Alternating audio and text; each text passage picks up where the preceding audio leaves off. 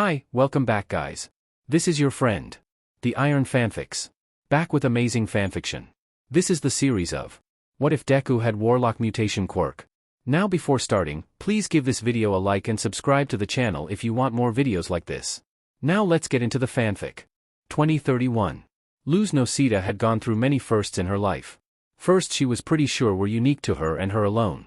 There were also the normal firsts, of course, like her first words, her first steps, her first job, her first, and if the both of them had anything to say about it, only girlfriend-wife now.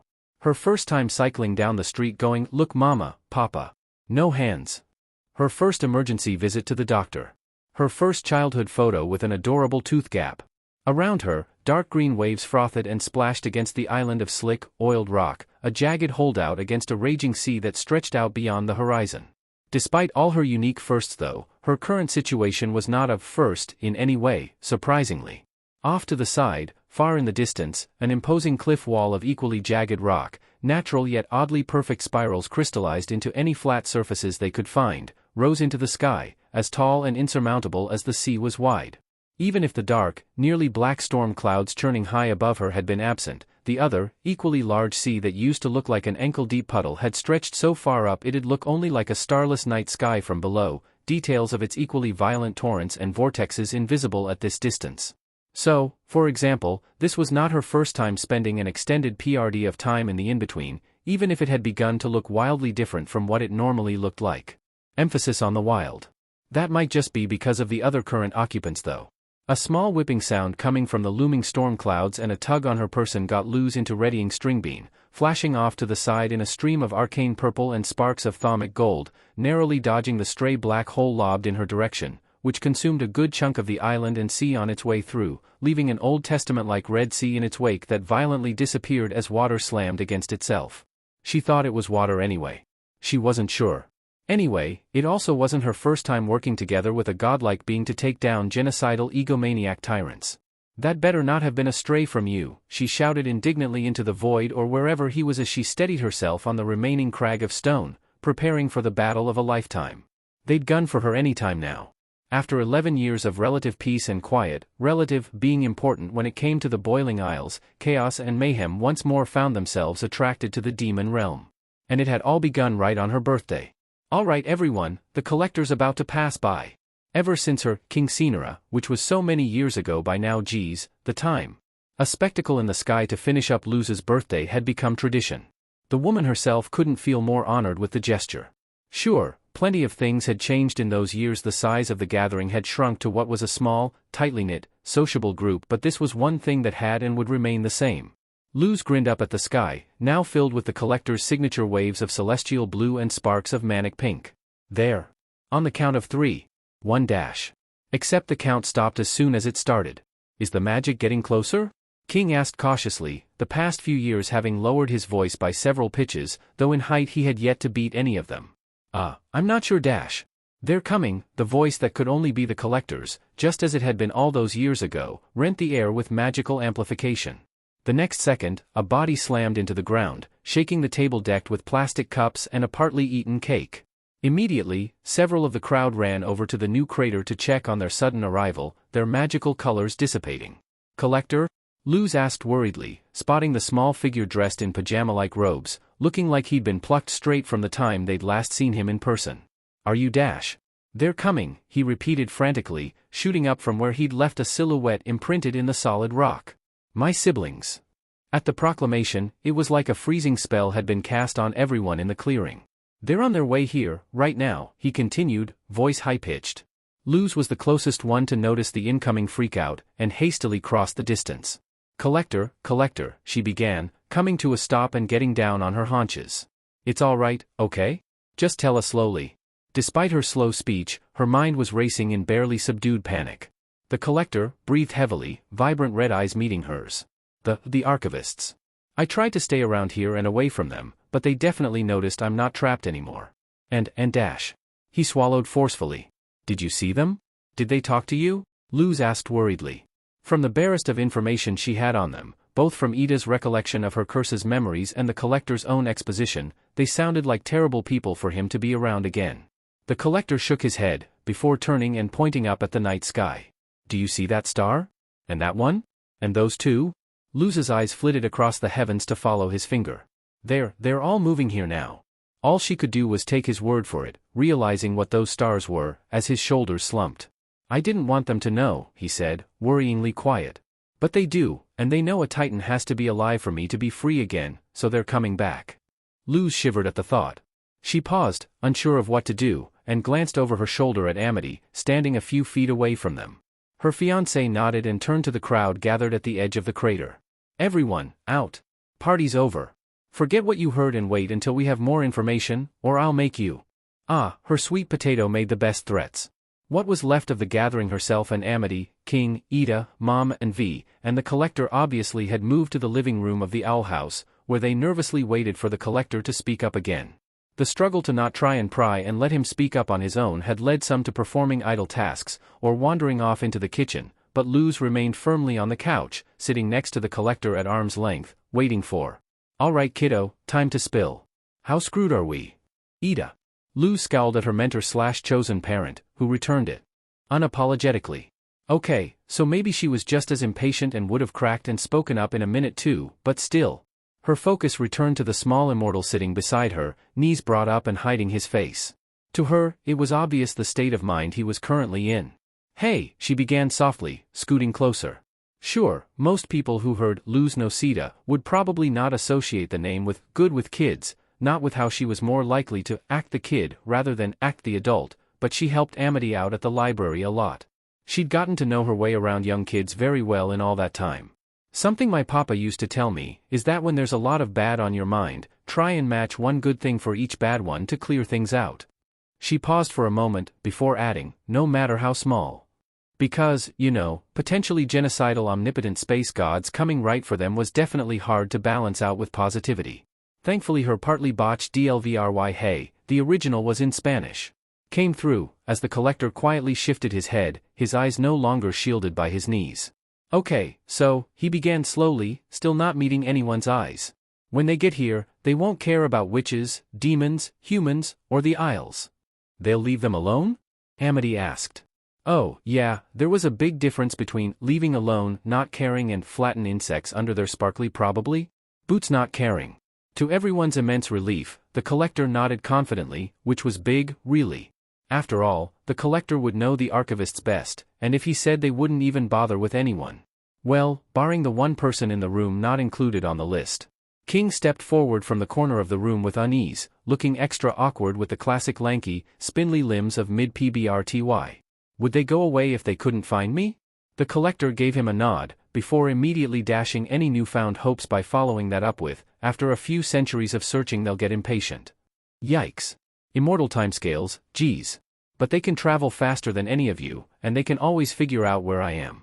And they know the properties of Titan's blood, so they'll look through the human realm and other nearby ones too. Double yikes. After all, if the Collector could make a portal door, the others definitely could. And while the Isles was familiar with godlike beings, places like Earth. Wait, no, not important. There was only one thing left to conclude. Luz gave the others one last glance, seeing grim, understanding looks, before meeting eyes with the Collector again. So we have to fight. The Collector nodded at her, a jerking gesture, before his eyes widened dramatically. But, he began as he jumped up on the couch, suddenly looking impossibly excited. Good thing. We have the one person in existence more powerful than them to fight them off. You? The Collector giggled at V's question. No, silly. They're definitely better at magic than me. And that's 4 against 1. Super unfair. Suddenly, Luz understood, and couldn't help but give him a chiding look. We're not having King fight the archivists, Collector. That was the exact opposite of what they should do. Besides, his powers are still growing in.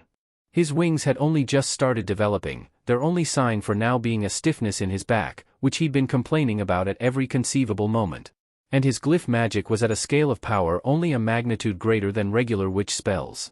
Yeah, duh, the Collector answered. A full-grown Titan is more powerful than anything. King's nowhere near his prime. Hey, I'm almost an adult.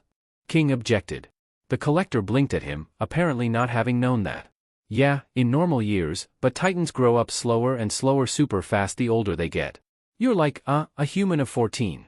So like dog years, except King wasn't the dog. And it'll take 2 centuries at least before you start entering your prime. Oh, that was a long PBRTY. The entire group winced in solidarity.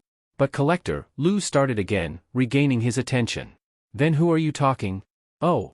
Collector, she tried again, trying to ease him into disappointment. I can't repeat what I did with Bellows, the Titans passed on for good now. And even if I could, I'm only a few years older than King. And yet, the Collector remained as excited as ever as he stared her down. Sure you can. It's all still there. You still have the same body King's dad made after you, when dash. When I turned to light, she completed softly, the Collector nodding as he hastily moved on. Yeah. And he made your new body exactly so all of his power could be stuffed into it without hurting you. It even changed for you when it couldn't hold it all as your normal shape. Luz blinked, taken aback. Me turning fluffy and badass wasn't just for aesthetic and fan service, she mumbled, not having expected to ever have that revelation. So yeah, you still have that body, so it can still do that. And all of King's dad's power is still lying around here, so all you need is to have King jumpstart you with his own and then figure out how to draw his dad's power in by yourself. That sounded awesome. But, would I really be powerful enough to fight them off? She couldn't help but ask. The Collector's smile stretched from ear to ear. Definitely. Last time when you took his power you could do all the things Titans could when they were the human equivalent of 14. And that tracked, because King's powers were currently just like hers had been. So if whatever happened back then becoming some kind of warlock? Turned her into the Titan equivalent of her own age, and she was currently right in what people considered the prime of their life. I can't believe I'm saying this, Amity voiced Luz's thoughts as she came up next to her. But they might be right. If it works out, you'll be the only one who has a chance at fighting them off. In the background, Luz could see her mama and Ida exchanging weary looks. All on her own? I'm sticking around too, the Collector said loudly, perhaps a bit too loudly, as Luz and a few others winced at the sudden volume. He didn't seem to notice though, only satisfied to have become the center of attention again. There's a bunch of Titan stuff you and King don't know about. And King's dad isn't around anymore to help out, so. Right, the Collector had actually been around in Titan society for some time, before it all ended. He would know things others couldn't even dream of knowing. It was clear King had the realization at the same time, his eyes widening and gaining an excited glint. Well, what are we waiting for? He began urgently, the room gearing up to explode in a flurry of activity. They could get here any moment. The Collector nodded rapidly. Yeah, we only have 3 years. And just like that, the room collectively came to a screeching halt, Luz halting halfway through getting off the couch.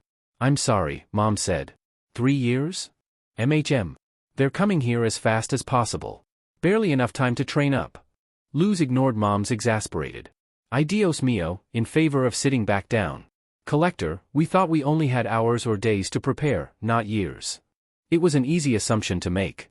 Really, when confronted with the existence of all-powerful space deities the youngest of which could move a moon like it was an app on a touchscreen, it was hard to imagine they couldn't cross the known universe in 2 to 3 business days.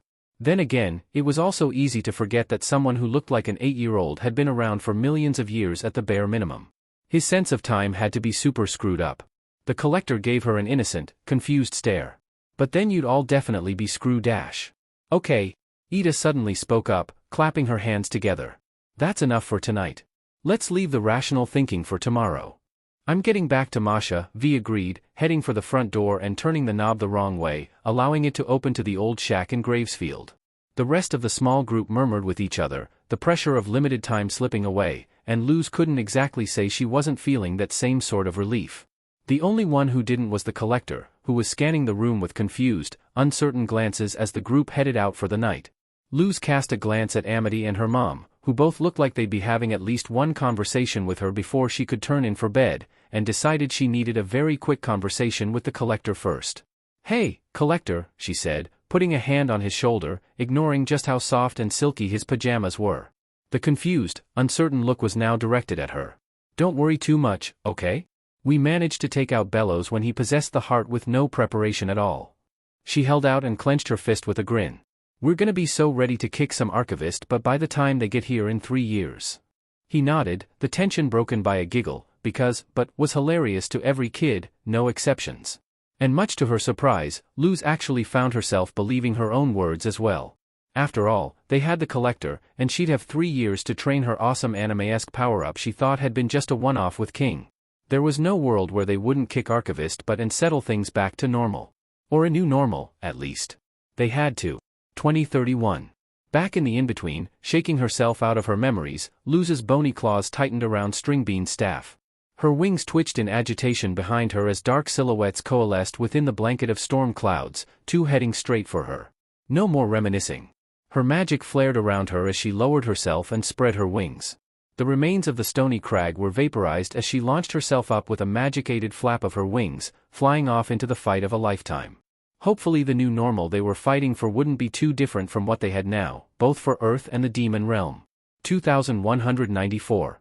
Today was a quiet summer day for Midoriya Izuku. That didn't actually mean much. Every summer day was a quiet one for him, if he was lucky.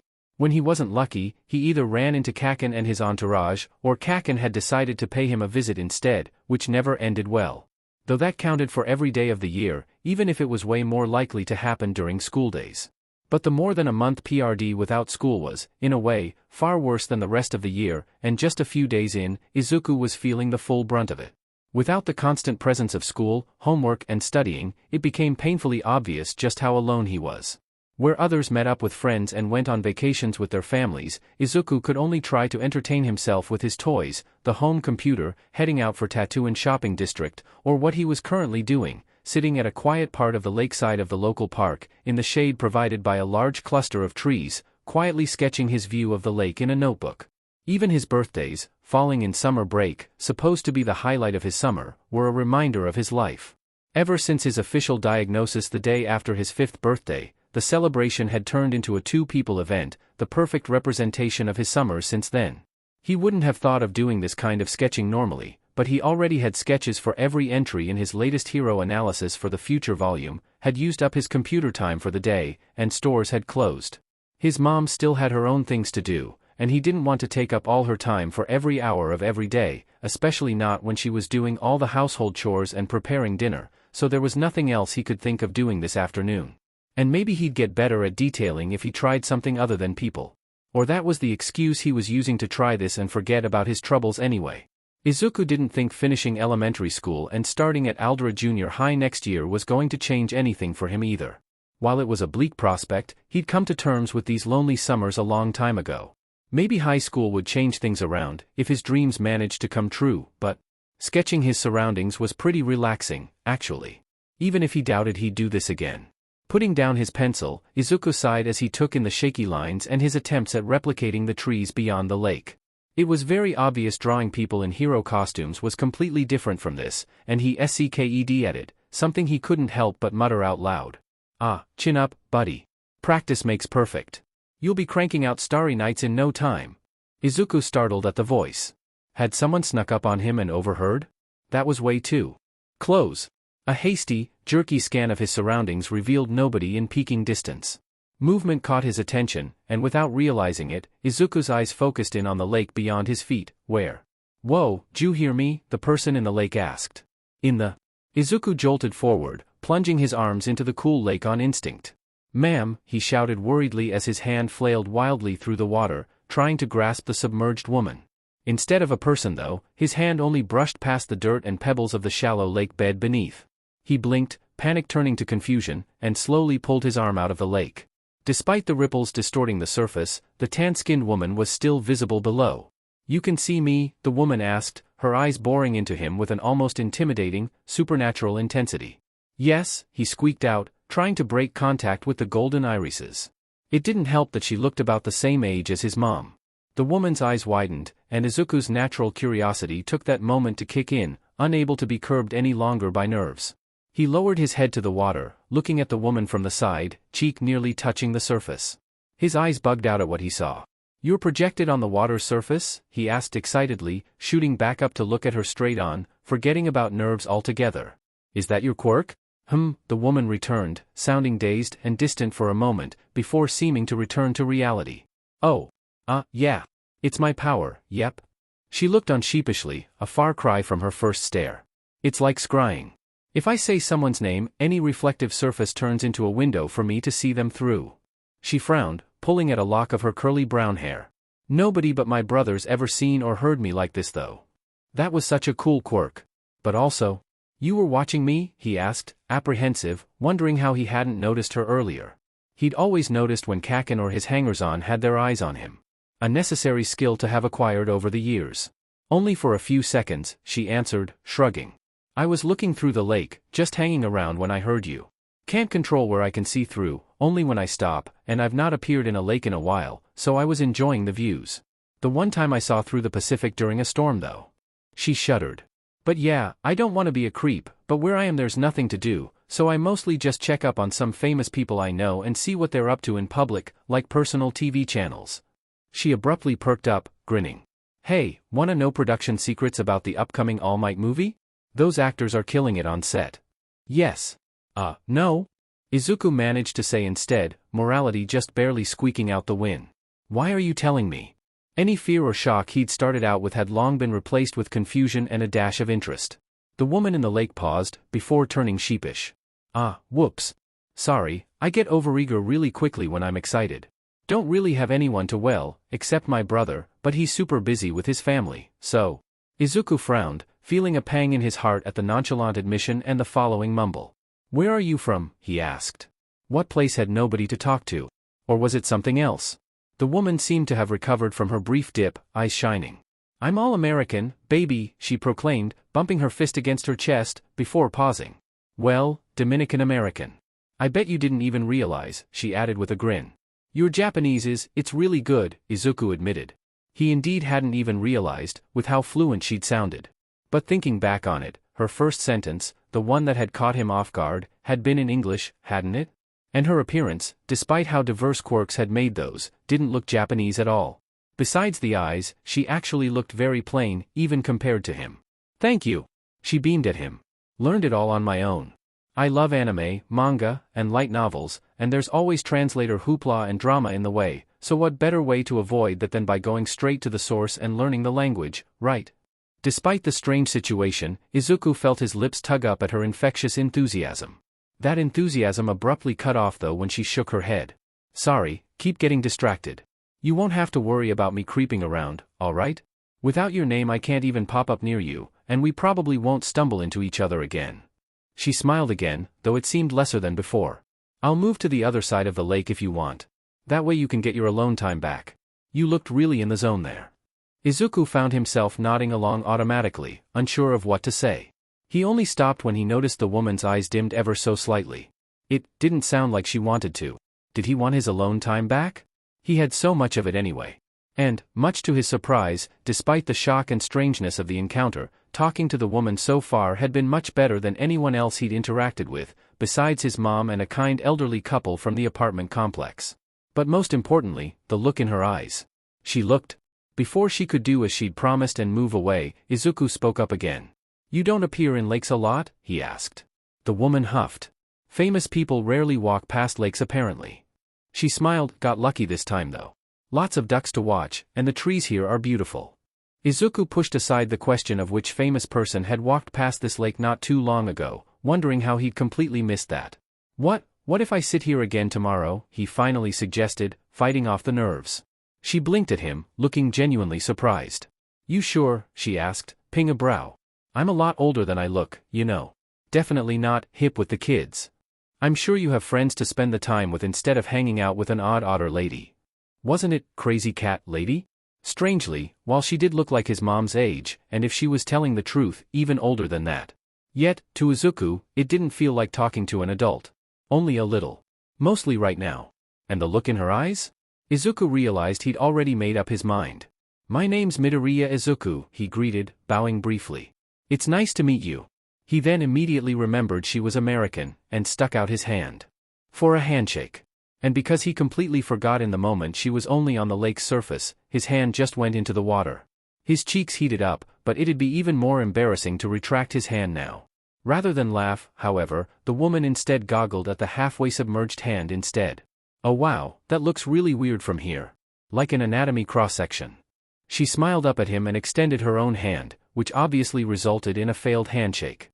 I'm Luz, the now-named woman returned cheerfully, pretending the handshake went through anyway. Nice to meet you too. Izuku nodded and retracted his hand, before realizing, no last name. Oh, I have one, she answered cryptically, before pointing a dramatically accusatory finger at him. But I know you guys. The moment I give my last name, it's the only thing you'll ever call me. She crossed her arms with a playful huff. Heard enough of that one back in school, thank you. Maybe the most surprising thing of all in this situation was the way Izuku couldn't fight back a giggle. He'd never actually spoken to foreigners before, never mind speaking to someone who was literally across the globe right now, but only using last names, even with friends, had to sound strange from an American's perspective. Of course, Izuku normally wouldn't be found dead being so familiar with someone he'd barely met, but maybe this could be an exception? It's not like she had the same expectations as anyone from Japan. Ah, your giggle's adorable, the woman, Luz cooed, her hands twitching like they wanted to pinch his cheeks. Which were heating up again, something he didn't want to put attention on any longer. Now she definitely felt like an adult. So I can sit here again at the same time tomorrow, he suggested. You don't have to, Luz said, still looking like she wanted to coo at him. Heck, you could just tell me you'll sit here once a week and get busy drawing while I pop up and move away or something. Knowing me, I'll probably get sick of Lake soon enough anyway, or I might even forget to show up altogether. I don't actually know if I'll draw again. He didn't want to give that impression. And he had no idea what else to do in this place besides sit and talk? Hey, don't put yourself down if this is your first try, she said, reminding him of what she'd said to start this entire conversation. Can I see? I used to draw and paint a lot. Izuku's eyes flitted to the notebook sitting innocently on the grass next to him. From her viewing angle, she probably couldn't actually see anything beyond his face and upper body. He felt a little self-conscious at the thought of sharing his shoddy sketch, but then he saw the puppy dog eyes Luz was making. With some reluctance, he picked up his notebook and turned it so she could see his double-spread sketch, taking care not to drop it into the lake. Down below, Luz's face lit up. Oh wow! If that's your first attempt, you really are gonna crank out Starry Nights in no time. The trees are all wrong, Izuku pointed out, feeling the need to defend his inner critic. They still look like trees, she rebutted. And it's not like you have to replicate what you're looking at. Heck, why draw real trees at all? Go nuts. She seemed to adjust herself with something Izuku couldn't actually see her surroundings, wherever she was. I bet you could do a lot more if you started working with color, or practiced making a black-white gradient with your pencil, that way you can work with more details and give your sketches more depth and shading. As Luz happily continued giving him what sounded like, sound advice, Izuku couldn't help but feel like maybe this summer wouldn't be as lonely as he'd been preparing himself for. 2029, 2 years before arrival. Luz groaned as she was mercilessly dragged back into the waking world, where small aches and pangs plagued her. Morning, Batata, the most heavenly, soothing voice graced her ears. Morning, Hermosa, she returned warmly, before noticing the lack of light streaming through the curtains. Is it? Amity sent her a blank look before glancing at the alarm clock, displaying a big 3 in blood red. If you're being generous, she drawled, before sighing. You really should stop falling asleep before dinner. You're wrecking your sleep and eating schedules. Luz pouted. Dagnabbit, this was the umpteenth time. But the bed looked so inviting after all that grueling training. She paused, zeroing in on the bags under Amity's eyes and the streaks of abomination goop. Wait, why are you awake at 3 in the morning? I put your portion of dinner in stasis, Amity diverted effortlessly, assisted by the immediate grumble from Luz's stomach. Luz beamed at her and hopped out of bed, only wincing slightly from the lingering muscle pain. Speaking of people who should be sleeping though. Hey, is the collector sleeping? The collector's arrival on Luz's 22nd birthday had heralded a litany of changes to the status quo. Of course there was the impending danger that she was now training for, but the collector sticking around from then on was equally impactful. When the collector had said he was gonna stick around to help them, Luz had immediately objected to the idea of him just wandering the aisles for the next 3 years, something basically everyone important agreed on, even if that was mostly from a pragmatic standpoint rather than an empathetic one. That was immediately followed up by Ida saying she couldn't be the one to take him in. And Luz agreed. After all, needing to deal with both King and Hooty living in the same place was one thing, especially when she was also the headmistress of the Isle's premier university and still battling the stress from her curse. Adding a second godlike being to the household sounded a bit too trying, even for someone as amazing as Ida. And so, after a brief but intense exchange of glances and other nonverbal ways of communication with her fiancé, Luz and Amity had offered to let him room with them, something the collector had agreed to, not understanding the need for it but not minding the idea of someone making meals for him. Not something he needed, but definitely enjoyed. Really, the timing of his arrival couldn't have been better, with Luz just having graduated from university, getting engaged, and having found Morso built the perfect cottagecore fantasy cottage to live in with her partner. They were the perfect pick. Back in the present, Amity answered Luz's question with, I think he's on the roof again. Like eating, the collector didn't need sleep, but he clearly found it fun to dream, and he got cranky if he didn't sleep for over 2 weeks. Not to mention getting Earth bedtime stories read out to him. Well, that had actually been phased out over the past year. I'll go check, Luz decided, patting Amity on the back. You go sleep. Amity didn't retort, enough proof she needed sleep, and Luz headed for the attic, where she could climb through the attic window and access the roof. Just a quick peek was enough to see the collector silhouetted against the demon realm's full moon, legs dangling over the edge. Hey bud, she said, not having to worry about startling him into a deadly drop. What are you stargazing for? She carefully sat down next to him, her legs joining his, and stared up into the sky. By now, she was very familiar with which 4 were of any real interest. Your siblings won't be here for another 2 years, right? She asked, looking away from the starry night sky and at the collector. He nodded silently, much to her relief, his scarlet eyes briefly glancing at her before affixing themselves to the night sky again. Back when they'd volunteered to take the collector in, they'd known it'd be a difficult task, never mind his overwhelming cosmic powers. No, the hardest part had always been teaching their new roommate about things from a mortal being's perspective, and the most obvious sign of how difficult a task that would be was the otherworldly glint shining in his eyes. It was an unsettling sign that constantly reminded everyone that, despite his childlike demeanor, who they were dealing with was an ancient being that could turn eldritch horror on them all without even meaning to, on the flip of a dime or from a simple misunderstanding.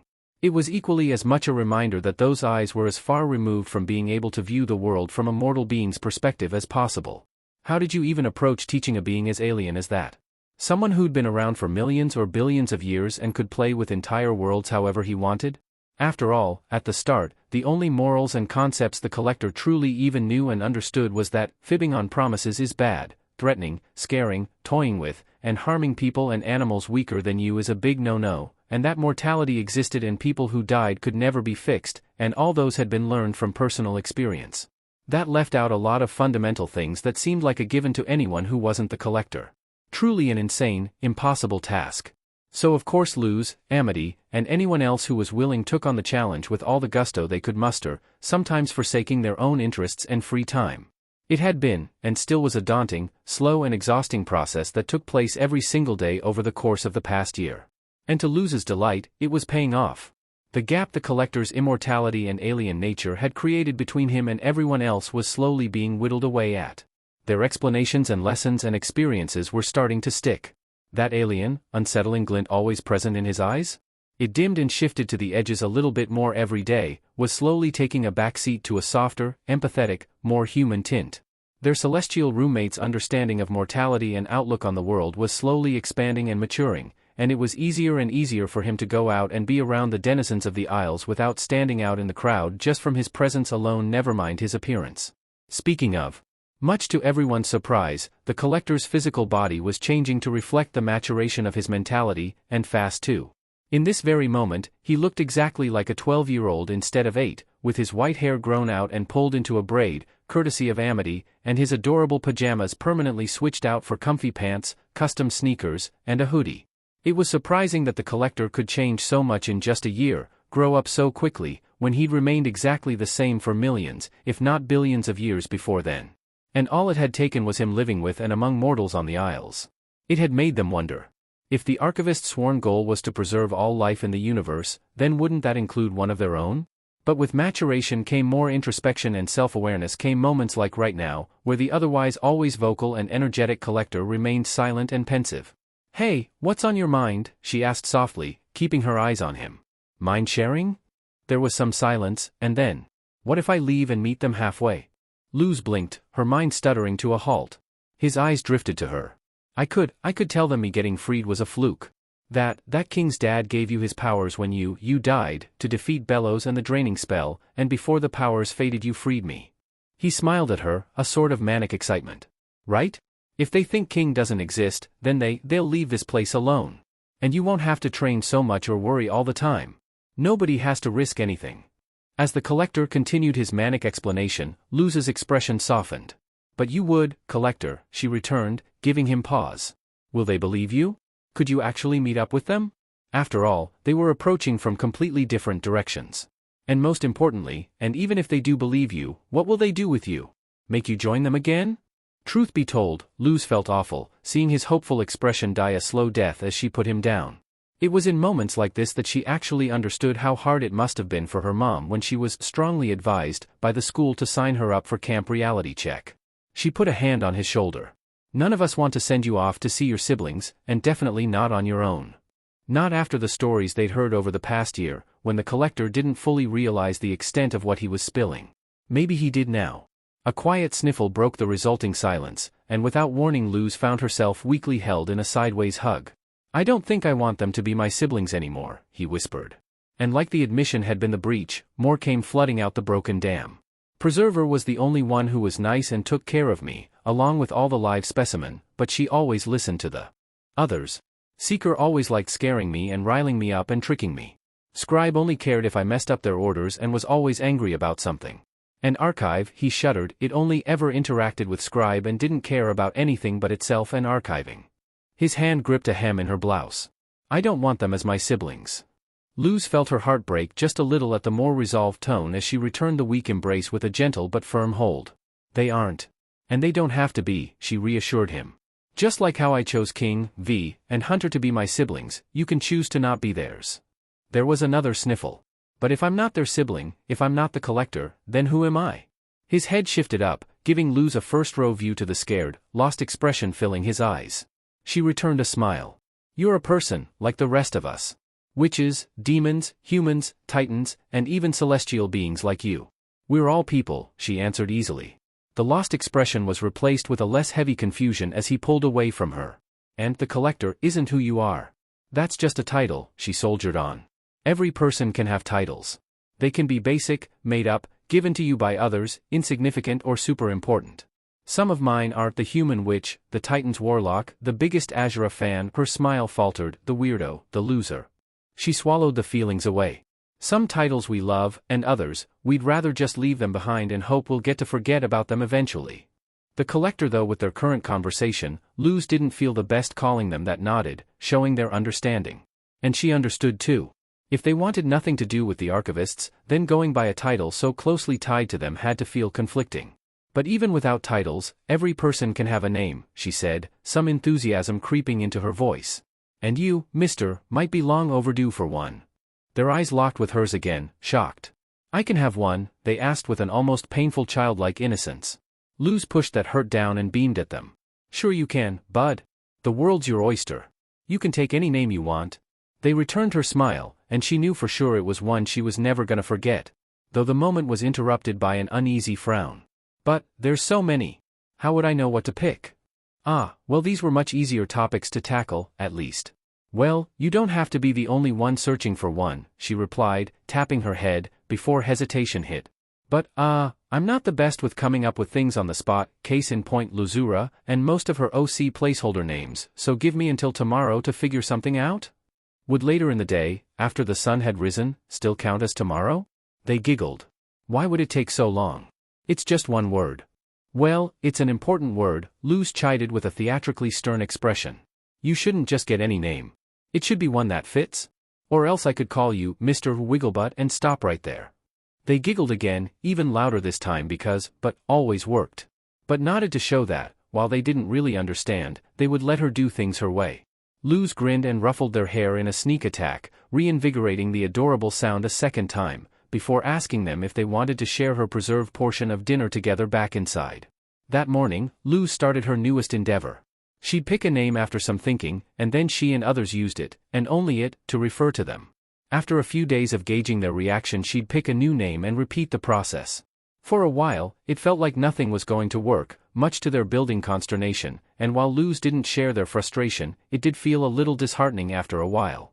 But when the moment finally came, almost 2 months in, where she'd greeted them at breakfast with a peppy morning, Jamie, and she and Amity bore witness to the way his expression lit up in delight and realization, that was what made it all worth it. 2031. Rise. Just in time, in the blink of an eye, a mountain shot up and appeared from the in-between waters. Well, Luz didn't actually know if it was mountain-sized or bigger. Changing size was one thing she'd gained mastery over, something that only worked without limitations for her in the in-between, and she'd lost track of that over the course of the fight. She had no idea if she was her normal size, or if she was taller than the Empire State Building right now. Not even a moment later and the top half of the mountain was obliterated by a fist made of stardust. Luz ignored the burning in her throat as she flashed high up in the air, hiding herself among the rubble. Contrary to poor, 3 years in the past her expectations, utilizing the full power and might of a Titan was a far cry from the spell circles and holographic glyphs she'd conjured back when she was 14. No, spell circles, palisman, and glyphs to Titans were, at best, decent training wheels for how they actually wielded magic. And without their unique source of information, combined with an awesome discovery on the planet's pole, a Titan's head with its brain perfectly preserved in the deadly cold, physical mindscape within and all, neither Luz nor King would have ever figured out anything beyond that. Then again, King's very first magical ability being a roar made of raw magic could have clued them in. Turns out, Titans spoke magic into doing their bidding. With that revelation, Luz had felt especially stupid. After all, they'd all concluded that the Titan's glyphs had been just like a language, and a written one at that, one she'd used to communicate with the Titan to do magic. So why wouldn't there be a spoken equivalent as its source? Luz hadn't gotten to actually try it out herself after that revelation for quite a while though. After all, King first had to get enough of a grasp on his power to help jumpstart her body into going into what she'd termed Warlock mode, and then she had to figure out how to use the bit of King's power to hold onto the Isle's ambient power without an ancient magic ghost around to hold and pull the strings from inside her, because King's power was nowhere near enough for any real fighting. But that first time she had all of that under control and figured out how to channel magic through her voice and speak had been awesome and intimidating. Think less talking and more words of power, except even further beyond that, because any shout she vocalized sounded less like a physical noise carried by sound waves, and more like a command that was imprinted into reality itself. Even some passerbys who'd gotten caught on the edges during training sessions had claimed to hear it. Some were born deaf. No wonder baby Titans had monarch complexes. Their parent could literally command reality itself, like it was their loyal subject. And also no wonder King had never used his vocal cords to communicate. The strange telepathy-like talking that sounded exactly like he was talking from his mouth had been something she'd questioned but quickly gotten used to way back when. The gigantic hand made of stardust swept the rubble away with a gust of wind, and Luz shouted, "Fade!" to make the stardust disperse. A low, earth-trembling grumble came from beyond. And even now, after 3 years of constant training, Luz's magical ability was still woefully lacking compared to an actual Titan's. After all, she was mostly using only singular English words, not Titan language, which was a complete headache to think about, and only while being in her Warlock form could she even attempt to think about or speak it. After all, if glyph combos were the written form of a spell in their language, then how did you efficiently vocalize top left inverted plant glyph on second order intersect circuit, which was only one part of many in a full spell? Apparently after hearing some real examples through that one Titan's physical mindscape by using many different types of noises that all overlapped to form one whole. It certainly explained why the branch of Bard magic was so prominent, being on the same level as the other 8 main branches, especially when any of its effects could be replicated by at least one of the others. It was because, to a non-Titan's mind, the language could only be interpreted as music, not speech. Bard music was the closest witches and demons could get to the way their progenitor god did magic, and that obviously had some pretty strong cultural significance. And for Luz it took too much learning, training, migraines, and focus to cast in Titanic the language, not the movie, so she'd only learned how to do the ones that were absolutely vital to any of their combat plans. Okay, focus. Take this one out. The one thing she knew for sure was that the Archivist's only way of fighting someone with Titan powers was to hide away and throw things at her, hoping it'd incapacitate or kill her. After all, Titan magic quite literally outclassed celestial magic. Imagine thinking you were the pinnacle of existence for millions or billions of years, and then you encounter a species stuck on some watery dust ball that can completely override your all-powerful magic. And that advantage was literally the only reason she hadn't been taken out or killed in the first few seconds of the fight. With no direct magic working on her in her Warlock form, her opponents were reduced to their current tactics. Speaking of which, Luz's eyes bugged out as she readied String Bean. Antimatter Ball. Clever little dash. She couldn't bat it away without annihilating herself and couldn't cancel it out or direct it without getting blasted by pure energy. She'd have been toast if she hadn't already been faced with this during one of many training spars. Stop. Even if she couldn't get rid of it with the words she could use, she could still freeze it in place with pure magic. But now she had to actually take her opponent out before another attack could come at her. Swallowing the sore throat away, Luz inhaled and bellowed. Reveal. Far off into the distance, a silhouette lit up in her mind's eye, with 2 more duking it out even further away. Okay, That wasn't too far away, and with the others way out of the way. Luz grinned as she conjured glyphs in her offhand, a rocky platform rising up from the sea under her, while gripping the butt of her staff with her main hand, and started sweeping Stringbean through the air, drawing as big a circle as she could.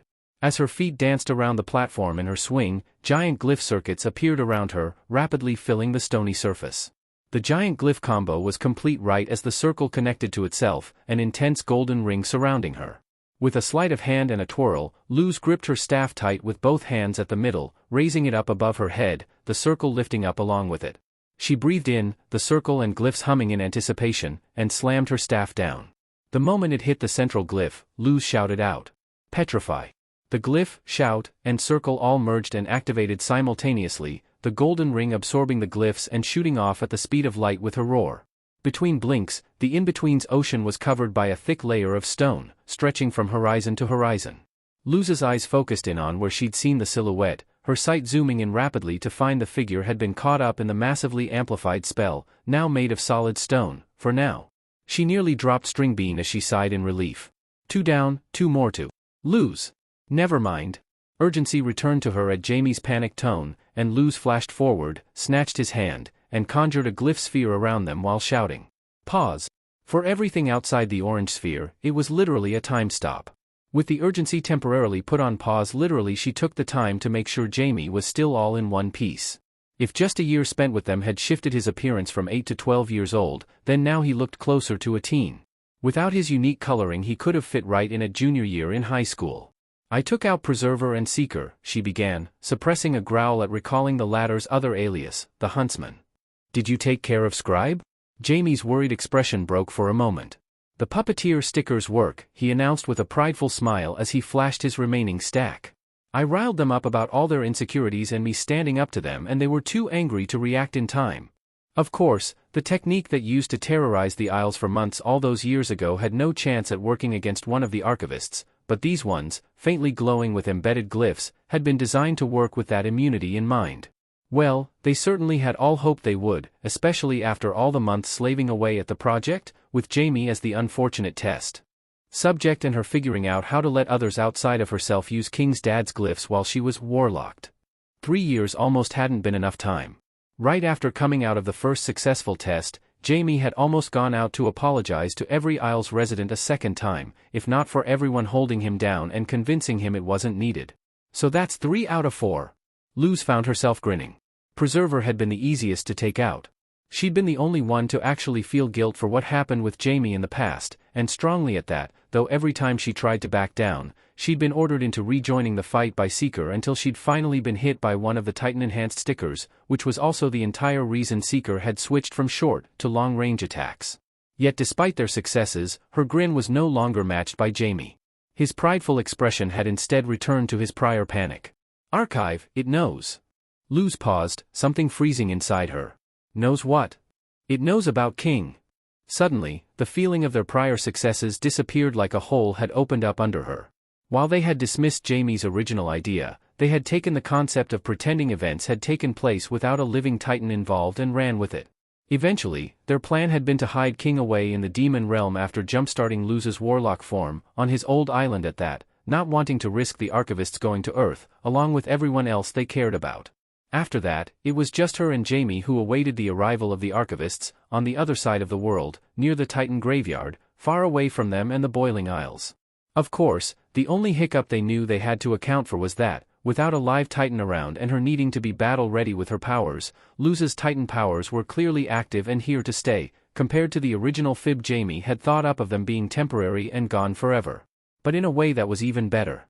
When the archivists arrived, their full focus had gone from finding a live Titan to solely getting rid of her. The 3 that had approached them were in full belief that King didn't exist.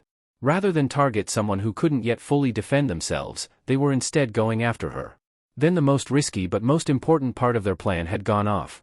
Using Titan's blood gathered from the surrounding corpses and hidden in an artificial aquifer under the sea, combined with one of the few true spells Luz had learned to cast in Titanic, the 2 of them had taken the archivists off guard and transported them all into the in-between, where they were disoriented, out of their element, and far away from any other living being, with 0 risk at collateral. Sure, Creating a portal through the in-between to another universe was something they could do, but was getting out of the space between something they ever thought they had to deal with? Jamie hadn't thought so.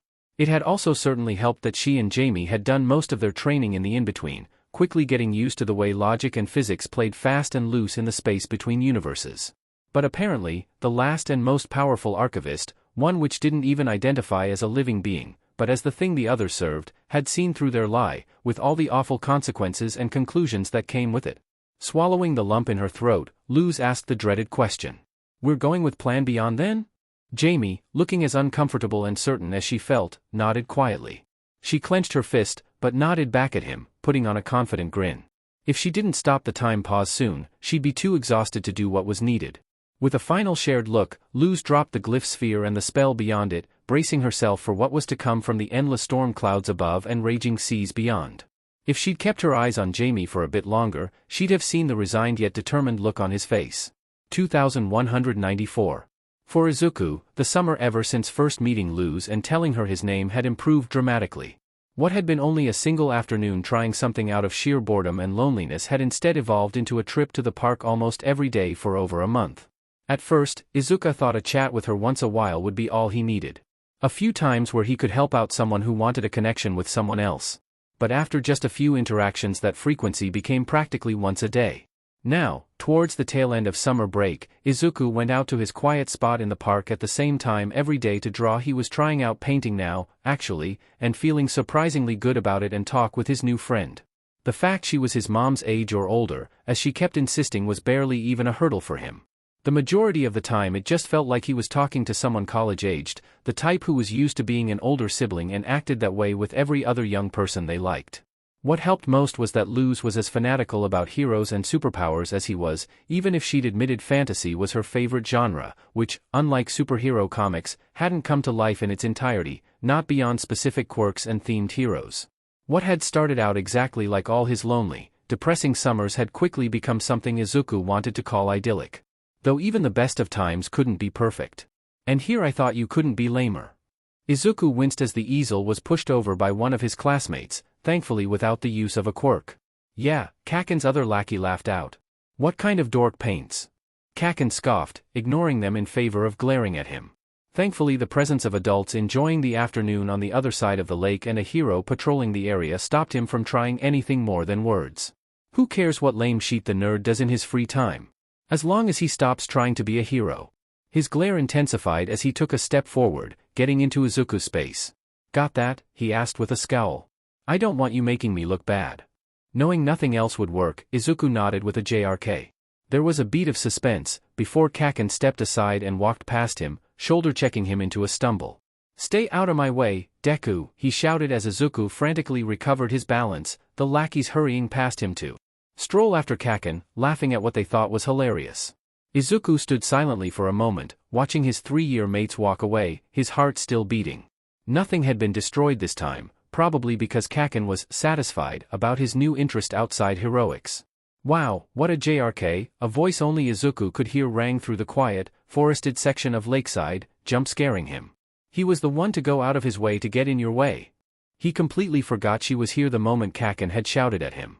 "And he wants to be a hero?" she grumbled, and Izuku watched her cross her arms. "UA will help hammer out the KNKS, he offered up lamely, and Luz saw it. "KNKS?" she asked incredulously. "Those are Ben's, buddy. UA better have heavy-duty machinery." Despite himself, Izuku found himself snorting, then laughing at the picture she painted. This was the first time he'd heard anyone talk about Kaken like that. If only he could muster the courage and skills to say any of those things and come out of it mostly unharmed. "Kaken's the only one with a strong quirk," Izuku finally explained once his laugh petered out. "And the determination to train it until mastery." He sighed, staring forlornly in the direction he'd disappeared in. "He's the only one I know who has a real chance of becoming a top pro. And for someone who wanted that as dearly as him, despite his lacking, wasn't that the closest he'd ever reasonably get?" "Hey, don't put yourself down like that," Luz said, changing tracks in an instant. "Just because you only have the power to see peeping toms like me doesn't mean you can't be a great hero." Despite the comforting tone, Izuku still does something dawned on him. Had he never? I don't, he stumbled over his words. What was she going to think? "Buddy? I don't have, I don't dash," he curled in on himself, preparing for what would come next. I don't have a quirk. He squeezed his eyes shut, not wanting to see the reaction unfold before him. Was she going to go the same way everyone else he met who later found out he lacked a quirk did? Oh! Izuku's eyes startled open at the loud noise. So you seeing me as a quirkless thing? Contrary to any of his fears, Luz was looking off to something on her side of the connection, her hands on her chin. How'd I never think of that? Though I did always hide back then. Maybe I could test. No wait, I don't even know any other quirkless people. A part of Izuku's dread turned confusion became quiet levity. Like himself, Luz apparently had a too many thoughts problem, though for him that only happened when it came to heroes and quirks, and ended up spilling out as mutters, while for her it happened, well, with everything, and led to a bunch of distracted glances and jumping to barely related subjects every few sentences. But there was one confusing thing that remained. You don't think I'm Dash. I'm gonna stop you right there before I get any motivation to figure out how to crawl out of here and threaten everyone who called you the things you were about to call yourself, Luz interrupted, her typically cheery tone eerily flat as the intense light behind her golden irises made their return.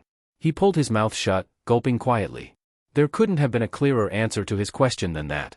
The unearthly glow disappeared as her eyes softened. Like I said, you don't need a strong power to be a great hero, Izuku. To Izuku's surprise, he couldn't find it in himself to object to her sudden use of his first name, not when the shock of hearing the one thing he never had so casually all of a sudden was much greater. In contrast to his shock, Luz frowned. Okay, so you probably won't be taking down kaiju or walking nuclear bombs in the future, she conceded, in a tone that nearly made him laugh. But I've seen a lot of villains and other bad guys in my life, and there are far more of them out there that you can easily deal with if you know your combat, have tools like tasers and pepper spray with you, and trained your body and mind for it. Izuku quietly glanced at his noodle arm, knowing there wasn't much to feel if he squeezed it, beyond some flab thanks to his Katsudon overindulgence, but she wasn't done just yet. But even more important than taking down criminals, the best heroes do all kinds of heroic things. Like helping out charities and reaching out to disenfranchised people, visiting terminally ill kids at hospitals, bringing awareness to issues that are easily overlooked, promoting inclusion, all that jazz. Helping and protecting everyone. Izuku found himself surprised, and a little embarrassed that none of those things had immediately come to mind whenever he thought of heroics, when Luz locked eyes with him, her own glowing with an unearthly light once more. The ones that help and inspire everyone, those are the greatest heroes, she finished, oozing with conviction. And I know you're gonna be one of them. How do you know? He stammered out, feeling his cheeks heat up. Nobody had ever said these things to him, never mind with such confidence. Not even can or could or might, but gonna. And she'd barely known him pathetic lonely little quirkless Deku for a month. She grinned back at him. Because you got the most important thing already. She jabbed a finger at her chest, her eyes glinting. The heart. That's where the real magic comes from. His hand slowly drifted to hover over his heart. The urge to grab and squeeze his chest with it deepened as his eyes started to sting. I'm sorry, he squeezed out when it didn't stop, wiping at his eyes and feeling shame heat his cheeks. It's all right, bud. Everyone needs to hear some good things once in a while, Luz replied warmly. Especially ones that are true. He nodded, unable to say anything else, and she let him, leaving behind a comforting silence. Izuku was happy for it, as he was still processing the idea that anyone besides his mother could care enough to say these things. Though maybe he shouldn't have been surprised. Luz had become outraged she hadn't been able to do anything for his 12th birthday when she found out it had passed a few days after the fact. You know what? Past me was right. He blinked at the out-of-nowhere statement. About what? She grinned. I'm sick of lakes. Izuku quietly wondered if she was only saying it because Kaken had found and compromised this spot, but didn't point it out. Not that she'd have noticed, already having sunk into her own world of thoughts and ideas. Ooh, she suddenly exclaimed. What about we find a good spot for you to do some strength training? You're about the right age to start the real heavy stuff without harming yourself, and the more time you have, the better. With the conversation they just left behind, Izuku was surprised to find he wasn't actually against the idea. After all, if she thought he could become a hero, even if only a small-time one, then he had to make the best out of what he did have, right? And that meant his body. And it was true, even Kaken, who was probably the most dedicated to keeping himself healthy and at the top of his game for his future at UA, didn't start doing any intensive training until after his birthday earlier in the year, and he just had his, so he hadn't wasted too much time. You might want to get a trainer, but one of my old friends was all about this stuff. When she got married, she was the one to carry her husband through the door, with one hand, because she didn't want to leave a footprint on the wood, Luz said, grinning at him as she flexed her own arm, looking somewhat muscled but nothing overly visible. I'm sure I got enough of that knowledge through osmosis to be qualified if you can't find a gym or a professional in time. Izuku wasn't entirely sure about that, but he could always look things up on his own time. As Luz continued to happily chatter on about all kinds of related things she'd done herself, like endurance training and CQC, surprisingly, he found himself feeling something he thought he'd left behind at that doctor's visit years ago. Maybe his dream could be more attainable than he'd resigned himself to believing. 2031, weeks before arrival. Bye, guys. Don't eat all the snacks I baked too quickly. Luz waved cheerfully as she watched the abomination airships fly off for the one place they knew the archivists couldn't find. Though her waving quickly lost its luster and enthusiasm as they disappeared into the distance. Gonna be weird to stay like this for a while, Luz muttered as she picked at her furred arm. With the steam of the boiling sea brushing past her, her wings were especially twitchy. You could stay like that all the time, the one person who remained, Jamie, said. Not like you have a time limit. Why stop the fun? You don't have wings and horns that bump into everything, or fur.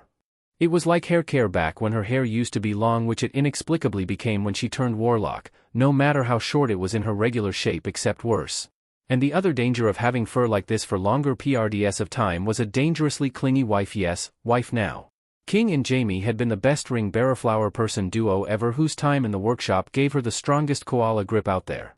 On the time she'd practiced holding her form for multiple days, she was in serious danger of missing her training sessions with Jamie, simply because her barely lucid wife had claimed her as her body pillow.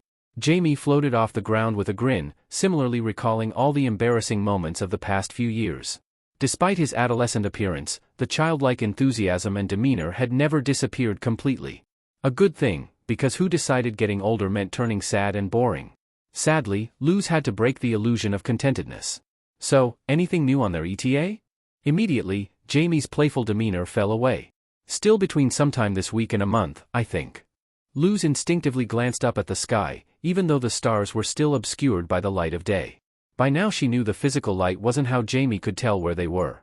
Really, she knew her physics. If something was traveling straight at you at light speed or even faster, you literally couldn't know they were moving right for you until they crashed into you. Instead, he got their position from the celestial magic they wielded, which they incidentally also were using to get here at faster than light speed.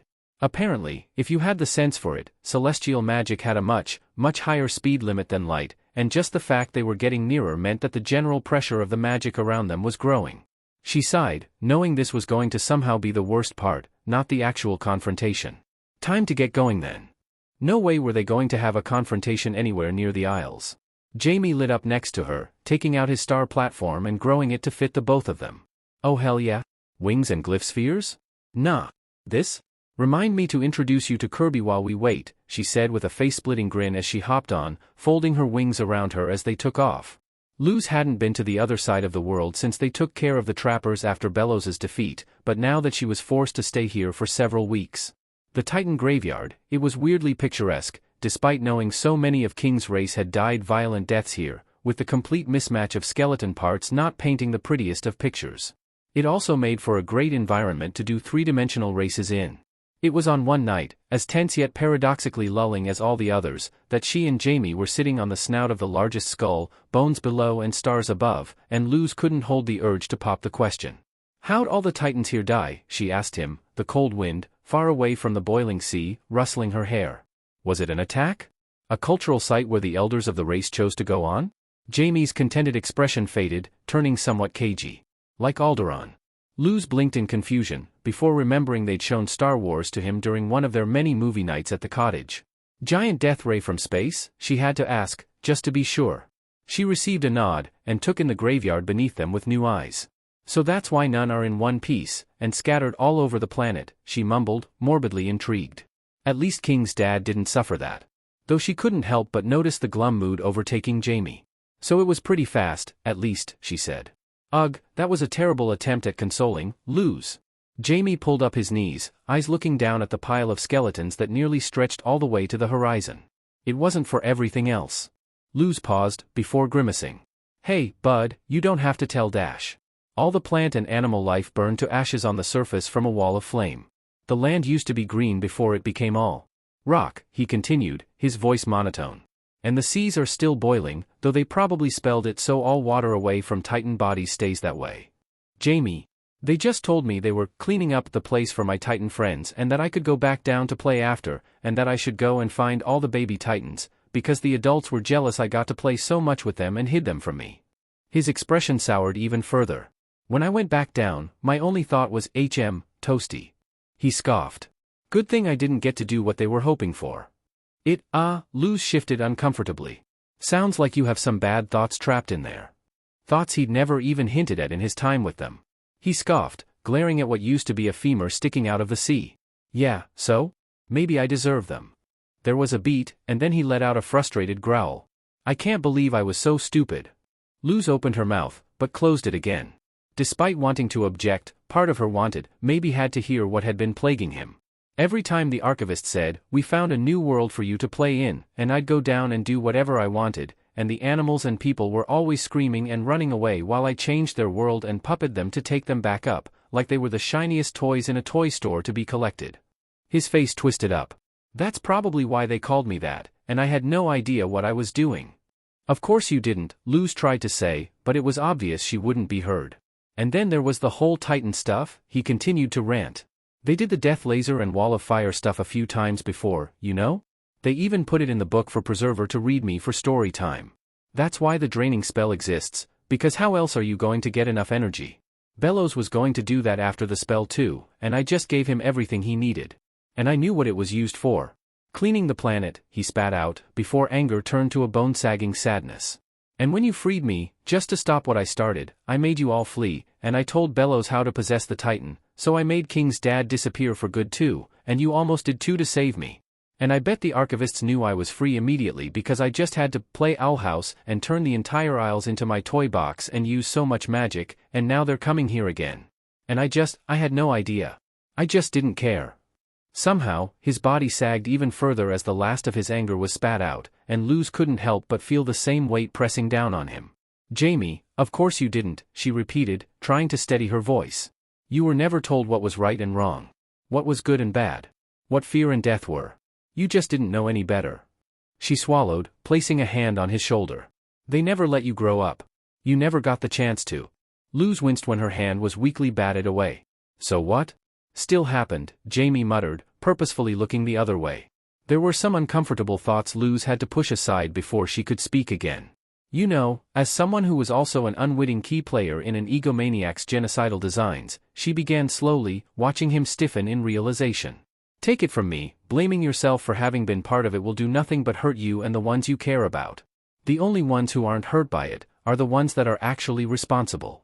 Jamie risked a glance back at her, and she gratefully returned what was almost a smile. And we're getting the chance to kick them in the butt very soon, she added, the almost smile becoming a grin. And I can also tell you, that is very therapeutic. It is? Inner Luz jumped for joy at the tentative question. It sure was. She laughed.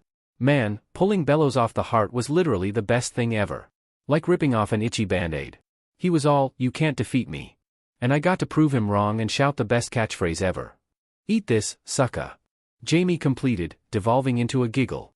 Luz laughed with him, happy to have recovered his spirit. Though now that she thought about it, she hadn't actually shot Bellows with anything for him to eat. And you know what?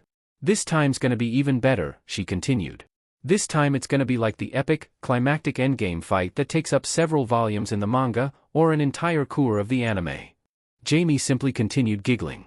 After all, after 3 years of living in the Noceda household, he was more than aware of all things manga and anime, even if he hadn't taken a liking to it. Though the improved mood didn't last. Once the laughter petered out, Jamie's face slowly fell. Do you think we'll win? He asked quietly. Luz startled. That was the first time he ever sounded anything less than certain about it. Of course, she was feeling the jitters too, but the last thing she wanted to do was make his own doubts worse. Besides, they'd consulted all the oracle witches they could, and there was only a very tiny minority of futures where the demon realm was seriously affected or worse, even if there were never details on the exact outcomes of the confrontation. But that was enough to soothe her worries. I know we will. We have so many plans cooked up, we'll pull this off one way or another, she said, grinning at him. Even in the worst-case scenario where we can't fight them off and they won't stop, we can pull off plan stage right, meaning fake her death, and since they don't know about King, they'll leave the demon realm alone. And by the time they might return or notice anything, King would be old enough to fight them off himself. There were also a bunch of plans in case their main plan of taking them by surprise and teleporting them into the in-between, away from their celestial canvas, didn't work out. What if they do know about King? Luz inhaled sharply. We did make a plan for that. Plan beyond, she admitted hesitantly. But despite her hesitation, she knew it was a terrible decision to keep him in the dark, especially now. It was a plan made for the worst-case scenario, exactly what Jamie had brought up. Because if the archivists knew about King, either she lost and died, and they'd go for him next, or she managed to fight them off, but then they could simply flee and wait her out. After all, she still aged like a regular person, so she had another 7 or 8 decades in her at absolute best. And by then King still would be a century away from being able to repeat what his dad had done, or be able to defend himself against them. And she couldn't turn someone else into a warlock either, not when her own power was all just borrowed from a dead patron. She had permission to borrow, not to share.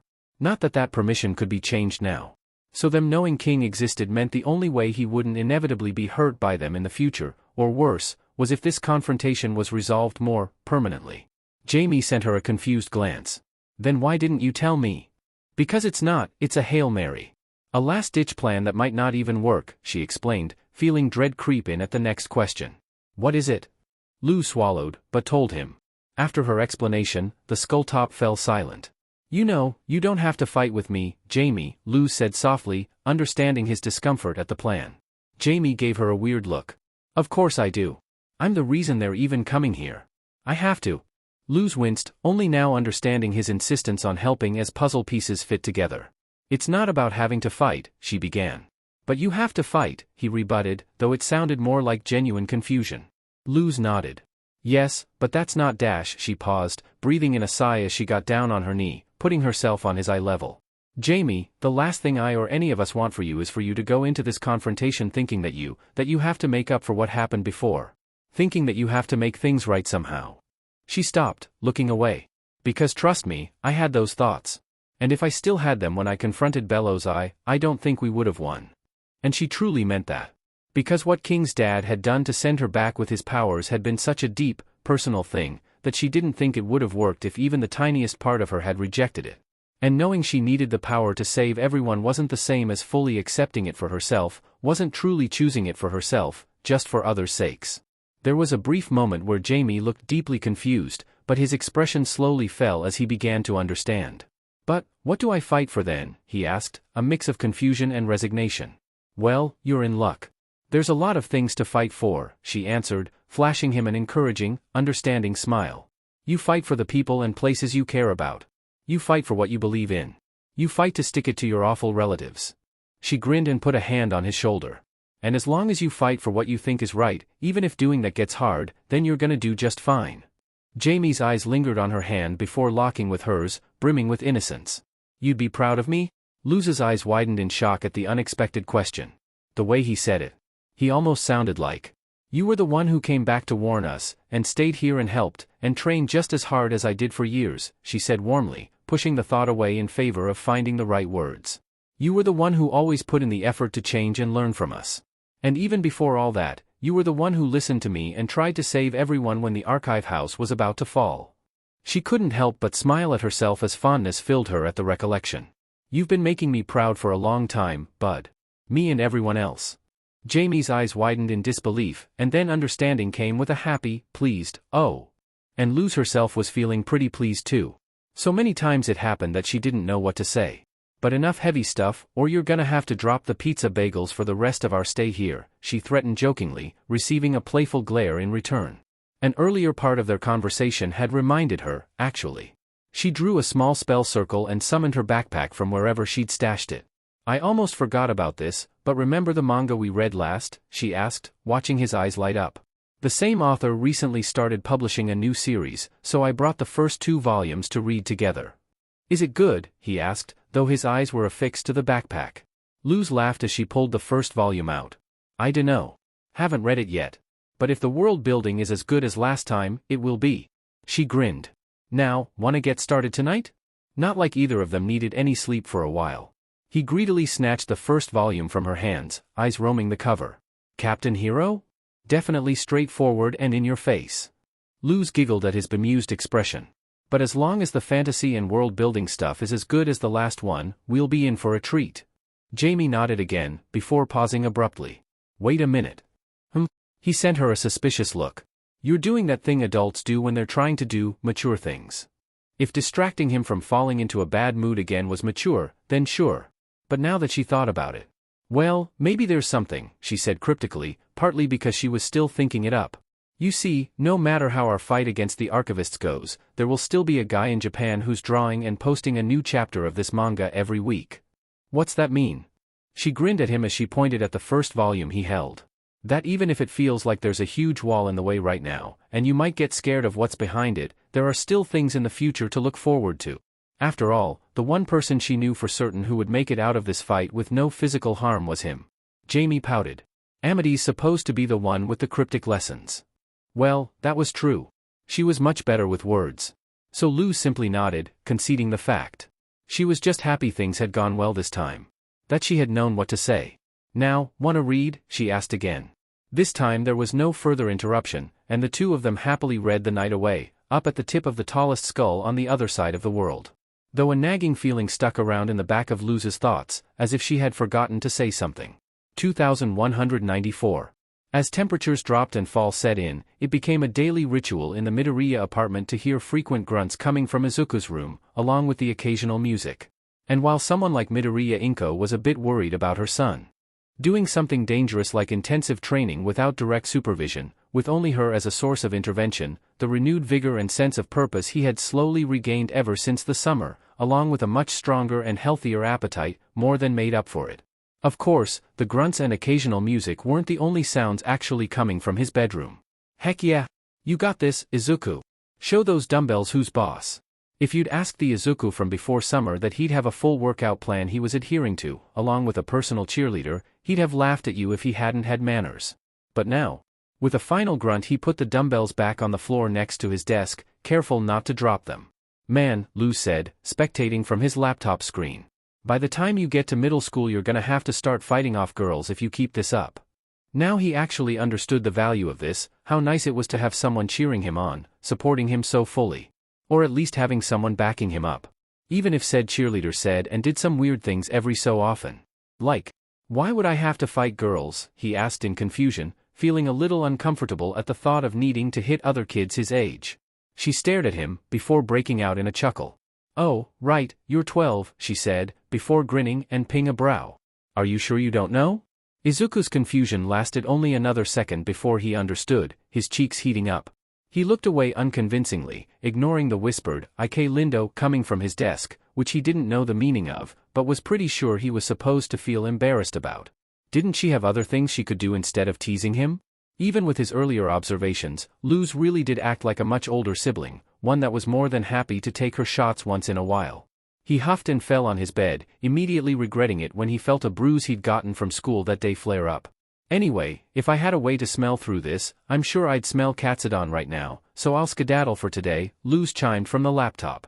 Like this, Izuku could almost convince himself this was accomplished through a video call instead of a strange quirk. Though her comment made him wonder. What do you do when you're not here? He asked, before immediately adding, outside of watching celebrities. She was American, so her current time would be about, between 4 and 6 in the morning? He didn't actually know on which side she lived. Well, I don't really have anything else to do, she answered, surprisingly evasively. There was a moment of silence, and then Izuku realized something really weird. Wait, are you always around when it's nighttime for you? He asked, sitting back up bewilderedly. Because the usual time they agreed for her to show up on was at 3 in the afternoon, which would be between midnight or 2 in the morning for her. How hadn't he realized that before? And that she did this almost every day at that? What do you do when you're not using your quirk? He asked again, a sinking feeling hitting him. Isn't it always night over there? Okay, so, Luz had a shifty look in her eyes. While I said I'm American, that doesn't mean I'm looking through a mirror in a cozy cottage in rural Connecticut or something. And that would have been enough to sate Izuku's curiosity, but by now his mind had started flashing back to their first conversation, when she'd originally mentioned her country of origin, and once more paired the well-hidden yet to Izuku clearly visible loneliness with her evasiveness, and began drawing depressing conclusions he had no answers to. And the process of his thoughts must have shown on his face from where she could see him, because Luz squirmed almost imperceptibly. Okay, fine, she suddenly relented, much to Izuku's surprise. I can't take you looking so sad at me. I'll spill. There was a brief silence, one where Izuku debated objecting to the thought of accidentally guilt-tripping her, but after some tense fidgeting, Luz began talking. So, you remember how you figured out my power, she asked, to which he nodded. Well, that's not actually true, she admitted. Actually, anyone who found themselves here could do what I'm doing. If she'd wanted to clear something up, it only made things far more confusing. Here, he echoed. She nodded, though she looked to be having trouble trying to explain. Well, imagine a plane of reality that's just outside the real world, except you can look in from outside. Izuku's eyes bugged out. A plane of reality, he blurted out. Any answer or explanation he'd been expecting did not even come close to the real answer. Sounds crazy, right? She half-joked. But yeah, I was able to get here, and from here I can take a peek at anyone I know the name of. Not really a power of mine. Izuku nodded along, his mind racing too much for him to form words, until it made a terrible connection. And you can't go back? He guessed, fearing the answer. Luz drooped. Not anymore. He stared at her for a moment longer, before falling back on his bed with a dazed feeling. While he'd gotten answers, big ones at that, they left behind even more questions. But apparently her real quirk was the ability to enter this outside plane, and it stopped working at some point, maybe even after the first time. He'd have to ask. Just the thought that other planes of reality existed was enough to make him go dizzy. What did the place even look like? How hard was it to live there? Was the brother she kept mentioning stuck there too? Though out of all his questions, only one felt the most pressing. Why didn't you tell me? He asked quietly, not meaning to sound accusatory. Never came up, she answered. And it's not a light topic to talk about. She seemed to pause for a moment. Kind of like how you don't bring up the bullying at school. Izuku startled hard enough he got back on his feet again, wincing again as his bruise acted up. How do you dash? He began to demand fearfully, his mind racing as his stomach sank. Have you watched me in school? He asked, hurt and indignation flaring up. He trusted her when she'd said she wouldn't check up on him outside of times they agreed on, so her breaking that promise. No, Luz's answer stopped the flare-up in its tracks. You'd have noticed me if I had. But more importantly, she sighed. You hide everything well, if you're worried about that. But when you know what the signs are, when you've experienced several yourself, they're not hard to spot. I clocked it pretty early on, before summer break ended. And suddenly the heat was doused, like a cold splash of water. Izuku slowly sat back down, letting silence take the wheel for a while. Did you get hurt? He asked quietly, just about leaving out the two. I was lucky it never got physical. The source of Luz's voice changed from the laptop to his phone sitting next to him. His eyes flitted over to find a morose gaze. But the other stuff wasn't much easier. Izuku nodded quietly at her, though he wasn't sure she was looking. For the longest time I tried to pretend none of it was getting to me. I even convinced myself, but it did, she continued. It SCKS, when it feels like the entire world is against you, just because you're weird or out of the norm, for something that feels out of your control. When you're surrounded by people but you're stuck by yourself. When it's like there's no point in trying to change anything, so you'll just have to smile and tough it out, because the only way to make it stop is by turning into someone you're not. When it feels like there's no one truly in your corner. When the only thing you ever really wanted was to have someone on your side, to actually feel understood for once. His hand gripped his bed sheet, growing tighter with every statement that hit too close to home to not be from shared experience. And out of them all, the final one, cast in the past tense unlike the others, hit the hardest, filling him with a strange sense of desperate longing. Why couldn't they just understand? Why didn't Kaken understand he just wanted to be a hero to save people and make them feel joy, and not as a petty attempt at mockery? Why didn't the adults understand his dream was more than a pitiable childhood fantasy he'd grow out of? Why did the rare, well-intentioned teachers who recommended him alternate future prospects not understand he'd always yearn for what he'd miss out on? Why didn't his classmates understand that this was more than him being stubborn or delusional, that he knew just as well as they did that it seemed nigh on impossible? And why didn't his mom understand he never wanted to be like All Might because he was the strongest and most popular, but because he wanted to save and inspire with a smile? Why didn't she understand he didn't need a quirk to do that? That all he needed was someone to tell him he wasn't trying to do the impossible? That he at least had a chance? And how hadn't he realized until now that he wanted that as badly as he wanted to be a hero? Buddy? Luz's concerned voice shocked him out of his thoughts, and he only then realized the stinging in his eyes and the hot wetness on his cheeks. But most importantly, he had someone who understood now, didn't he? He'd known for sure ever since their last talk at the lake.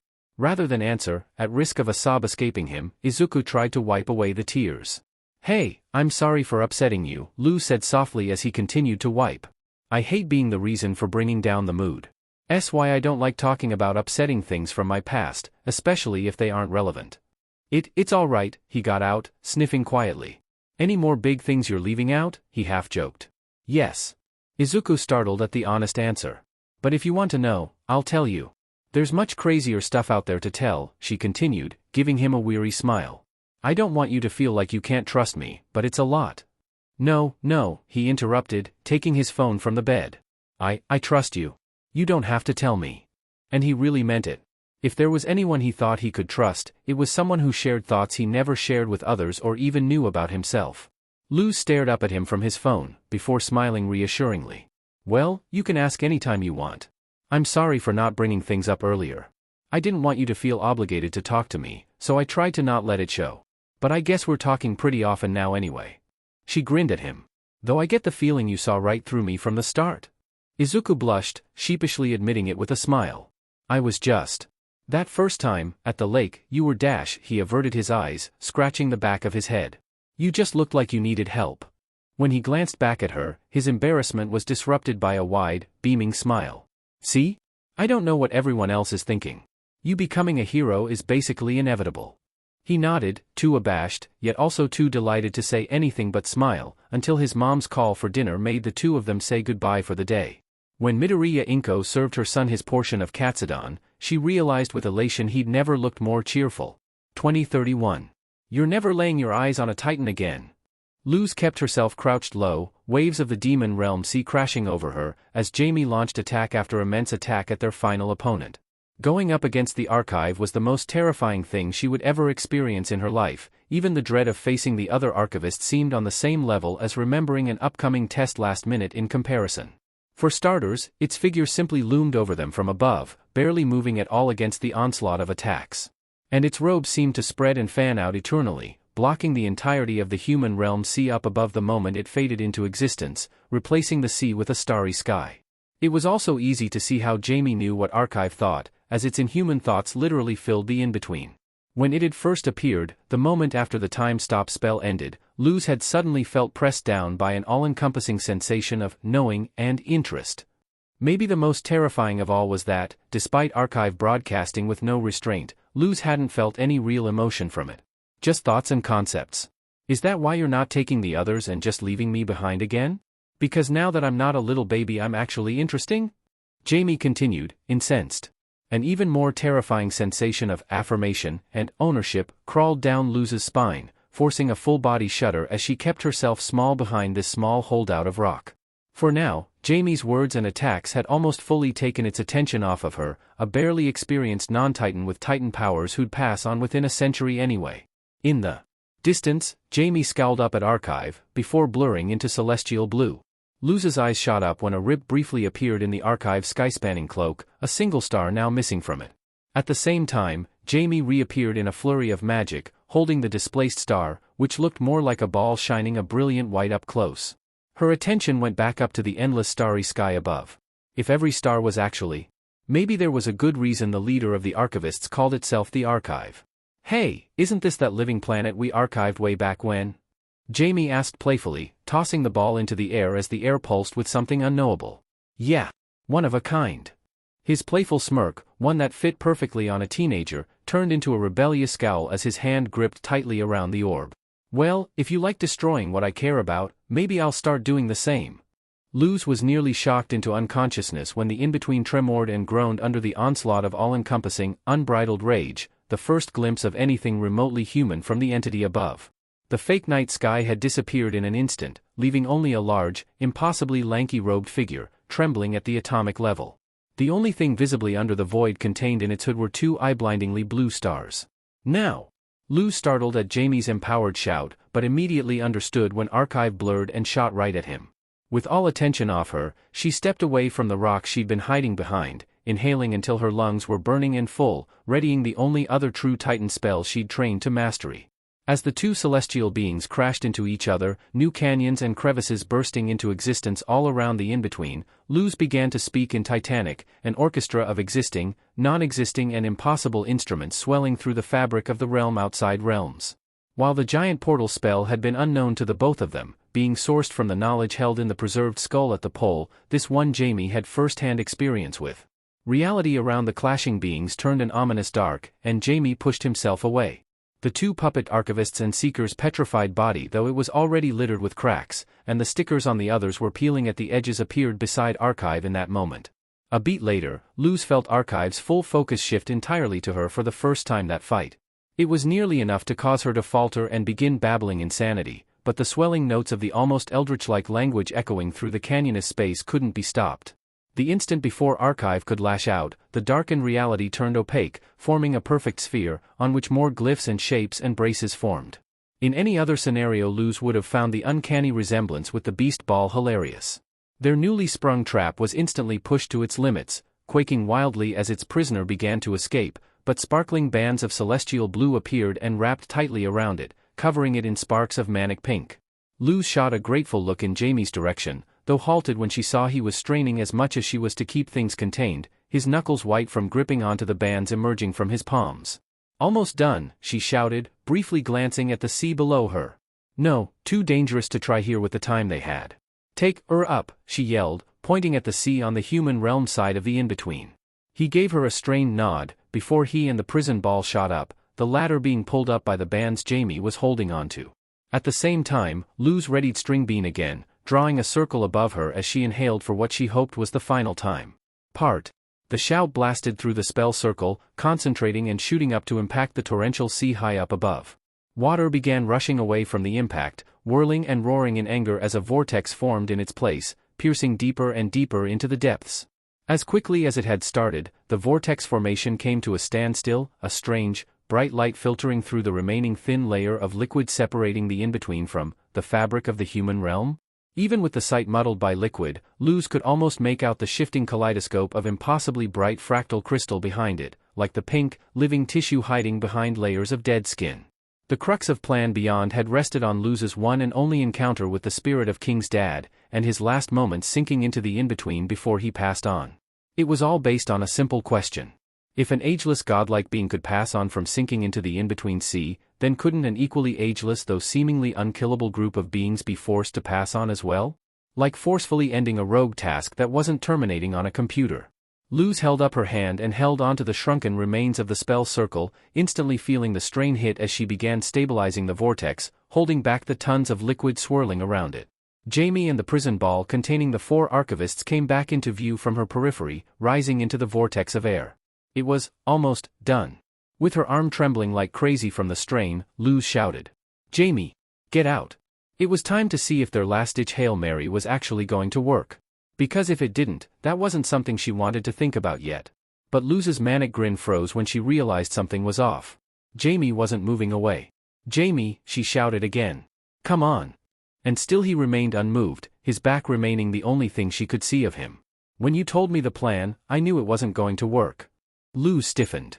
The lack of emotion in his amplified voice? "Because Archive will escape and take the others with it if it's not restrained the entire time. It's too powerful. The only reason it didn't take out the Titans all by itself was because it barely cared." In the distance, Jamie's head turned to the side, and with his eyes in view, Luz could see the onslaught of emotions hiding just under the surface. "I didn't say anything, because I knew you'd never do this. If you understood, someone would have to stay behind." He turned fully, a rueful smile marring his face as his hands continued to strain against the restraining bands. "But someone has to make sure they don't slip away, right?" All Luz could do was stare up in horror, her feet rooted to the churning sea below. "No, Jamie. Jamie. Don't you dare." She shouted, her voice turning into a roar. "Don't you dare do this. We can," she faltered. "Try something else?" "Try what?" This was the last-ditch Hail Mary. "I have to," he returned, the smile falling into sorrow. "I promise.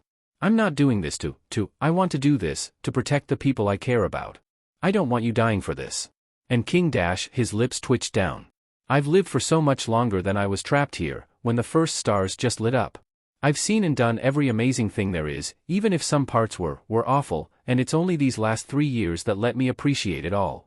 He sniffled, the heartbreaking noise somehow carrying through the gap between the human and demon realms. But as long as the archivists are here, King will never get to live a life like that. His kids won't ever get to exist. The Titans will never get to exist again with them around. So if this is what it takes to save him and you, I'll be more than happy to do it. Luz's lip wobbled as it began to set in there would be no changing his mind. And it was only then that she realized what she'd forgotten to say up on that tallest skull. She should have told him to fight for himself too. But you only just got the chance to grow up, she tried to argue, a half-hearted attempt at convincing him as her heart continued to break. He still just looked like a teenager, not even college-aged. And they still had that manga to keep up with. But this won't be the end, right? Jamie returned, quietly staring as he floated there, as if he wasn't straining to keep the prison intact for every additional second. King's dad moved on. Maybe I'll get to go where all the other Titans went. Or maybe somewhere else. I'll get to play and see all kinds of new things on the other side. You shouldn't have to be the one choosing this, Luz said, regret staining her words. If they'd brought him in on the plan, they could have figured out something else. They could have brought other people, even if all but the two of them were hopelessly outclassed. They could have. Finally, her thoughts ran out of steam, and all she was left with was the sobering truth. With hindsight available, it almost seemed like this outcome was inevitable. And the fact Jamie was willing to do this. Even though she didn't want him to go through with this, the last thing she wanted was for these final moments to be filled with only hurt and regret. Can we at least have a proper Noceda goodbye? She asked weakly, unsure if he could even move out of the vortex. For the first time since Plan Beyond had become their only way forward, Jamie smiled at her, the light of the kaleidoscopic crystal filtering in from behind shifting softly. The next moment, the shadow his figure cast on the sea below shivered and rose up, revealing a visage she'd last seen in a memory over a decade ago. Though any of the dread from back then was long gone. Despite one of her arms continuing to tremble under the strain from keeping the vortex from collapsing, Luz shot forward, wrapping her arm around the surprisingly solid shadow projection. You take good care on the other side, Jamie. And don't forget to have fun, she whispered as she squeezed with titanic strength, unsure if he could hear it. Pinky promise, no fibs, he returned shakily, causing her to sob out a laugh. I know I already said it, she said, slowly, reluctantly backing out of the long-distance embrace. But I couldn't be more proud of you. Despite how much she hated it, she couldn't lie about that. Thank you, for making these last years the best of them all, the shadowy projection said, his voice unable to hide how shaky it was. Goodbye, Jamie, Luz squeezed out through the lump in her throat, one that only grew as the shade faded away, and she was only left with his real body floating up high. They briefly met eyes, and through only sheer desperation was she able to break up the lump. And as she wrenched her straining arm away, dropping all resistance, she shouted out what she knew she still had to say. I love you, bud. Seeing the walls of the vortex collapse, taken over by the sea hungrily reclaiming its stolen domain, Luz pulled her stinging eyes away, not wanting to bear witness to what she was causing. I love you too, Mom. She jerked back up, and got to glimpse one last, beaming yet regretful smile before the vortex was swallowed up entirely, leaving only vague, blurring silhouettes under its surface. Luz stared up, uncomprehending of Jamie's last words. But before she could process, an inhuman screech that sounded incompatible with existence shook the in-between, and Luz could only just about see the fading silhouettes be replaced by blinding light, a wave of celestial blue spreading through the human realm sea at blistering speeds. Before the in-between exploded around her. Luz! Feeling returned to her in the form of aches and dirt. Mija! Eyes shot open, greeted by a sea of stars framed by green canopies. Luz groaned as she tried to sit up, figures rushing for her as she cried out in pain. Luz, Luz! Amity's voice came first, her hand grabbing hers and stopping her from hitting her head on the ground. Already the gray fur and bony digits were receding into tanned skin, her hold on the power disrupted. You just appeared in the sky and slammed down like a shooting star. She looked around, spotting the green vegetation of King's old island and the crater of bare dirt centered on her. Mija, are you all right? Her mom shouted worriedly, rushing in right behind Amity. I'll be fine, Luz croaked out, watching everyone else gathering at the crater's edge, some precariously trudging down as others used their staffs.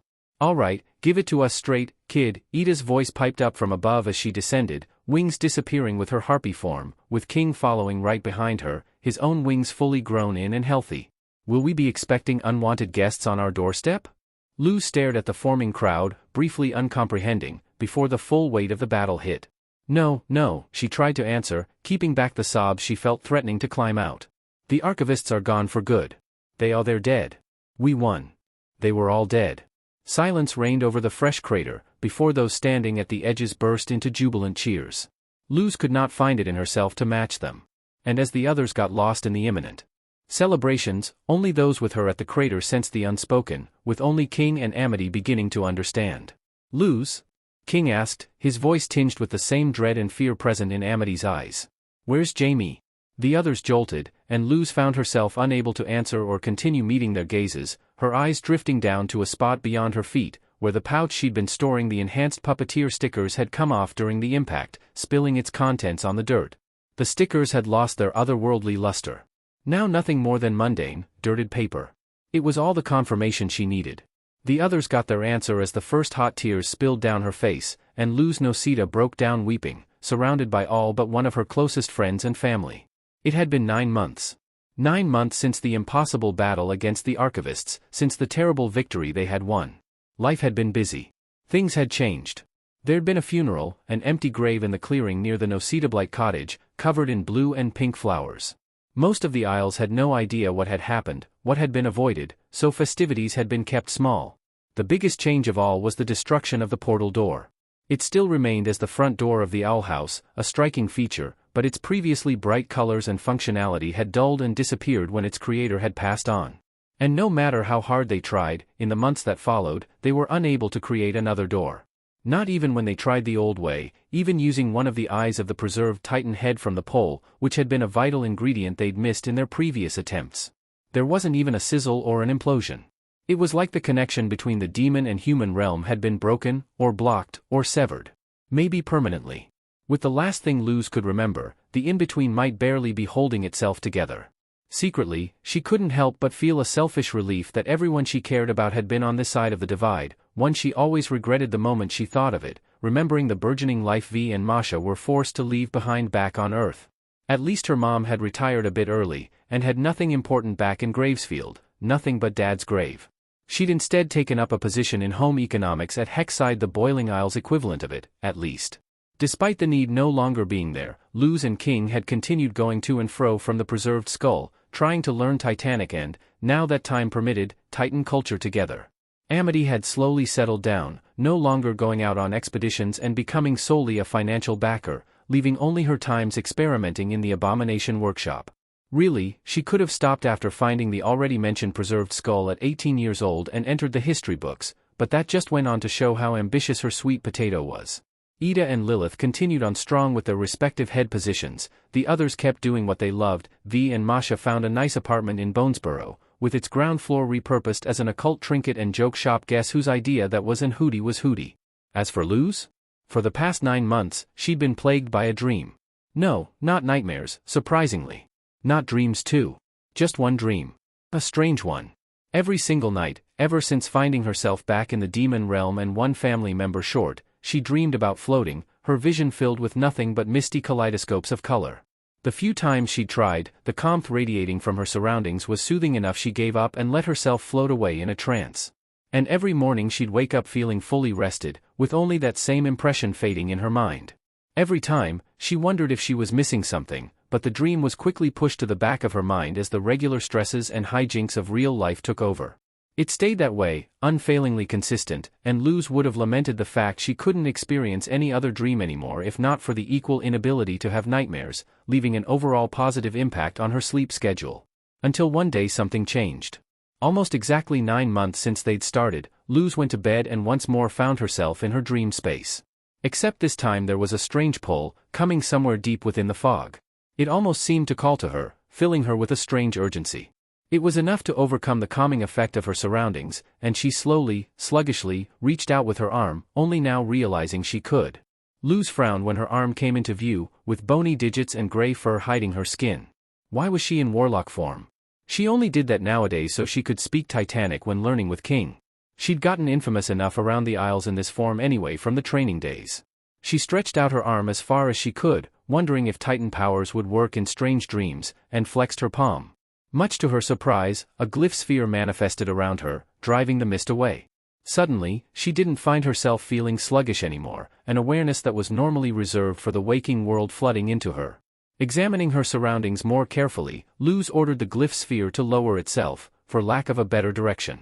As it did as commanded, she was met with the surprise of her life when she suddenly flew out of the fog, being met with the unmistakable sight of the in-between. Luz let the glyph sphere pop, gently falling down until she met the pool at the bottom, and took in her surroundings.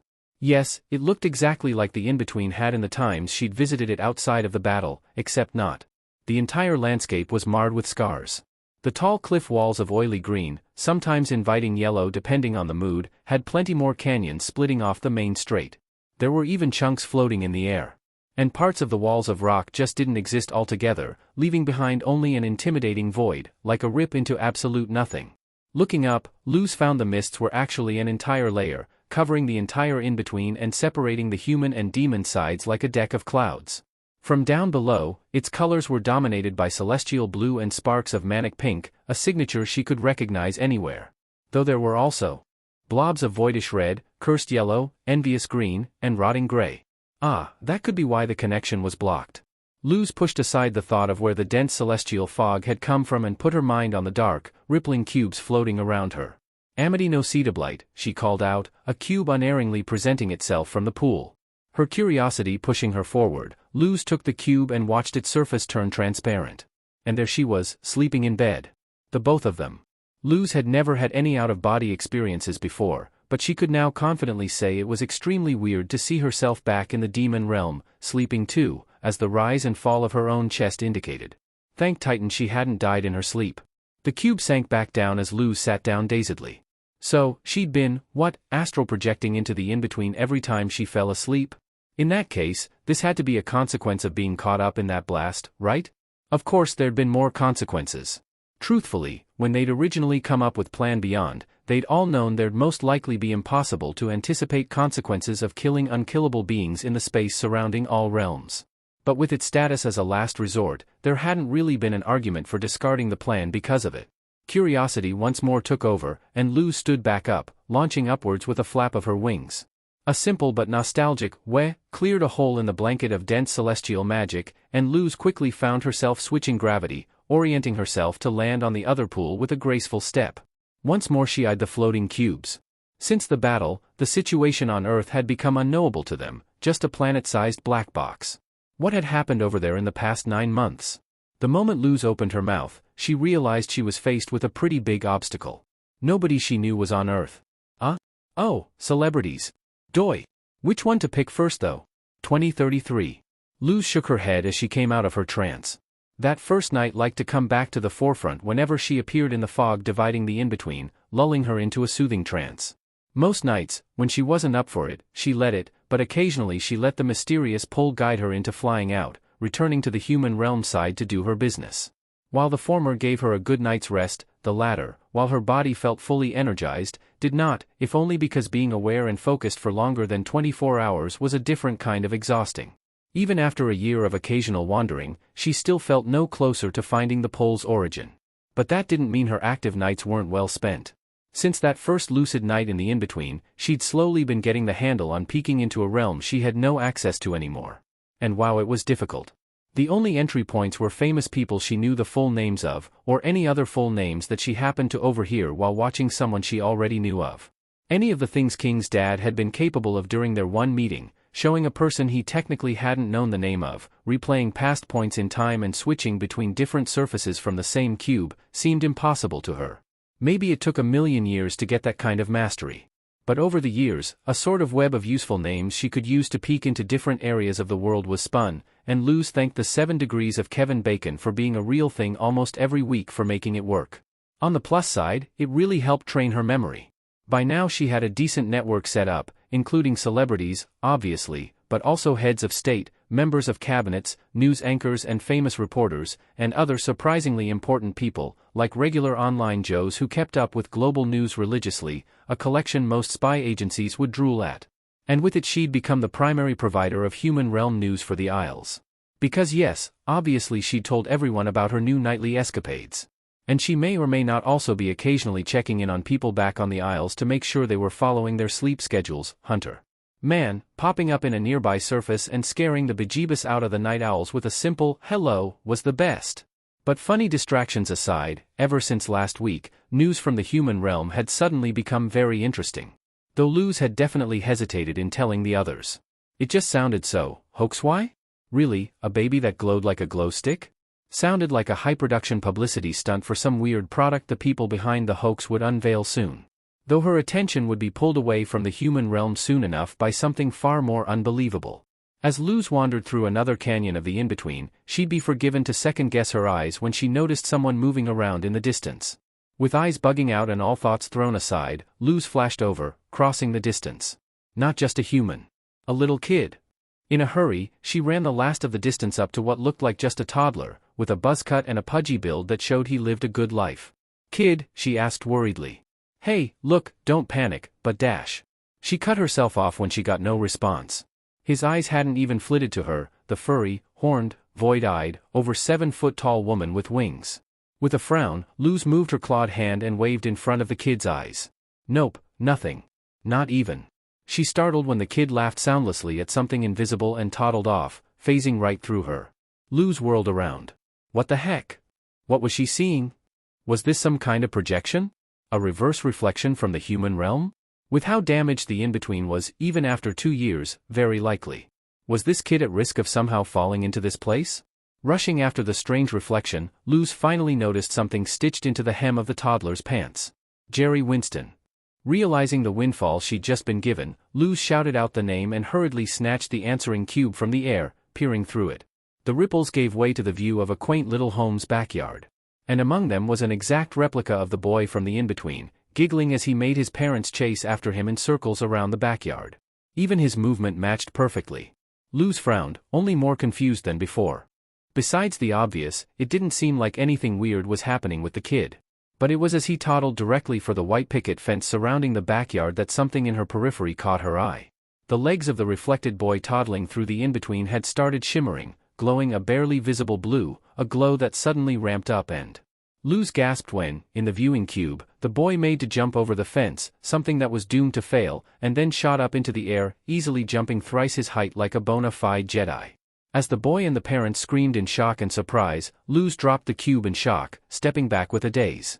Several days later, Luz managed to peek into a top-secret meeting between the president and their advisors, being briefed on magical powers manifesting across the nation and the rest of the world, in kids ranging from newborn babies, including a whole cluster of 50 in India 2 weeks before the glowing baby, to a smattering of those just starting PBRTY, who'd all been completely ordinary just a year ago, and she dimly realized the hoax was, for once, not a hoax.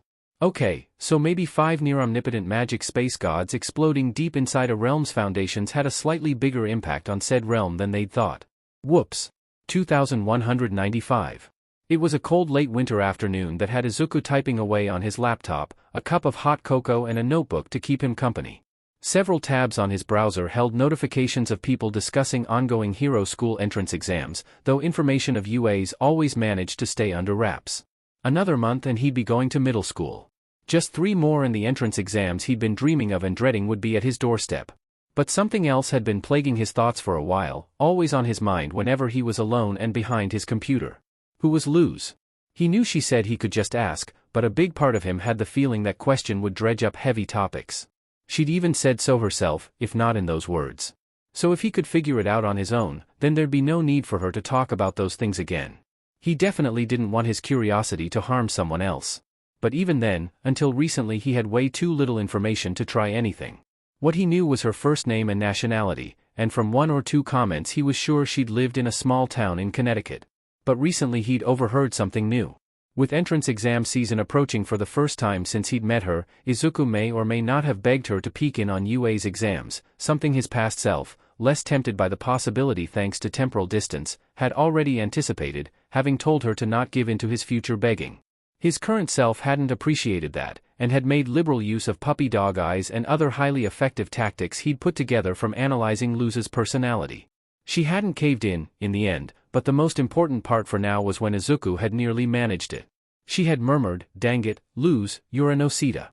You do not yield," under her breath to hype herself up. So here he sat, fighting and losing the temptation to see if search engines would give him his answers. He didn't think a straightforward search with the terms Luz Noceda small town Connecticut missing was going to give him any results, or would show him too many people with the same name instead, and was prepared to do more in-depth searching. So it was to his great surprise that a link to an archived news article showed up as the lone result. He quelled his burgeoning excitement. It was most likely not related. But the speed at which he clicked the link betrayed him. Immediately his eyes shot to the headline, "Noceda family reported missing." Izuku straightened in his seat. That sounded exactly like, was this it? His eyes quickly strayed down and scanned the first paragraph. Early this morning, the Noceda family has been reported missing by concerned neighbors of the small town of Gravesfield, Connecticut after a month of continued absence. The Noceda household consists of Camila Noceda, her two daughters Viola V and Luz Noceda, and their respective partners. He hastily scrolled down the page, a family picture coming into view. Izuku stared at his screen, wide-eyed, before sagging in his chair, which rolled back. Yeah, that was her. Was it that easy? But more importantly, it didn't feel like any of his questions had been answered, meaning he'd have to ask her anyway. Izuku sighed, but scrolled back up before closing out of it and giving up, something nagging at him. And it was as he reread the title, his eyes slowly drifting down to the text below, that he finally caught notice of the article's publication date. His chair was kicked back as he shot out of it. June 2031? That was 2 years before the glowing baby. Izuku's eyes darted across the screen, incredulity flooding his system. It was a miracle this page had even survived the chaos, collapse, and loss of information from the dawn of quirks. He would know. His lack of a quirk had roused a strong interest in the pre-quirk era, and the last decades before the first quirks had come, after the internet had been established, had suffered the most from information loss. This was impossible. And yet, I'm a lot older than I look, you know. There's much crazier stuff out there to tell. How was this? Hey-ya! A high-pitched shriek escaped him as he fell back onto his bed. From her projection on the laptop screen, Luz sent him a confused, yet somewhat smug look. You know, you're actually the second quirkless person I jump-scared today. I bet I-Island locked down all cybersecurity though, she murmured, before perking up. Oh, right. The theory's correct. Other quirkless people can see and hear me. Probably a good thing we never tried in retirement homes. That's great, Izuku stammered, clutching his chest. Just yesterday he had finally found a quirkless person of his generation that was lucky and famous enough that their name was somewhat easily found on the internet, though he'd never have expected All Might's old support engineer to have a quirkless daughter. Clearly she'd gone to test it out the moment it was day over there. Luz beamed at him, before finally noticing his frazzled state. Hey, are you okay? She asked softly. You look like you've seen a ghost. Izuku swallowed at the should-be joke, words nearly failing him. But his discovery made it more than clear this was bigger than he'd first thought. Bigger than some heavy topics from her past. And so he knew there was no other way to find out. Are you? He asked hesitantly. She blinked at him, her confusion only growing. In response, Izuku fished his phone from his pocket, turning it and showing her the dark screen. Luz pet her head, but disappeared from his laptop a moment later, the article no longer obscured. A second later he heard a gasp coming from his phone. Oh. That's you then? He asked, turning the phone to face him again. Her eyes were dull and serious as she responded with a damning, yes. And as soon as the moment came, it passed. Why didn't you ask? Izuku winced at the hurt tone in her voice. I didn't want you getting upset from recounting things for me, he said meekly. Immediately, Luz's expression softened up, her lips tugging into a fond smile. You're adorably considerate, but I can handle my fair share of doom and gloom, okay? His cheeks heated up, feeling like he was several years younger in that moment, and he knew he had to nod. What followed was an awkward silence, one that Luz immediately broke up. So, I bet you have a lot of questions, she began, but that had been enough to break the dam. How are you still ollie around? He shouted, his mom thankfully not around to hear it. And how did you get in that outside realm if you don't have a quirk at all? How do you have power? Who's your brother and where is he? Why can only quirkless people see you? What was the dawn like? What were the lost decades like? Why ? His questions were broken up when his ears registered loud laughing. Wow, that was a very safe bet. Should have put money on that, Luz laughed, wiping a tear away. How about I ask you a question first, bud? Her eyes glinted with excitement. Do you have 2 or 3 hours? Izuku nodded rapidly, his curls bouncing with him, and with another laugh Luz launched into her story. So, you stumbled on another realm filled with magic users and demons, made a bunch of friends and family, one of which was the secret son of the land's deity, and the land, then fought and dethroned a genocidal Puritan witch hunter from the 17th century and freed a celestial deity along the way. I'm surprised you still remember enough to summarize. That was, like, over an hour ago. Izuku lowered his head from the praise. He just had his notebook open to write in, because he was sure he'd be overwhelmed if he'd spent any time thinking about any part of it in greater detail. Luz grinned at him. Anyway, don't forget me finding the spirit of my little brother's dad in the in-between after dying, and becoming his warlock to take care of the genocidal goop monster for good. You came back from the dead, Izuku finally processed. And there really is an afterlife? He was raised to believe so, but to know about it was something else entirely. Wherever it is the in-between goes, she answered simply. And since it's the space between every realm, where everything goes. I wouldn't know, I kinda got stuck halfway there. And that was something for him to become existential over when alone in bed.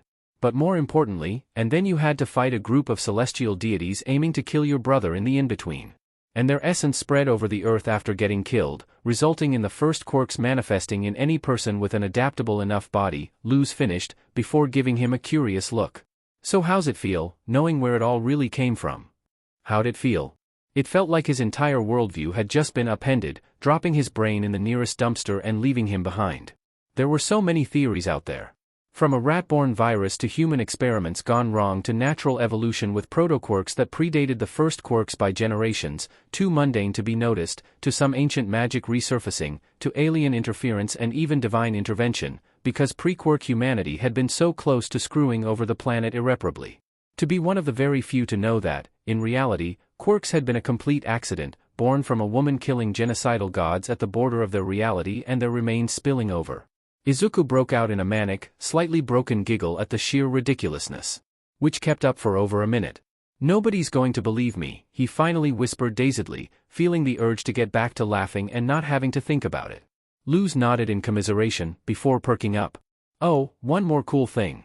People's quirks actually wander around in this place, mimicking what their owner is doing. I've coined the name Quirkatars. What?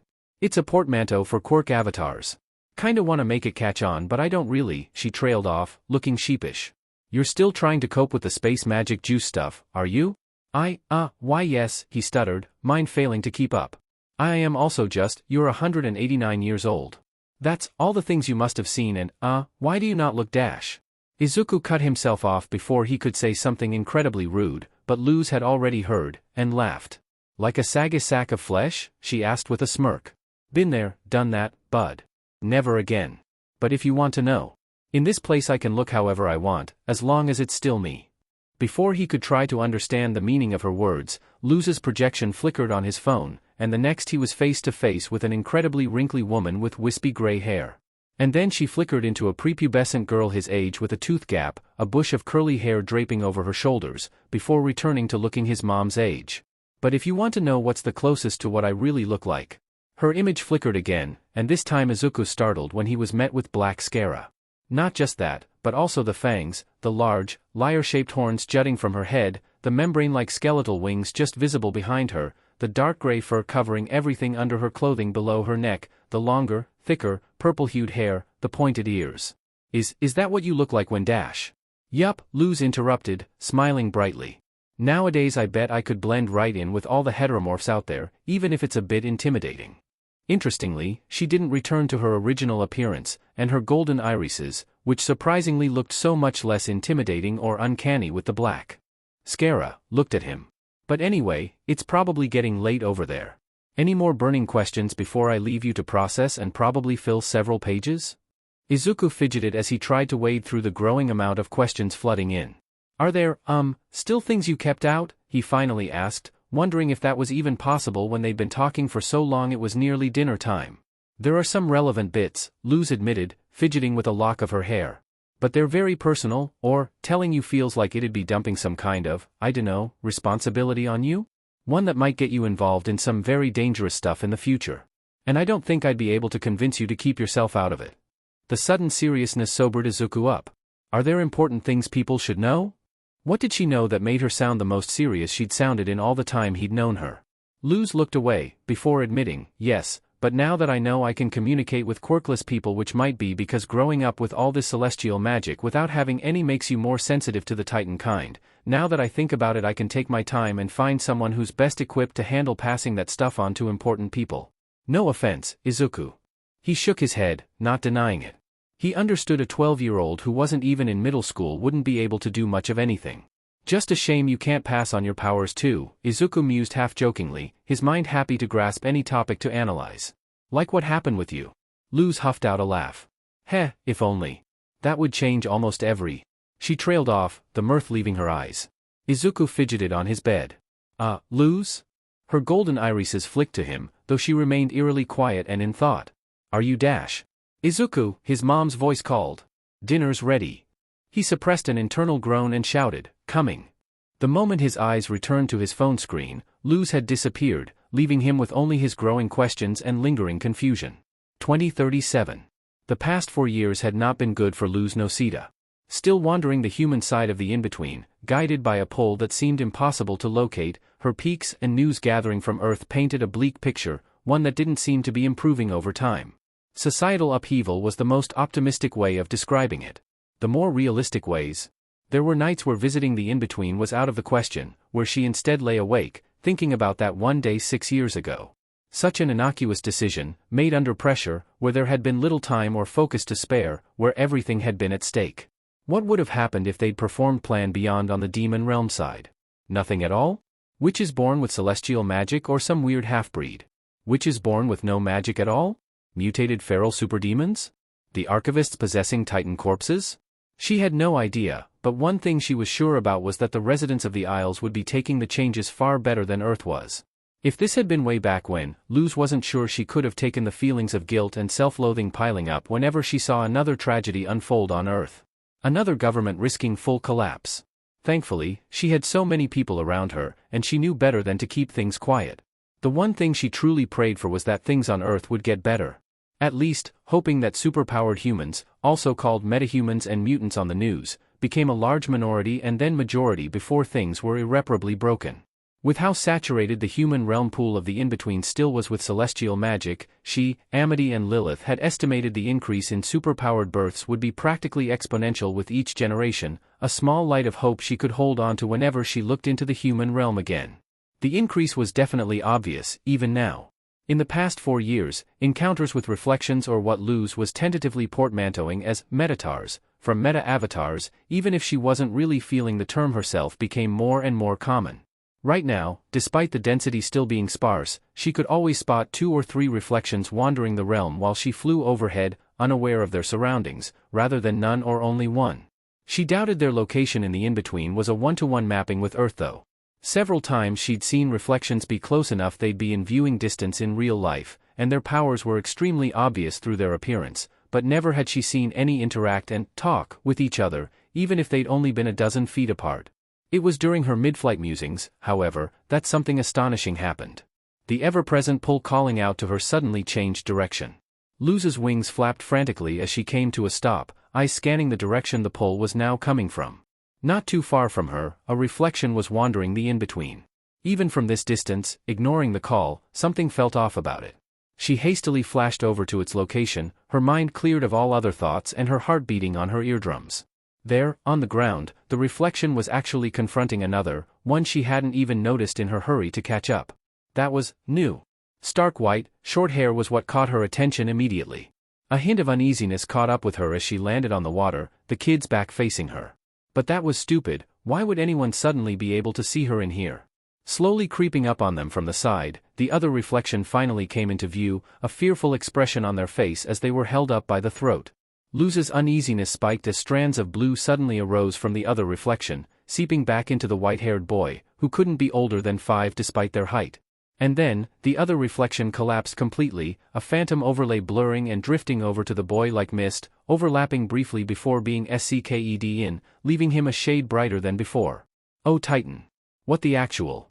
The boy turned his head to the side, as if alerted by someone in the distance, and Luz got a full look of his eyes. No reflection. Supernatural, piercing red. Inhuman. Luz's axis tilted as the in-between fell away. Archive. It was back. It had slipped away. Just like Jamie had warned. So in despair was she almost missed when Archive's reflection rose up in the air, invisible blue swirls carrying it up, and shot off. Cursing to herself for freaking out, Luz shot off and chased after it. It was as she gave chase that rational thought regained a foothold in her mind and began fighting off the terror. If Archive still had its powers, its memories, it wouldn't be walking around Earth, doing, what had it even done just now? Absorbed the other reflection? Taken, no, collected their power? It all made sense now. Obviously an archivist, possibly reborn as a human or not, would register with her. She was probably sensing the pressure of celestial magic or something slowly increasing as she got closer to a singularity, or an echo of it. She had no idea. She'd have to ask Amity, and tell everyone. Once more, Luz nearly missed it when the human archive's flight trajectory changed once more, descending back to the pool below. There, due to the presence it was exuding, Luz nearly missed the other, much less potent pressure coming from nearby. But when she saw, a few feet away, reading something she couldn't see because other than clothing and often worn accessories like glasses and headbands she couldn't see what reflections interacted with, sat a much smaller boy, with equally white, but messy straight hair. Though their weak, diminutive stature was a stark difference to Archive's. Clearly they were in the same space on Earth, because the other looked up and met eyes with Archive. Luz's breath hitched. Besides their fading smile, clearly they weren't overjoyed with the arrival. Those eyes glinted with humanity and empathy and a certain mischievous playful stubbornness, a special combination she could never forget, despite the color being a vivid green now. Jamie, she breathed, prior terror all but forgotten. A breathy laugh escaped her as Archive was greeted with narrowed eyes and a lukewarm nod. Someone had to stay and make sure they didn't slip away, right? And make sure he had. The in-between quietly echoed with sob-like laughs for the rest of the night, choked up with relief and gratitude, feelings that wouldn't fade for hours after she finally woke. It looked like Jamie got a chance to grow up after all. 2104. Luz blinked as the soothing visage of the in-between nebula enveloped her, easing her pains and aches. If there was one thing these nightly trips were a titan sent for, it was not having to feel nearly a century old. Outside of the in-between, she hadn't even been in her warlock form in over 2 decades. Not since she nearly had a heart attack from King jumpstarting her power. But here, being in this form was like its own kind of comfort. She definitely preferred it over what was currently sleeping back in the demon realm, cuddled up with her wife. Though she could turn her appearance into anything she'd looked like at some point if she put some effort into willing it to change, she stuck with this when she wasn't peeking into the human realm. Besides, traversing the in-between with her wings was the quickest and most fun way of travel. With a lazy flick of said wings she sunk out of the fog layer, which had thinned by a few feet over the years, and cast a glance in the direction of the ever-present pull.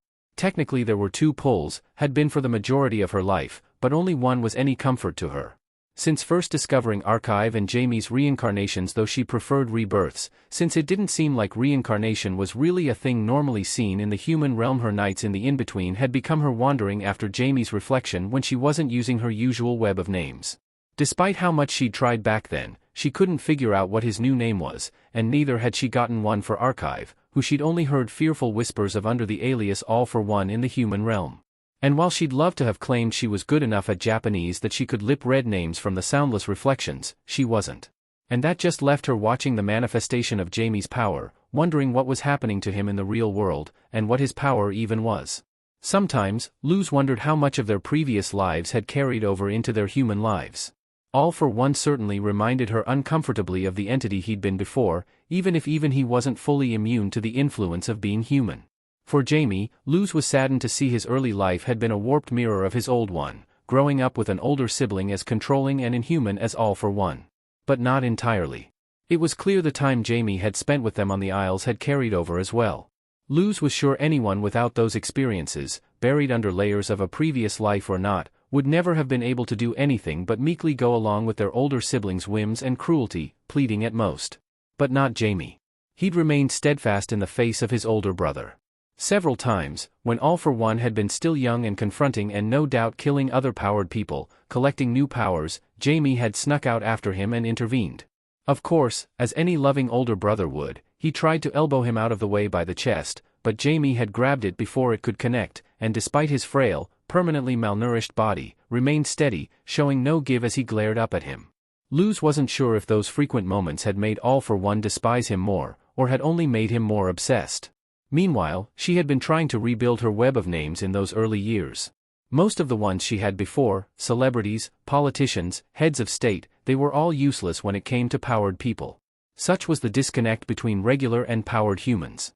Eventually, from spying on politicians, to chiefs of police, to policemen, to a random powered thug, to a powered good Samaritan who got recruited into a growing resistance against All for One, to higher links in their chain of command, Luz slowly leapfrogged into new, more useful viewing points into the human realm, Japan specifically.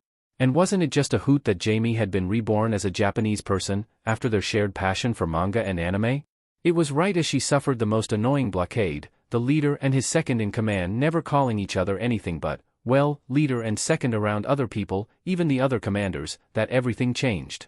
Just barely a year earlier she'd bared witness to a reflection being forced onto Jamie, though reflection wasn't a good term when it had become separated from its real-world counterpart, more like a lingering vestige, especially with what she knew All for One usually did to the original in the real world. And now, for the first time ever, Luz had watched as Jamie and All for One's reflections became separated in the in-between, at a distance great enough that the two ever-present poles could be distinguished between from afar.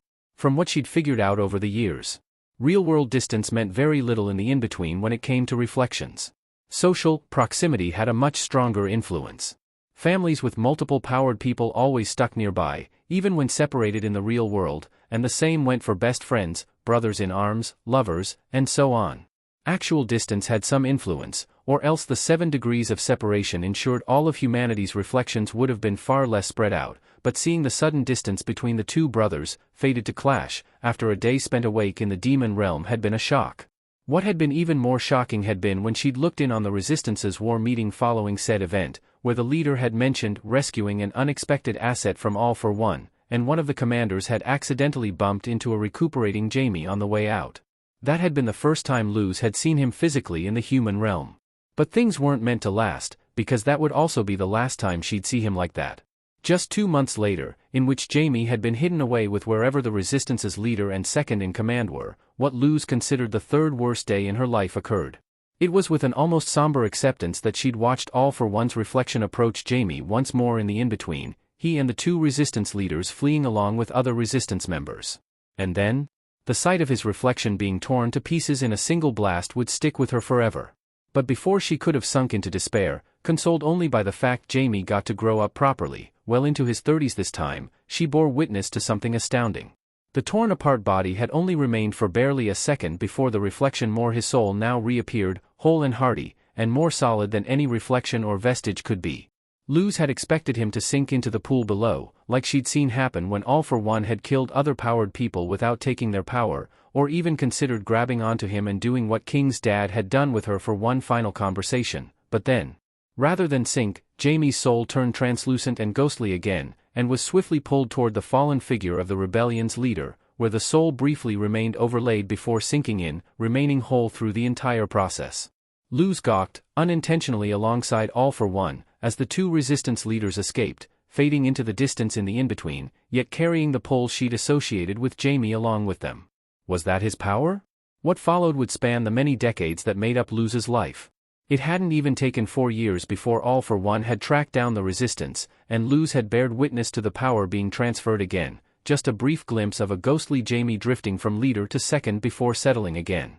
Just a few days later and most of the Resistance, including leader, was massacred, all their reflections either sinking into the pool below as souls or being absorbed by All for One, except leaders, who repeated what Jamie's soul had done. And it was only then that Luz regained a sliver of luck. Because, through some insane cosmic coincidence, while watching a research group in a Chinese university experiment with the genetics of meta-abilities, she stumbled on a graduate's wall, with one picture bearing perfect resemblance to a younger second. Or, as the nameplate she only barely managed to glimpse revealed, Bruce Lee. Setting aside whether his parents had named him like that on purpose or not, Luz finally got the chance to see what was happening with Jamie and his power in the real world. What had followed was nearly a decade of the most dangerous cat-and-mouse game, where Bruce practically performed a one-man version of guerrilla warfare, with little to no allies. In recent years, however, things had calmed down. At some point, Bruce stumbled on a hermit who'd isolated himself at a very young age due to his meta-ability, presumed dead by the world, called Shinomori Hikage, and left one for all a name she finally got to know with him to safeguard and cultivate.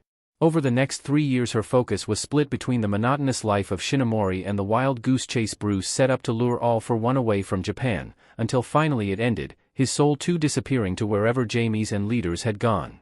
And with it went the last person she could have learned Jamie's new name from. The last 12 years since had been boring on the one for all side indeed, with her only window into it a hermit who did nothing but train and survive in a small shed far away from civilization. On the Earth as a whole, however, the term quirk had been born, and over in her old home country the very first heroes were legitimized by the government as a real profession, a model that was quickly spreading across the world. Outside of Japan, things were slowly looking up. With a sigh, Luz let all those memories drift away, staring up at the shifting colors of the celestial nebula above. Even after all these decades, the sight still mesmerized her. It was like the aurora on Earth, but amped up to 20. It was a sight she wished everyone could see, at least once. And most had. By now, everyone but King, Hooty, and her wife had peacefully gone under over the last few decades, one after the other. Ida had passed as one of the first, pulling off a prank that gave her sister a heart attack. Well, that's what she asked everyone on her deathbed to tell anyone who asked. Her final days had been surprisingly non-bombastic, which she saw as far more of a tragedy than her fake story. That Lilith had gone into seclusion for the last few months of her life, equally affected by the curse, and staged her death to successfully sell the ruse was the most disturbingly heartwarming thing Luz had ever seen. The fact she got to pull up every single one of them and talk to them one last time if it was during the night had been a small blessing to her. She got to share this with them in a final goodbye. Luz quietly stared up, taking in the ebb and flow of the different colors. Batata? Oh. A somber feeling washed over her as she looked to her side, taking in the person whose hand she'd started holding. Hey, sweet potato, she said fondly, taking in her wife who'd aged the most beautifully, in her opinion. Amity's golden, misted-over eyes took in her current appearance, her warlock form from her 40s. A moment later, her appearance flickered and shifted to one in her 40s too, leaving the wrinkles and failing sight behind. Her eyes shifted to their surroundings, filling with awe and wonder. The in-between? She asked as her eyes roamed up. Luz's grip on Amity's hand tightened. Yeah. It's beautiful, she gasped, her eyes affixed to the nebula above. Luz simply stared, forgetting everything else for a moment as she took in the beautiful sight. Except she knew the serenity wouldn't last. Time's up then. Luz shut her eyes, feeling something deep within her snap softly at Amity's observation. It is. Hey, her lovely voice spoke up, and Luz opened her eyes to look at her wife's loving gaze. You'll still have King, and Hooty. And it won't take much longer. Luz snorted, smiling back. You know you can't be sure when it's me we're talking about. The same person who'd escaped into another realm to escape reality, which turned out to have been in a time loop she'd helped cause on accident. The person who'd decided to let a celestial kid room with her and unwittingly became their mother figure, only to fail them in the end. The person who'd killed godlike entities to protect her brother and accidentally made superpowers a reality on Earth. Well, if something does happen, I'm sure you'll overcome it anyway, Amity rebutted, grinning confidently. What was it you said? A Noceda doesn't yield. Knowing she'd been beaten on the verbal arena, Luz shook her head with a chuckle, before asking, wanna see how the human realm's doing? Hearing about it is very different from seeing. Amity laughed, eyes glinting. One last date? Luz smiled and snaked her arms around her, taking off with a mighty flap of the wings. It was many, many hours later that the duo eventually returned to the waters of the demon realm, smoothly gliding down. Luz landed gently and stared down at the additional weight strapped to her chest. Ames, she said, prodding her wife's cheek. Amity's response was to nuzzle her furry chest, lips quirking up. Why your palisman turned out to be ghost instead of a koala, I'll never know, Luz teased. Amity groaned. Let me enjoy my youthful strength and stamina for a bit longer. Luz laughed at her mutter, ping a knowing brow. I thought you got to enjoy more than enough of that already tonight, she teased with a squeeze of Amity's behind, watching her cheeks tinge a light pink before letting herself drop out of the hold with a sigh. Luz's arm shifted from Amity's back to holding her hand once more, making sure to not let go.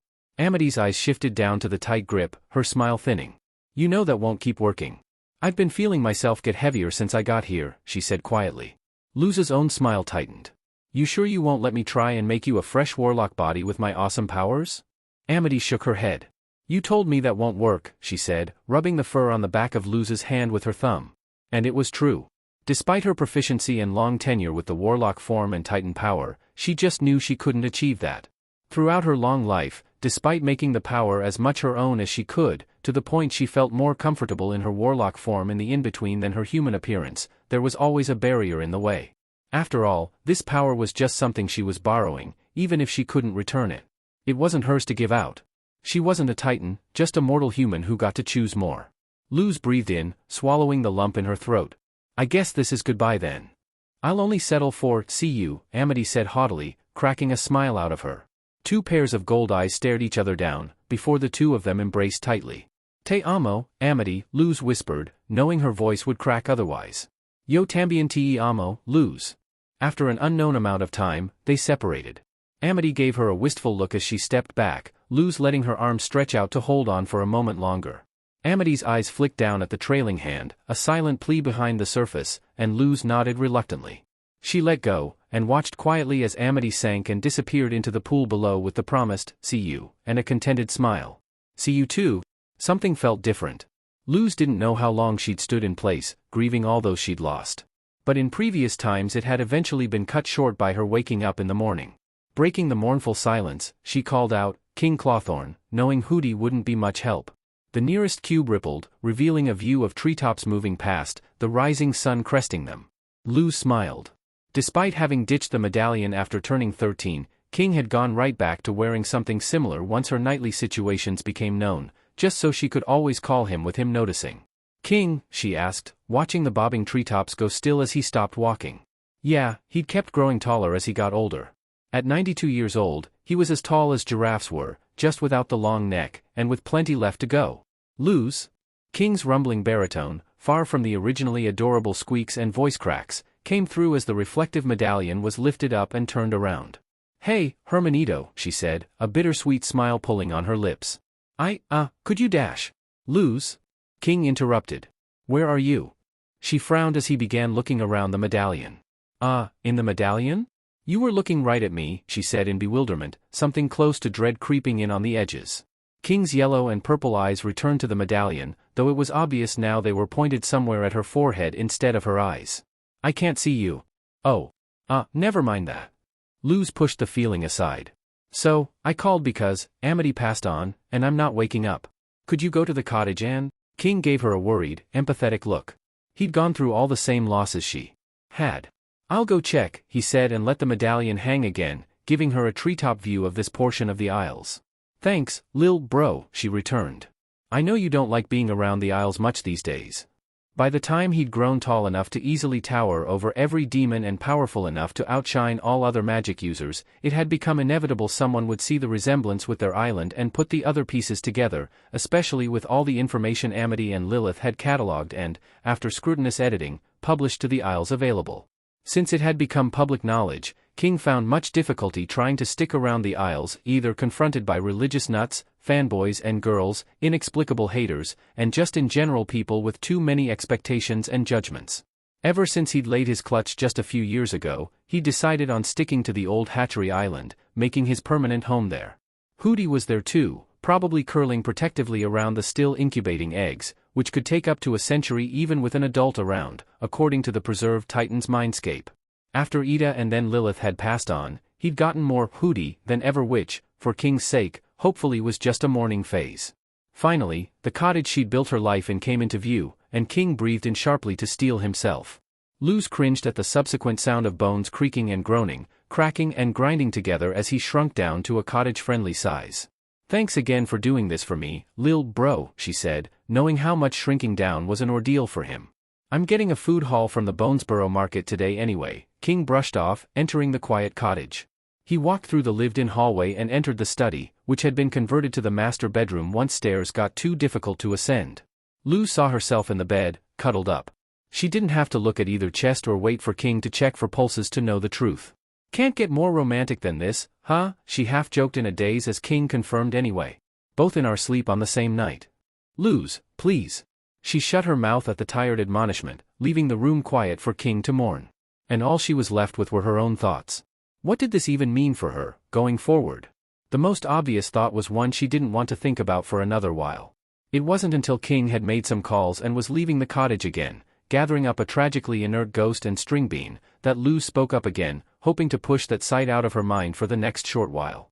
"D'you think this is why your dad couldn't communicate with you?" King's eyes flicked down to the medallion, still unable to lock eyes with her. "Probably." Luz hummed. "But then why can you hear me? Do you remember the torch from Trapper Island?" She hummed again, before gasping. "Oh, that's right. When they'd come back to clean up the remaining Trapper cult on the island, before even Jamie had returned with his warning, among the things they'd brought back was one of the torches the Trappers had used to link King with Jamie. King in turn had dug it out of storage and tried using it when she just started having her lucid in-between nights, hoping something similar to last time would happen and he'd be able to astral project into the in-between when asleep, to keep her company. It hadn't worked, with King tossing it into the boiling sea in frustration, and that had been that, but now it was clear something had happened. Let's just call that some good luck and leave it at that, Luz concluded, cringing as she heard the sound of bones unfolding and decompressing once again, paired by a shift in height. With a canopy shuddering, bone-tired sigh, King sat down on the edge of the clearing, silently observing the cottage and the small gravestone nearby. Luz looked on as well, somehow feeling sadder for King than she could for herself. Or maybe she needed a lot more time to process anything. You know, you can take the cottage back with you once things are done, if you want, she offered. Maybe let Hootie nestle in. Keep it for when your eggs start hatching and need a homey place to grow up in. It's not like she and Amity had anyone to bequeath the house to. Despite Amity's occasional suggestions of adopting or having a surrogate, things had remained just the two of them and their palisman. Luz never did find it in herself to have another kid live in their cottage again. King blinked, before jerking his head down to look at the medallion in confusion. You want me to what? Luz grinned, pushing the somber thoughts away. If there was anything she was good at, it was cheering others up, and herself by proxy. What, is that you admitting you're not big and strong enough to bring the whole plot of land to your island in one go, lil' bro? The supernatural glow in his eyes flashed, and Luz knew she'd successfully hit his competitive side. Are you really going to call me little even in death? He asked with a characteristically annoyed whine as he stood up. He hadn't said he was going to bring the cottage with him, but she knew it was guaranteed now. Better than to leave it abandoned and to the elements. I am still 6 years older than you, Luz teased. King groaned, a flock of three-legged birds fleeing from their hiding place in the canopy. But now that you have a final date, I can catch up, he returned with a grin, the somber mood fading into the background. Luz gasped in fake outrage. Are you mocking my death already? And that doesn't count. I'm still around. King chuckled loudly as he stretched his wings, reorienting himself to point in the direction of the hatchery. But if we go by how long we've been around, before and after life, I'm over 1,000,000 years old. Luz fell into silence as King took off, trees groaning and bending around him from the gusts of displaced wind. Mierda. He started laughing, the sound even shaking the viewing cube. King! Don't you dare. That would upend the natural order. Dare what, Hermanita? No. Yeah, she felt a little better now. Later on, Luz would give her Darth Vader impression a 7 out of 10, before worrying about her inability to pass on. 2195. Izuku was worried. It had been a few days without contact from Luz. A few days since she'd told him almost everything about her crazy life story and he hadn't seen her since. The silence left him nervous, unable to do anything but sit here on the couch and scrolling through his phone, his mom once more out for afternoon errands. Did him going behind her back in a way make her sour on him? Was she talking to the other quirkless teen? Had recounting her story made her need to step back and recoup herself? Did she? Izuku! Amazing news! Izuku yelped and threw his phone across the room. Meyer dash. Sorry, a muffled voice came from across the room, where his phone had thankfully landed on a stray cushion. The moment he realized who the voice belonged to, Izuku rushed over, picking up his phone. Luz? Luz's eyes crinkled. Hey, bud. Sorry for dipping on you. After last time, well, I got really excited about something, and my sense of time kinda flies out the window when I'm excited. That her sense of time taking a leave of absence meant she could busy herself for days on end without realizing made a sobering amount of sense, actually, with what she'd told him about her situation. It's fine, Izuku brushed off. What did you get excited about? The last time he'd seen her, she'd simply gone deathly silent, as if contemplating something, and then abruptly disappearing. She smiled at him, her eyes glinting more than usual. When you talked about things being much easier if I could pass this power on, basically turning someone else into a warlock like me, it made me think back on things and realize, I probably could now.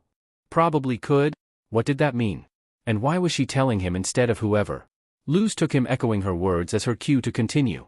Well, I knew I couldn't actually pass the power on when I was alive. I was basically taking the spark my brother gave me and drawing in his dad's power, but I was always just borrowing it. Only the one who it belonged to could actually give it out. But, her face split open in an anticipatory grin. There was no point in thinking about it after I got stuck here, but since you made me consider it again, well, I've actually realized that, at some point, it has become my own. So you can do it now, Izuku realized with a smile of his own. Before confusion set in again. But why are you telling me? Rather than annoyance at his lack of understanding, Luz gave him a fond look. Izuku, buddy, you are so adorably dense. Wait. Izuku felt his cheeks heat up as the answer was practically shoved in his face. You want to give it to me? Why not? She shrugged with indifference. You're the one I actually know and like. And I already know you'd put it to great use, with that great mind and big heart of yours. I don't know if Izuku stammered, excitement warring with apprehension, disbelief, and uncertainty. Hey, Luz said gently, realizing his building panic. No need to tell me anything yet. Take some time to think about what I'm offering. She paused, her brows knitting together. Besides, that's probably a good thing anyway. There's a lot of risks and uncertainty involved here. Not a decision you can make under pressure. Izuku frowned too, his mind jumping onto the new subject. Risks? Like that it won't actually work? Luz nodded. That's one thing, even if I'm pretty sure I can do it. For all I know it doesn't work and goes horribly wrong instead. But there's a lot more than that.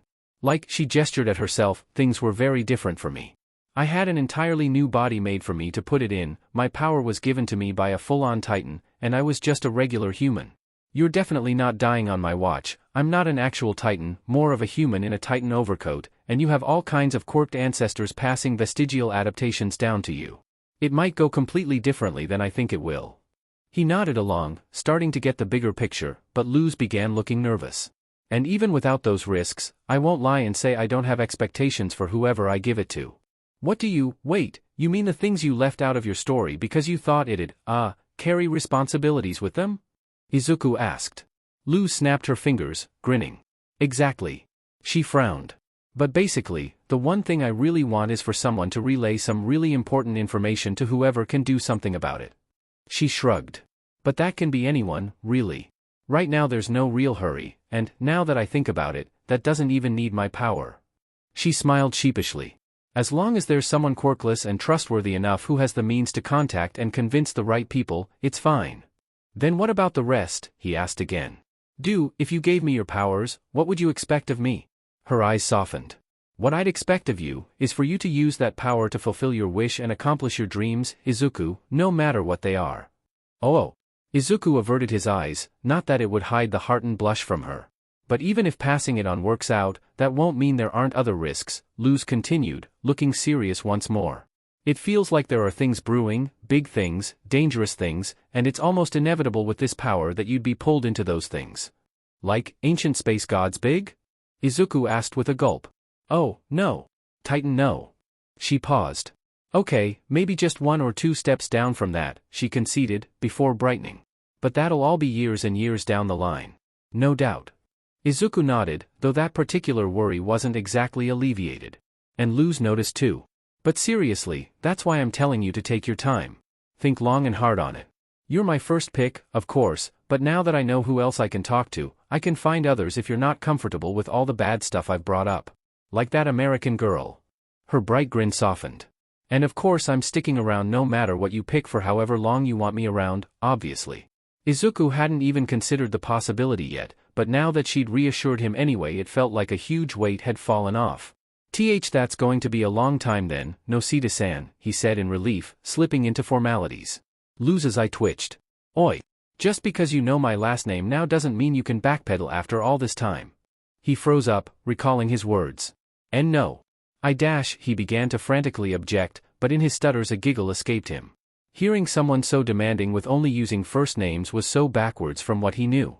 I'm sorry, he laughed out, only worsened by the ridiculous pout on Luz's face. I'm sorry. I swear, you Japanese, she mumbled in fake annoyance. Izuku giggled again, before asking the first question that popped up in his head. Actually, what does Noceda stand for? Luz quirked a brow at him, fake annoyance thrown aside. Well, I like to think it means, don't yield, but without a space it comes from, walnut tree orchard, or something. Izuku snorted at the displeased look. Just happy nobody in school was clever enough to call me nutty or nutter, she added, before casting Izuku a judging glance. And don't you snort at me, Mr. Green Hair Green Eyes called Midoriya. If you were American you'd be called, like, Isaac Green and one of the main suspects in Clue. Izuku continued to laugh at Luz's incensed ranting, only pausing when confusion hit. What's Clue? A loud gasp escaped his phone screen. How can't you, wait, Luz began, her eyes turning manic. Now that you know when I'm from, I can tell you about all kinds of pre-quirk stuff. There's so many awesome board games and manga and movies you're missing out on. Izuku, whose interest into modern pre-Quirk times had only dulled after a lack of available information, quickly found all remaining thoughts on the new revelation of Luz's power and the decision he'd have to make washed away, stars practically manifesting in his eyes. And for the next several days, the decision was left to ruminate in the back of his mind. 2194. It had been 9 decades since Luz had died, nearly as much time spent dead as she had while alive. Almost a century of being stuck in the in-between, with only the ability to peek into the human and demon realms. Nearly a century with no one to hug or hold her, not even King, despite his best attempts. It was only a fraction of a fraction all the way down of what Jamie had been through. At least she still had King and now his kids to talk to every so often, and things on the human realm side of things finally started looking up after her passing, so her feeble human mind wasn't going to fall apart anytime soon. Towards the latter half of Shinomori's time holding one for all the pro-hero system had arrived in Japan, becoming properly established and bringing some order to the chaos. It was also shortly after her death, just after she'd gotten stuck, unable to move on, that Shinomori's state started deteriorating. It made sense to Luz. Everyone who'd had the awful misfortune of being possessed by Bellows had deteriorated in some small ways, with the scars to prove it, never mind all the poor forest critters he'd drained to death while surviving in Gravesfield until Halloween. Why wouldn't having more than one soul attached to a body be similar?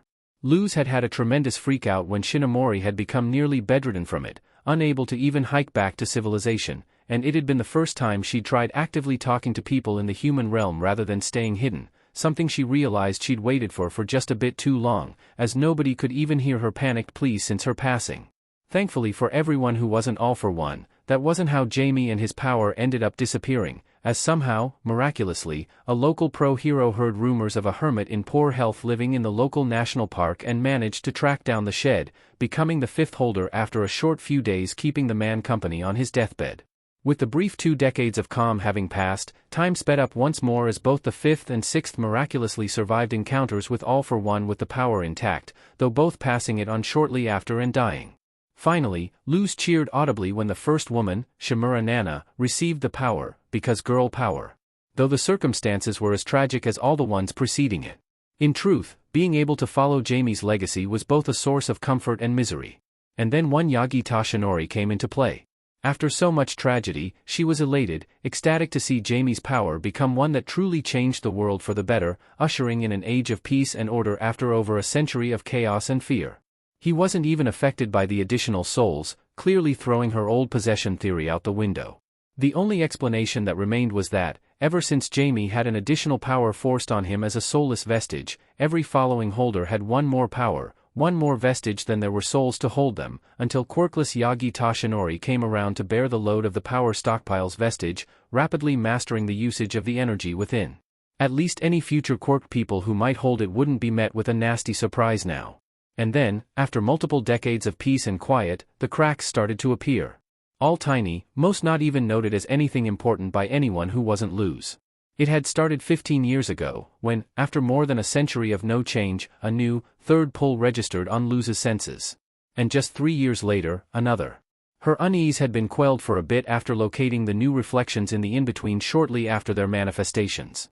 Neither had any characteristics resembling the remaining archivists. No white hair, no red eyes, no celestial blue, no past memories. The former just had red hair and a fire that had just manifested, apparently related to the number 2 hero, based on his reflection always standing nearby. The other was even born to Nana's son and had adorably black eyes and hair, and the most adorable mole on his cheek. And then the former's hair slowly turned a stark white, and his fire a celestial blue, with an envy that would have turned his irises green if it could, staining his eyes, born from a situation she wasn't privy to. And the other was targeted by All for One himself shortly after her discovery of him. One day she'd checked back up on little Tenko's reflection to find it replaced with an abomination of a mutilated ghostly vestige that did not resemble him at all. And in the real world he now held twisted, scarlet eyes that wished for nothing but fear and suffering, and hair that appeared halted in an abrupt transition from black to stark white. And then, after all of that, All Might got near mortally injured defeating All for One. Defeat, not kill. Because despite the pull she'd felt for so long abruptly cutting off, she still felt a subdued echo of it coming from a direction she couldn't pinpoint days later, and All Might wasn't doing the best after his injury. And to make matters worse, not even a month ago, just 3 years after that climactic battle, the fifth and final pull she'd been dreading surfaced in the in-between, originating from a 3-year-old girl who just started manifesting her quirk. A girl with piercing red eyes, silvery off-white hair, and an asymmetric horn jutting out her forehead, born right after All Might's fight. That every single archivist had been reborn now, all present at the same point in time, was not a source of comfort to Luz, even if Preserver had been the most sympathetic of the four. It felt like something big was going to happen within the next lifetime. That all archivists plus Jamie had been drawn to this time and country in one way or another for some unknown reason. With all the other cracks around and All Might's now inevitable retirement looming more and more every year, Luz wanted more than anything to return to Earth, to help somehow.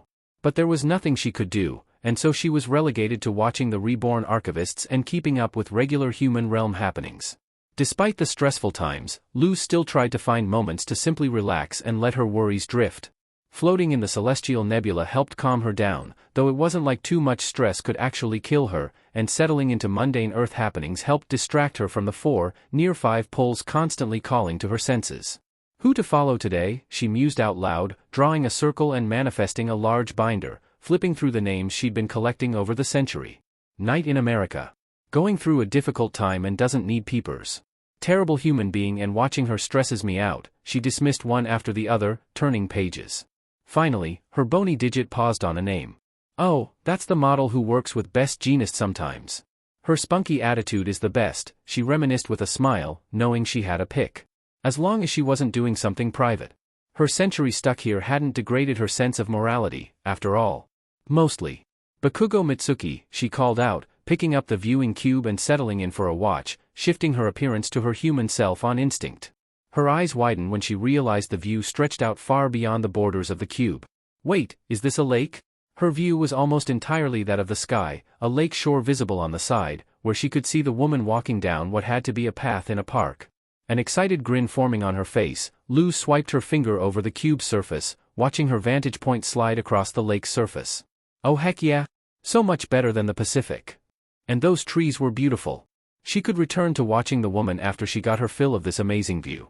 It was as she let her vision drift along the shores of the lake, watching kids spending their summer day in the park, that she eventually heard a quiet mumble. ISCK at this. Luz shifted her view again to see an adorable kid with forest green hair and freckled cheeks, secluded in a copse of trees, put down a pencil with a defeated sigh. She pouted, knowing the feeling perfectly well from when she'd started out. Ah, chin up, buddy. Practice makes perfect. You'll be cranking out Starry Nights in no time, she said encouragingly, not bothering with Japanese. It's not like he could actually hear. And then the boy yelped, head jerking around as if to spot someone, and suddenly Luz found her world changed for the first time in over 9 decades when green eyes met hers. 2195. Spring break had come around, a transition between elementary and middle school for Izuku, and the day was plagued with sudden heavy rain, leaving him stuck inside while his mom was stranded doing the groceries. Not that he minded. It was perfect, actually. The past couple weeks had been filled with him discovering so many amazing things that had been lost to time. Even if the gap between realms made things a little difficult. They had to resort to Luz magicking a board game or manga into existence and then holding it up in front of her to show him. It was a bit clunky, and he'd drawn several board games to actually be able to play them, with Luz having an actual copy on her side, like some kind of correspondence chess, but the past few weeks had been filled with many fond memories. But this time Izuku didn't have any of those things in mind for the afternoon. There was something he'd been pushing off for a while now, something Luz hadn't brought up since that first time. Truth be told, beyond the initial shock, he already knew exactly what his decision was going to be. It was just, the nerves of it all and the much more enjoyable distractions had kept putting it off. But not anymore. As if she'd been waiting for him to finish his internal monologue, Luz's face, always with her tightened features since the original reveal, appeared on the television screen, blocking the news anchor reporting on the latest villain attack. Hey bud, she greeted cheerfully, before noticing his determined look and sobering. Oh, got your answer? Izuku's determination immediately crumbled at her guess. Yes. I want to tell you dash. Can you hold that thought for a bit? She interrupted, her eyes drifting to the balcony. Sounds like it's raining pretty hard. He nodded silently, now thoroughly confused by Luz's abrupt tangent. Could you, move over there and aim a light at the balcony? She asked, eyes still on the balcony. Despite his confusion, Izuku turned down the lights and flicked on the balcony spotlights, lighting up the outside. It was dark enough due to the thick rain clouds that it almost looked like night. Suddenly, a figure shimmered into existence in the downpour outside, and Izuku slid the door open in a hurry, stepping onto the balcony, cold wind and the smell of wet grass hitting him. "Cool, right?" Luz said with a grin, her entire figure on display in the rain, as if she was actually hovering just beyond the balcony. "Only works when there's light hitting sheets of rain like this. It all counts as one reflective surface." Izuku gaped as he craned his neck.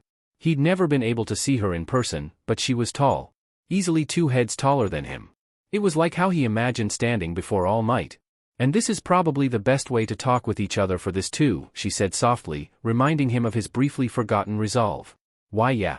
Nerves crept back in as the awe started fading. Why was he making things difficult when it wasn't at all?" "No, he just had to." "I accept." Luz's eyes softened. "You do," she stated, smiling at him. "Great." She clapped her hands together. Izuku blinked. "That was it? But before we get started, can I ask you one last question?" What is it?" he asked, unsure of what else to say. "A test of character?" The smile on Luz's face remained, and she pet her head. "What's the reason?" Izuku stilled at the unexpected question. "What do you mean?" "Well, why are you taking it?" Luz asked, before frowning. "No, actually. The question's a bit different than that. I know there's a lot of reasons why you could accept." He opened his mouth, ready to ask more, but she spoke up before he could. "Are you taking this for someone else?" Once more Izuku's thoughts stumbled to a standstill, the downpour of rain filling the silence. "As someone else?" he repeated dumbly. How could he even? He hadn't told anyone. Luz's smile remained kind. "Maybe you're taking this because you know your mother won't have to worry as much. Or because all your classmates won't treat you differently then. Or you're taking it because your old friend won't think you're weak anymore. Or because all the pros always say you need a strong quirk to do their job. Or maybe you want it to save more people in the future. Or you're taking it because you think I want you to, or because you're the only one right now who can." Izuku gulped, realizing her words sounded very close to his own thoughts over the past few weeks. And it was like Luz could read his thoughts too. "And some of those reasons are completely fine, great even. Would even bet my money on some being your motivation, knowing you, but..." The next time she spoke, a quiet sadness pervaded her voice. "They shouldn't be the sole reason you're choosing to take on something that can change your life forever, Izuku. Something that could attract a lot of danger. I know you can get into a hero school and fulfill your wish without taking this, forget what anyone else tells you. And you don't have to take this on because there's no other option either. There'll be other people who can use this in your stead if you don't want it," she said kindly. If there was any time where Luz sounded like someone wise beyond her years, it felt like now. "So, I guess what I really want to know is beyond your mother, your classmates, your old friend, the pros, the people you hope to save, or even me," she trailed off, before getting down one knee, putting her on his eye level. Her golden eyes shone at him as she asked, "Will you choose yourself?" Izuku's thoughts were racing. Luz's words had stripped away everything he'd built up in his mind over the weeks. Every motivation and justification called out and deftly pushed aside, leaving only the small core at his very center, oh so exposed. "Choose, myself." Did he want this? Beyond needing or having to or deserving. Not for anyone else's sake, but purely his own? He already knew he wanted to be a hero, for others but especially for himself, as selfish as it was selfless. Had known for a very long time, but that wasn't the same as wanting the power he was being offered, was it? So did he? As Izuku analyzed the portion of himself he so rarely thought about, heat rushed to his cheeks when he realized the honest, straightforward answer. He averted his eyes from her piercing stare, like he'd just been caught with his hand in the cookie jar. "It does sound really cool." Despite his mumble being overshadowed by the onslaught of rain, Luz had heard him perfectly fine.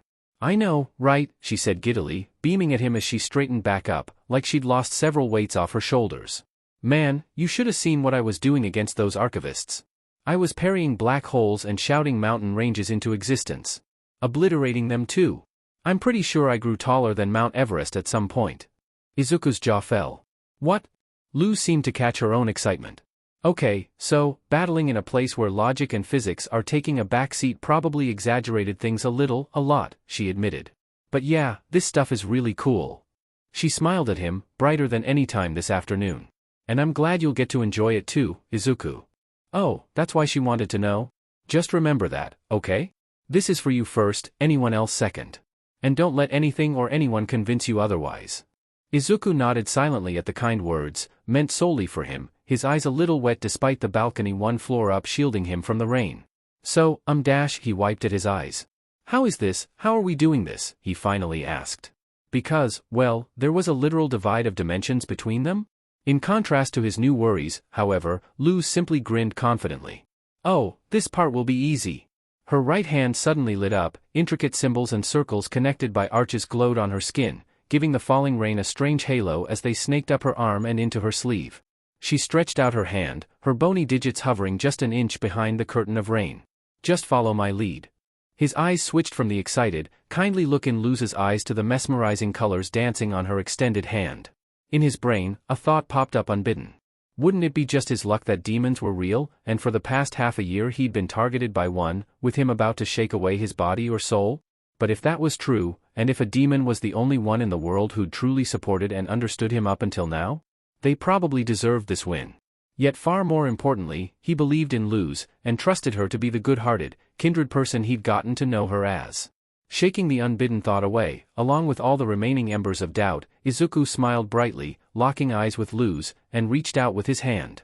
Instantly it was soaked from the rain, but the most incredible part was how, despite the hand being a simple projection, he could feel the warmth radiating from what should be air and cold water, the wetness and warmth combining into a phantom sensation of touch. Luz's smile brightened even further, and the both of them curled their fingers, their hands closing around each other in a firm grip.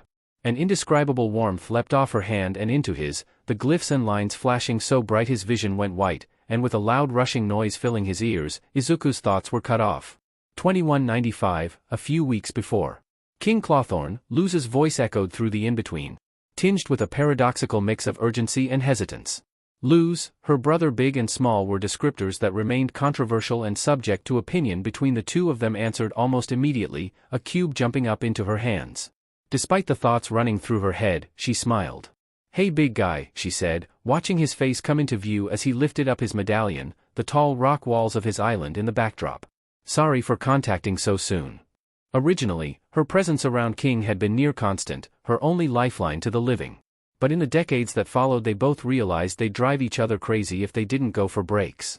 That, and as time went on their sense of time had started to stretch. Don't know why you're apologizing, he grumbled, giving her a warning glance he'd gotten good at predicting where her eyes were. Your timing is perfect. They're all here this weekend. He grinned and flipped his medallion around, now looking down on the quaint cottage she remembered so fondly. The original transport of the plot of land to the island had been near flawless, with only a set of plates she'd always secretly thought to be supremely ugly being collateral.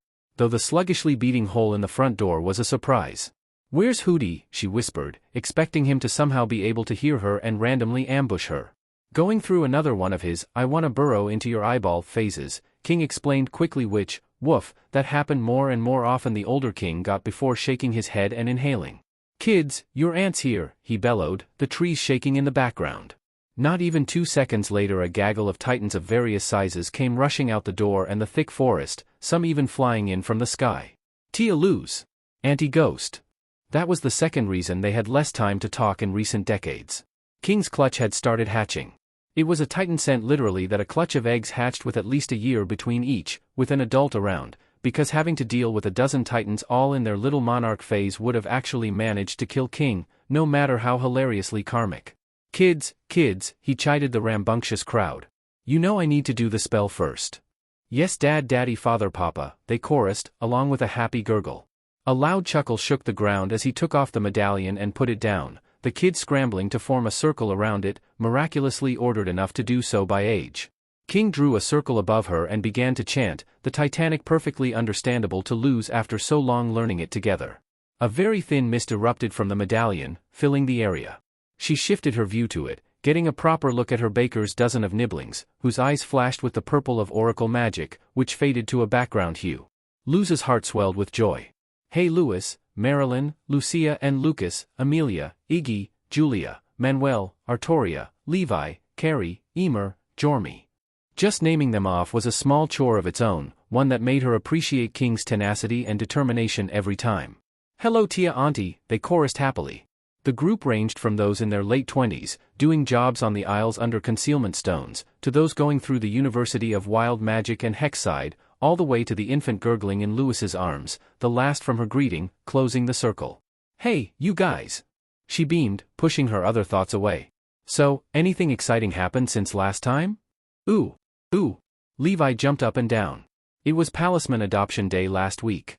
Which isn't exciting, because BQ lives here, Lucas mumbled, wincing when his twin poked him in the side.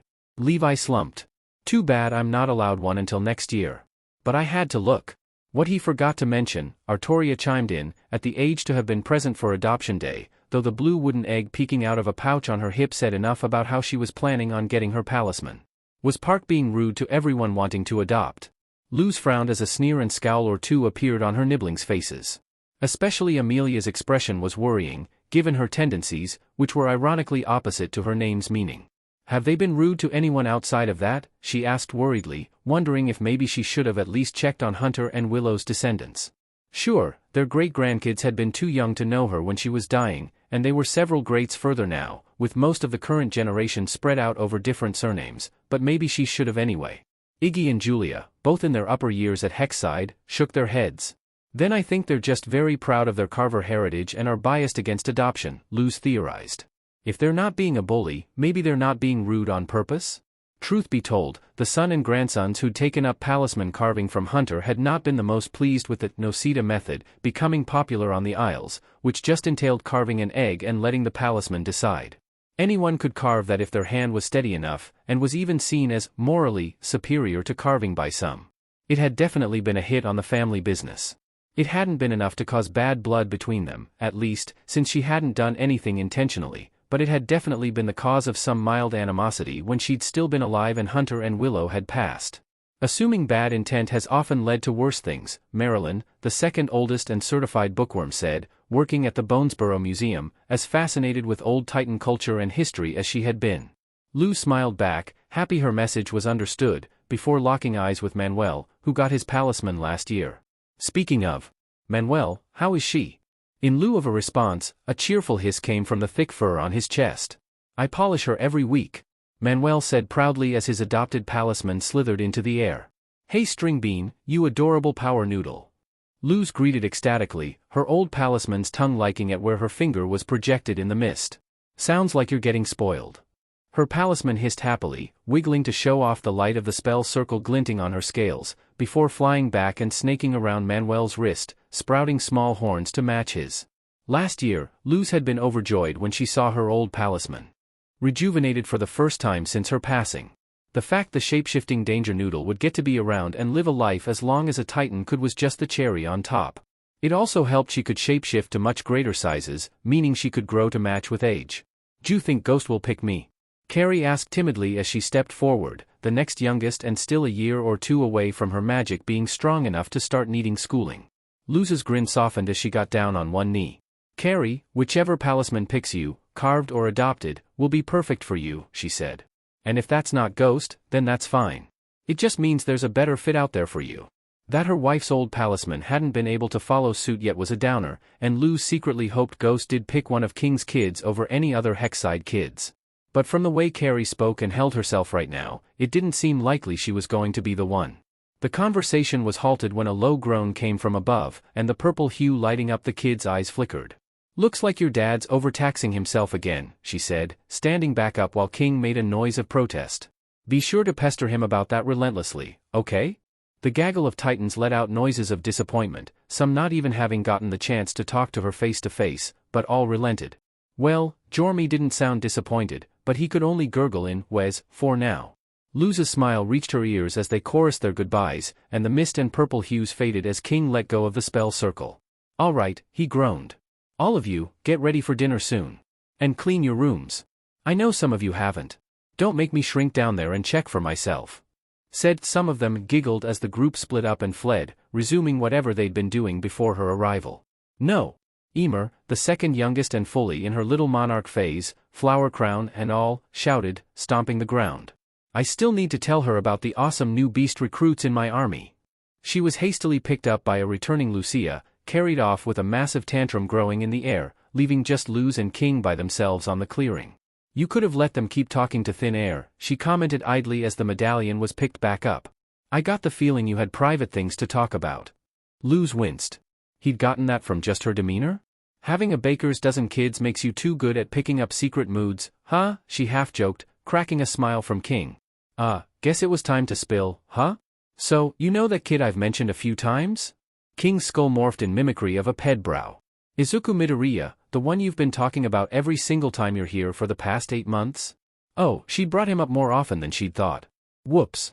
Yeah, him. Luz chuckled nervously. So, he made me realize something pretty important. King simply stared inquisitively. She breathed in. I think I can make him a warlock, she admitted out loud, for the first time.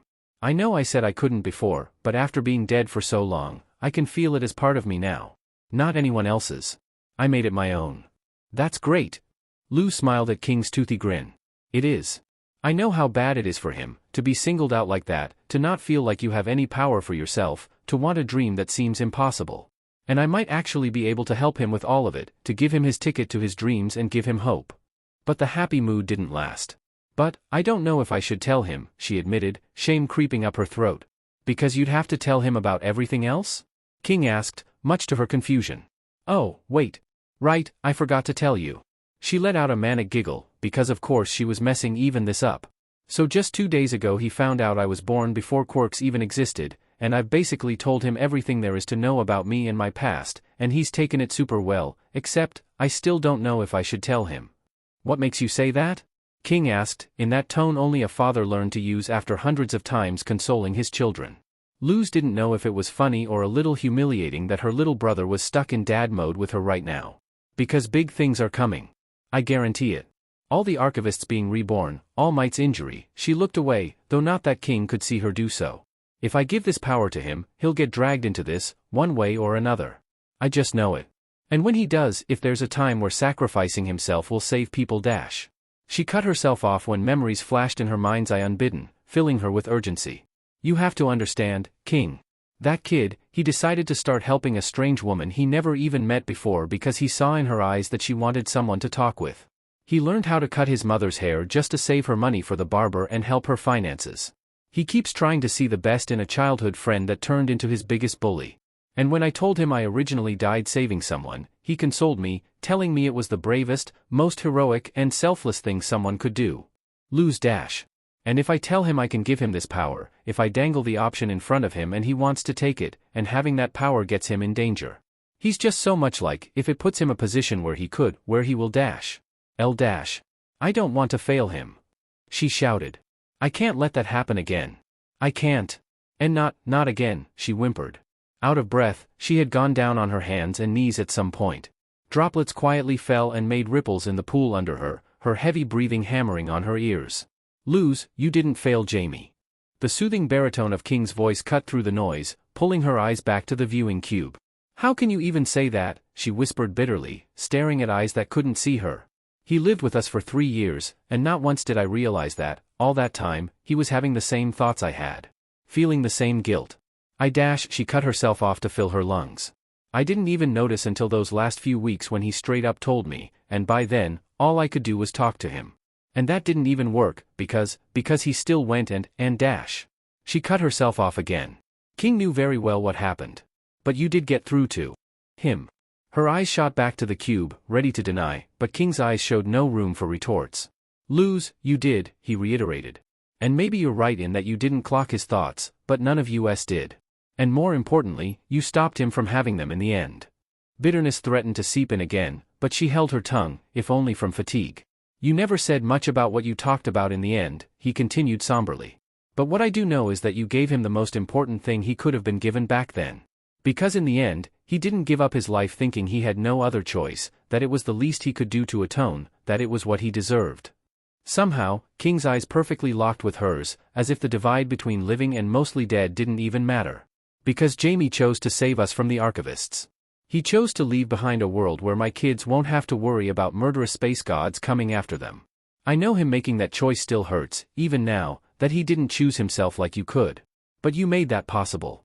You cleared his head from what was plaguing him, driving him for years, and showed him something better, just by being there for him and talking to him. Despite the awful subject matter, King smiled at her. Not out of happiness, but kindness. He got to go out, on no terms but his own, choosing something he wanted with a clear mind. You gave him back the ability to choose. Luz tried to hold back any sounds trying to escape her as King's eyes bored into her, probably failing in one way or another. Maybe that's why it hurt so much. She succeeded in helping him, but there was no world she could imagine where he would have chosen differently. Because the one choice the world had given them had been, all the Celestials, or none of them, and he'd grown up to be such a good kid. I understand, she whispered, wishing she didn't. But this time you can make sure that kind of scenario won't have to happen again, right? King offered with a hopeful lilt. And besides, if he's driven enough as is, won't having your power mean that the chances of him needing to make that choice are far lower? Luz breathed out a laugh, the simple logic wrecking her already fragile web of thoughts. Did you have to save that for after rooting out my trauma? She asked, half incredulous, half thankful. King pet an eye socket. Did it help? She snorted out a second laugh. You are so much like your dad, I can't believe it. Being one yourself has made you way too responsible. Don't let Ida know, he hushed, eyes flitting around. She'll die and go even further down. More laughter escaped her, her breathing getting easier with every second. Thanks for talking with me, hermano, she finally said, a last sniffle settling things back to normal. King's eye sockets rose at the title. When did we finally agree on that? Since you turned out to be wiser and more responsible than me, Luz quipped, receiving a shrug and a fair enough from her brother, though she could just tell he was hiding that smug smile of his. What was left was a comforting silence, and the feeling of a weight that had become part of her world no longer weighing her down as much. Hey, could you set me down at the cliffside before I leave? She asked quietly, still feeling a bit too raw to return to regular volumes. He quietly set off in response, heading for a section of the seaside that didn't end in a beach, but instead lifted up into a hill, meeting the sea as a cliff edge. At the end, weathering the ocean winds and wisps of steam from a sea that was slowly cooling down over the centuries, no longer cursed to boil forever, stood 3 stones, taken with the cottage and relocated shortly after arrival. From a spot on the cottage's roof, most of the shore was hidden by the thick foliage of the island, except for the cliff edge, which peeked just over the canopy. Thanks, big guy, Luz said gratefully as the medallion was placed on the ground, giving her a clear view of the stone furthest back, flanked by the others. She got a no problem in return, followed by the sound of heavy footsteps returning from whence they came, leaving her in silence. For the next little while, Luz quietly stood vigil over the small headstone, a crack on its side patched up with a playful, blue, star-shaped sticker.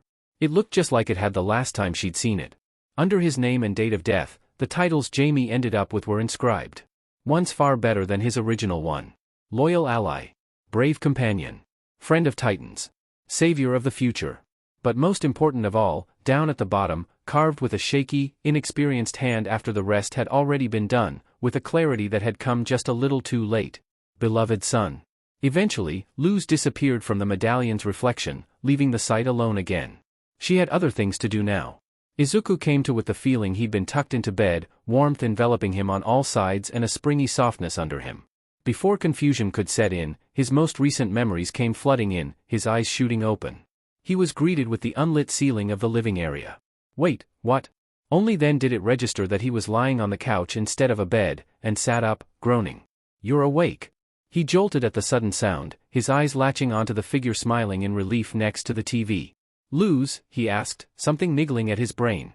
Sorry for this, I think you got overwhelmed from the transfer, she explained nervously, smiling apologetically.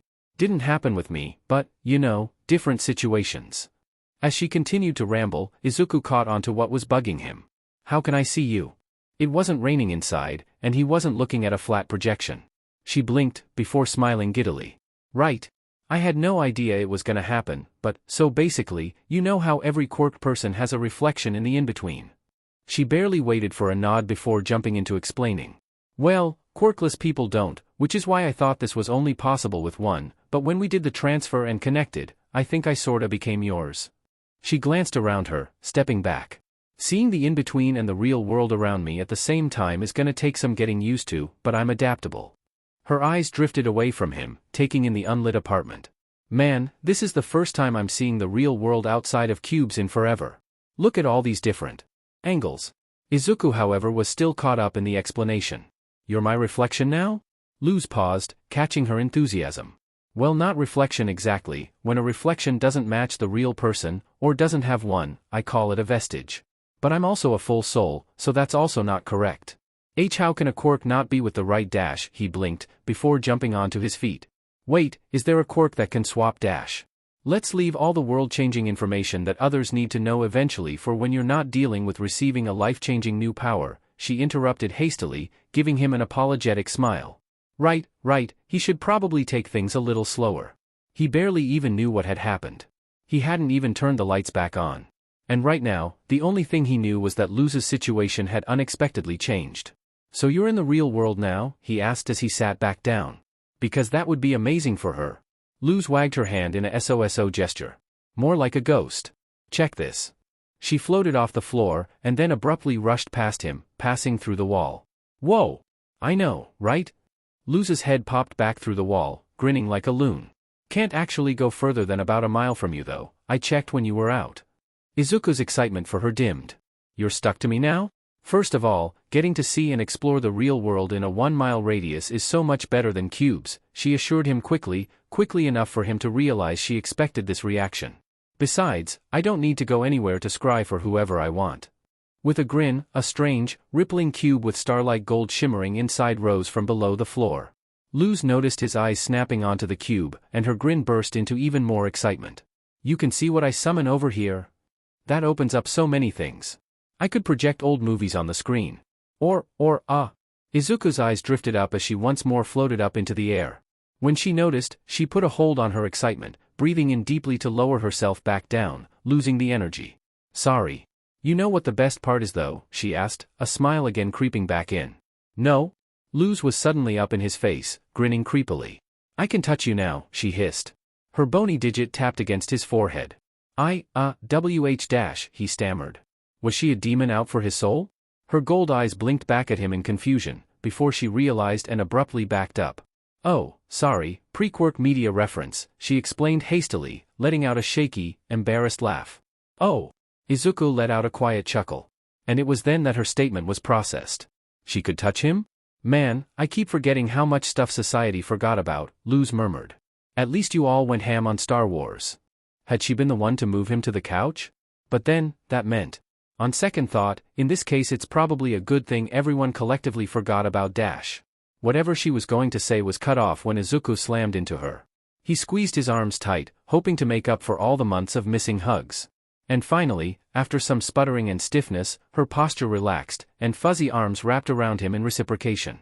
So long had it been since he'd first seen those lonely eyes, silently begging for someone to see and hug her.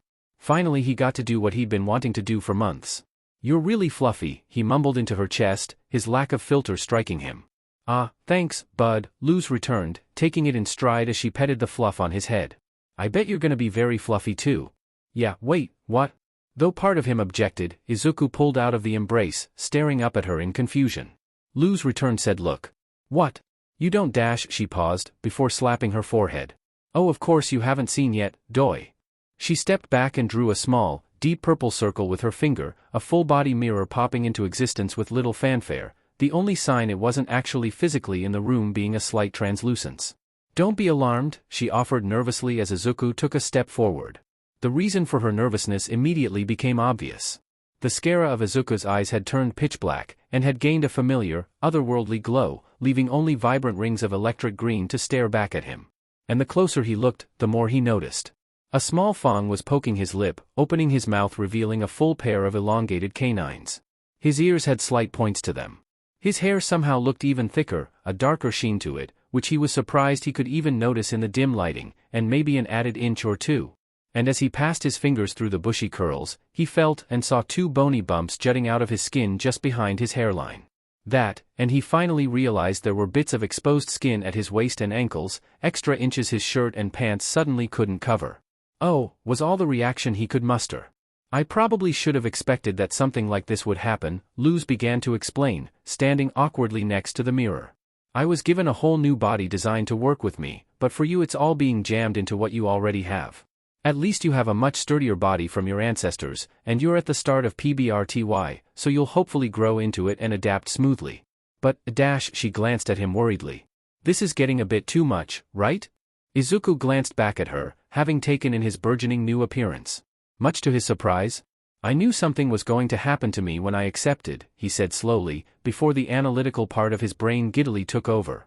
"But I never thought I was going to experience a mutant quirk growing in first hand." Luz blinked at him, being the one completely caught off guard for once, before breaking out in a laugh. "Of course you're excited about this, you little quirk weirdo," she said with a grin, looking relieved.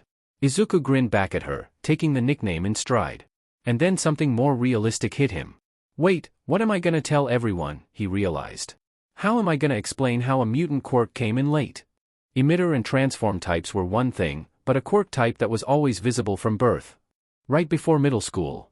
Luz, completely helpless to Izuku's new plight, unhelpfully quipped, magic?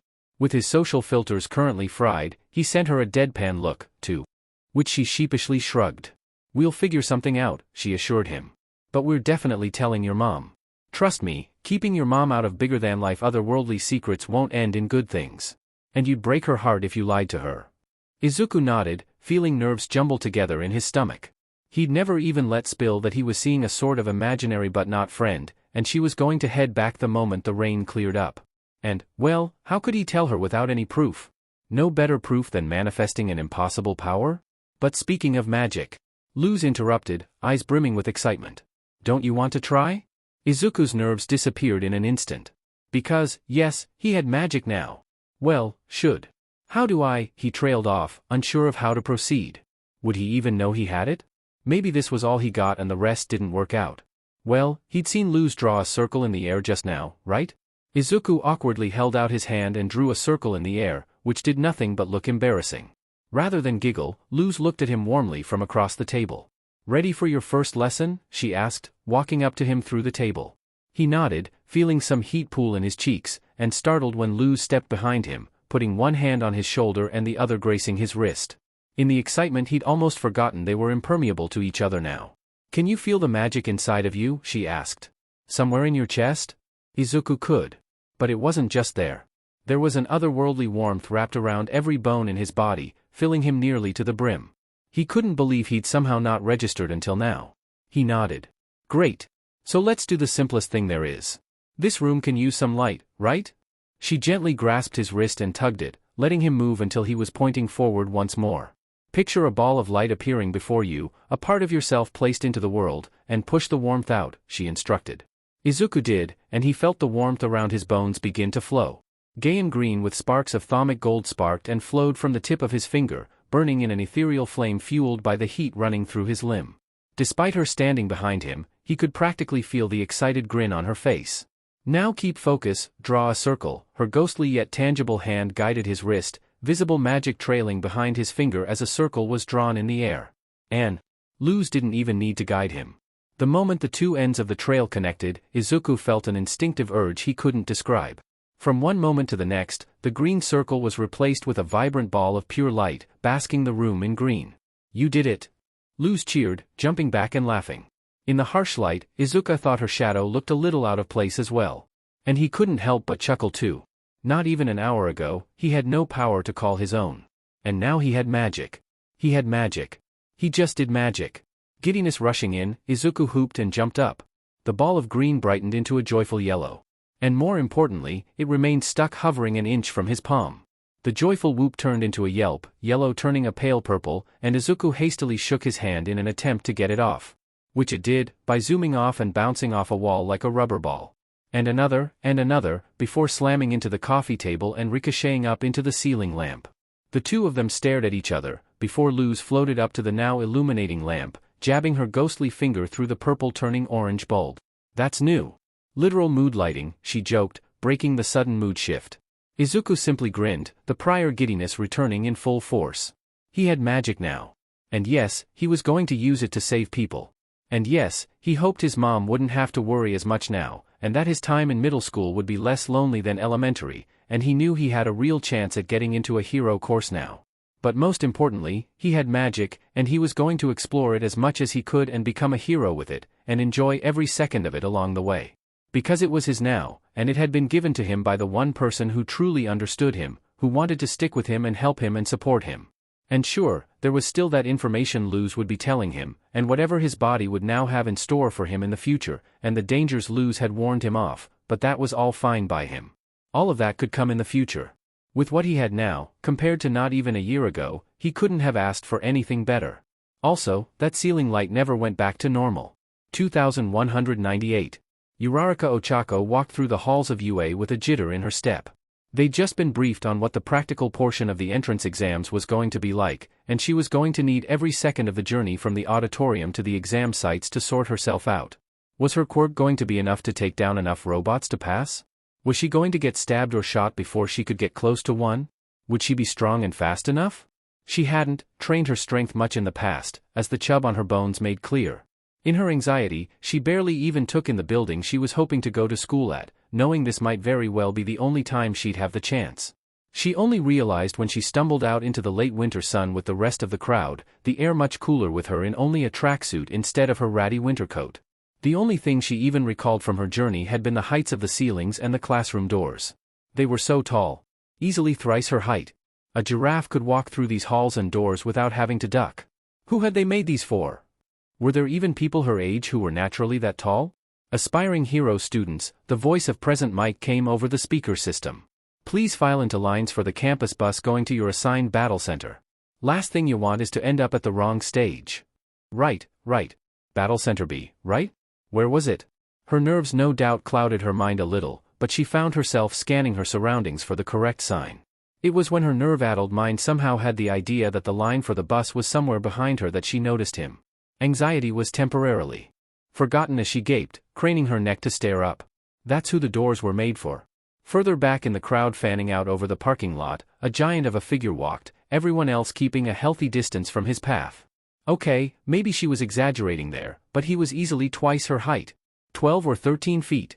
If he was 15 like her, how tall was he going to get? And how hadn't she seen him during the written test or in the auditorium? And his height was far from the only striking thing about him. Despite the cold, the only article of clothing on him was a pair of shorts, though not that he needed more. His legs and torso, all the way up to his neck, were covered in a thick coat of fur, a gray that bordered on pure black, though it didn't hide his toned figure much. His arms were bare, but equally toned, with his hands sporting white claws instead of nails, and the exposed skin was covered in almost tribal-like gray lines that made circles, symbols, and arches that connected from his hands all the way up to his shoulders, where his fur tapered off.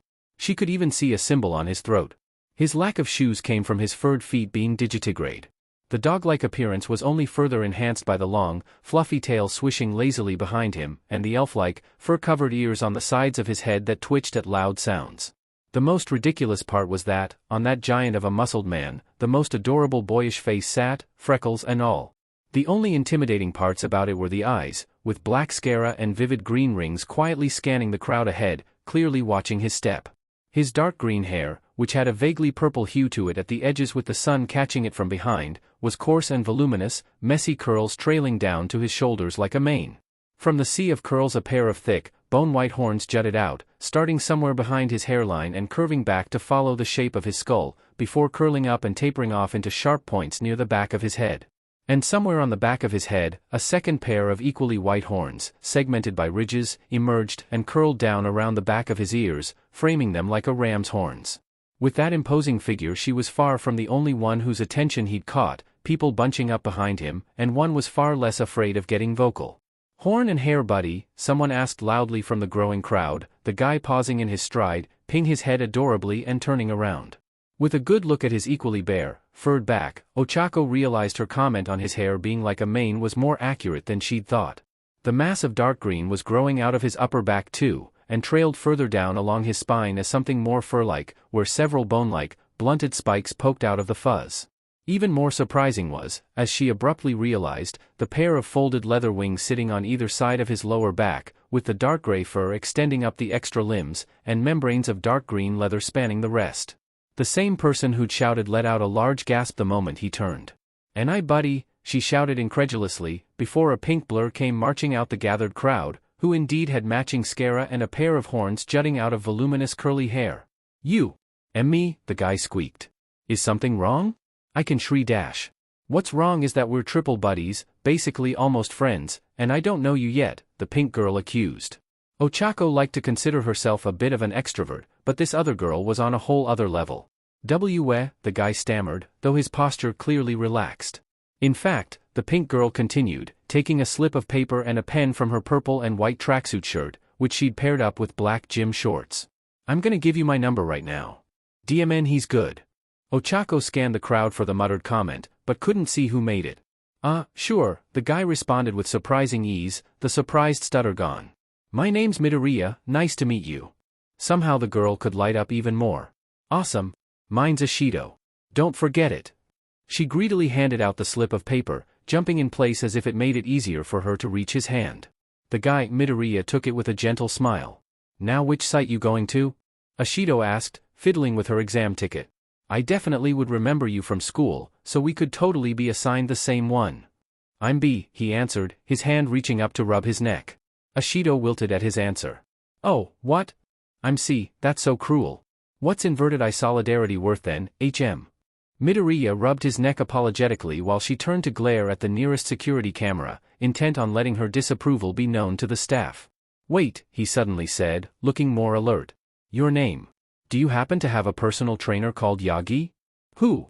Mirroring Ochako, Ashido gave him a confused, cagey look, aborting the one-way staring contest with whoever assigned battle centers. I mean, I have one, but I dunno a Yagi. He didn't. Midoriya straightened up. Never mind, but we'll definitely talk later, right? Ashido's eyes had turned strangely suspicious, before it was washed away by her original enthusiasm. All right. I better hear from you again, mister. Or I'll dash. Little listeners, keep moving please. Holding up the show ain't cool, you dig? The entire crowd jolted back into motion after the PA system turned off again, only now remembering they were heading for one of the most important exams of their life. As the mass started moving again, Ochako was swept away as she heard Ashido shout, "See ya, Dog Dragon Triple Buddy," and Midoriya chuckle in return. Wait, wasn't she going to Battle Center B? You! Despite the shout not being for her, Ochako still startled in her seat from the tall, stiff-postured bespectacled teen gesturing harshly at the incoming Midoriya. Because yes, he was going to the same battle center as her. Were you planted by staff to cause distractions? I don't remember seeing you during the written portion or the practical briefing. Much to Ochako's continuing surprise, Midoriya didn't look too intimidated, his eyes only briefly flitting to the side before inhaling sharply, as if bracing himself. And then the most cringe-inducing sounds filled the bus and parking lot, of bones breaking and grinding past each other. Ochako gaped as Midoriya shrunk in height, until he stopped at only 7 feet tall. Sorry, he apologized, rubbing his neck sheepishly. I wanted to stretch a bit after staying small for most of the day. His eyes flitted to the side again. Suddenly, his light flush disappeared. Are you saying examinees can't wind down and de-stress in the lead-up to an important test that determines their entire future? He asked, black eyes gleaming. The tall teen froze up, shocked by the sudden defiance. But of course they can. He suddenly bowed stiffly. My apologies. I let my lack of knowledge on your abilities cloud my judgment and made wrongful assumptions on your character. Somehow, this was where Midoriya looked the most uncomfortable, though maybe it was just from being taken off guard by the immediate turnaround. It's all right, I get that my appearance is a lot to take in, he said with an awkward smile and a placating gesture. The tall teen, though that was only relative to everyone other than Midoriya, nodded curtly and sat down, allowing Midoriya and lingering examinees to enter the bus. The bus started moving shortly after the last person entered, and Ochako was content to look out the window, her nerves mostly forgotten thanks to the unusual last few minutes. But others weren't yet content to move the spotlight off Midoriya.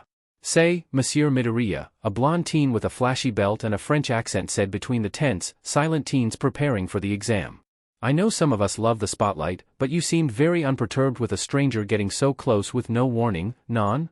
Ochako balked at the strange comment being thrown out so willy-nilly, but Midoriya took it with grace, gaining a fond look, even. She just reminds me of someone I care about a lot, he said sheepishly, his eyes flitting off to somewhere else again. A nervous tick? Stranger though was how his eyes suddenly looked on with a hint of distrust and unease the moment they flitted back to the blonde, as if he'd just heard something disturbing. Though the blonde didn't even notice, already striking a pose at something and sparkling wildly. Was there a security camera in here? But finally, massive walls of what had to be the mock cityscapes came into view, and the nerves returned in full force for one Uraraka Ochako. Hopefully things would go all right. From the corner of her eye, her subconscious mind briefly thought the blonde sparkles cast a shadow that didn't belong to anyone on the bus, one sporting an impossibly visible grin. Ow! Things had gone all right until right this very moment. And when things went wrong, they'd gone very wrong. Because Ochako was now pinned by rubble, with a possibly broken foot, her quirk and stomach at their limit, and the absurdly massive zero-pointer slowly rolling in her direction, every other examinee running away from her as fast as they could. UA had protocols to avoid serious casualties during their entrance exams, right? Alright? No, I'm not doing that. Ochako jerked at the sudden familiar voice coming from the side. There, coming out a partly wrecked alley, was the by now insanely familiar, shrunken figure of Midoriya, talking to himself? Yes, it would be cool, but a straggler could be trapped and dash. Those words were enough of a reminder to re-engage Ochako's survival instincts. Midoriya! Help, she shouted as much as her acid reflux throat could allow, not caring that she was using his name without even having introduced herself. Instantly, ears twitched and black eyes locked onto her, the intensely green rings a newfound source of hope as he ran over. Mierda. What did he say? Sorry, miss. I'll get you out, he apologized, planting his palm on the ground near her pinned foot.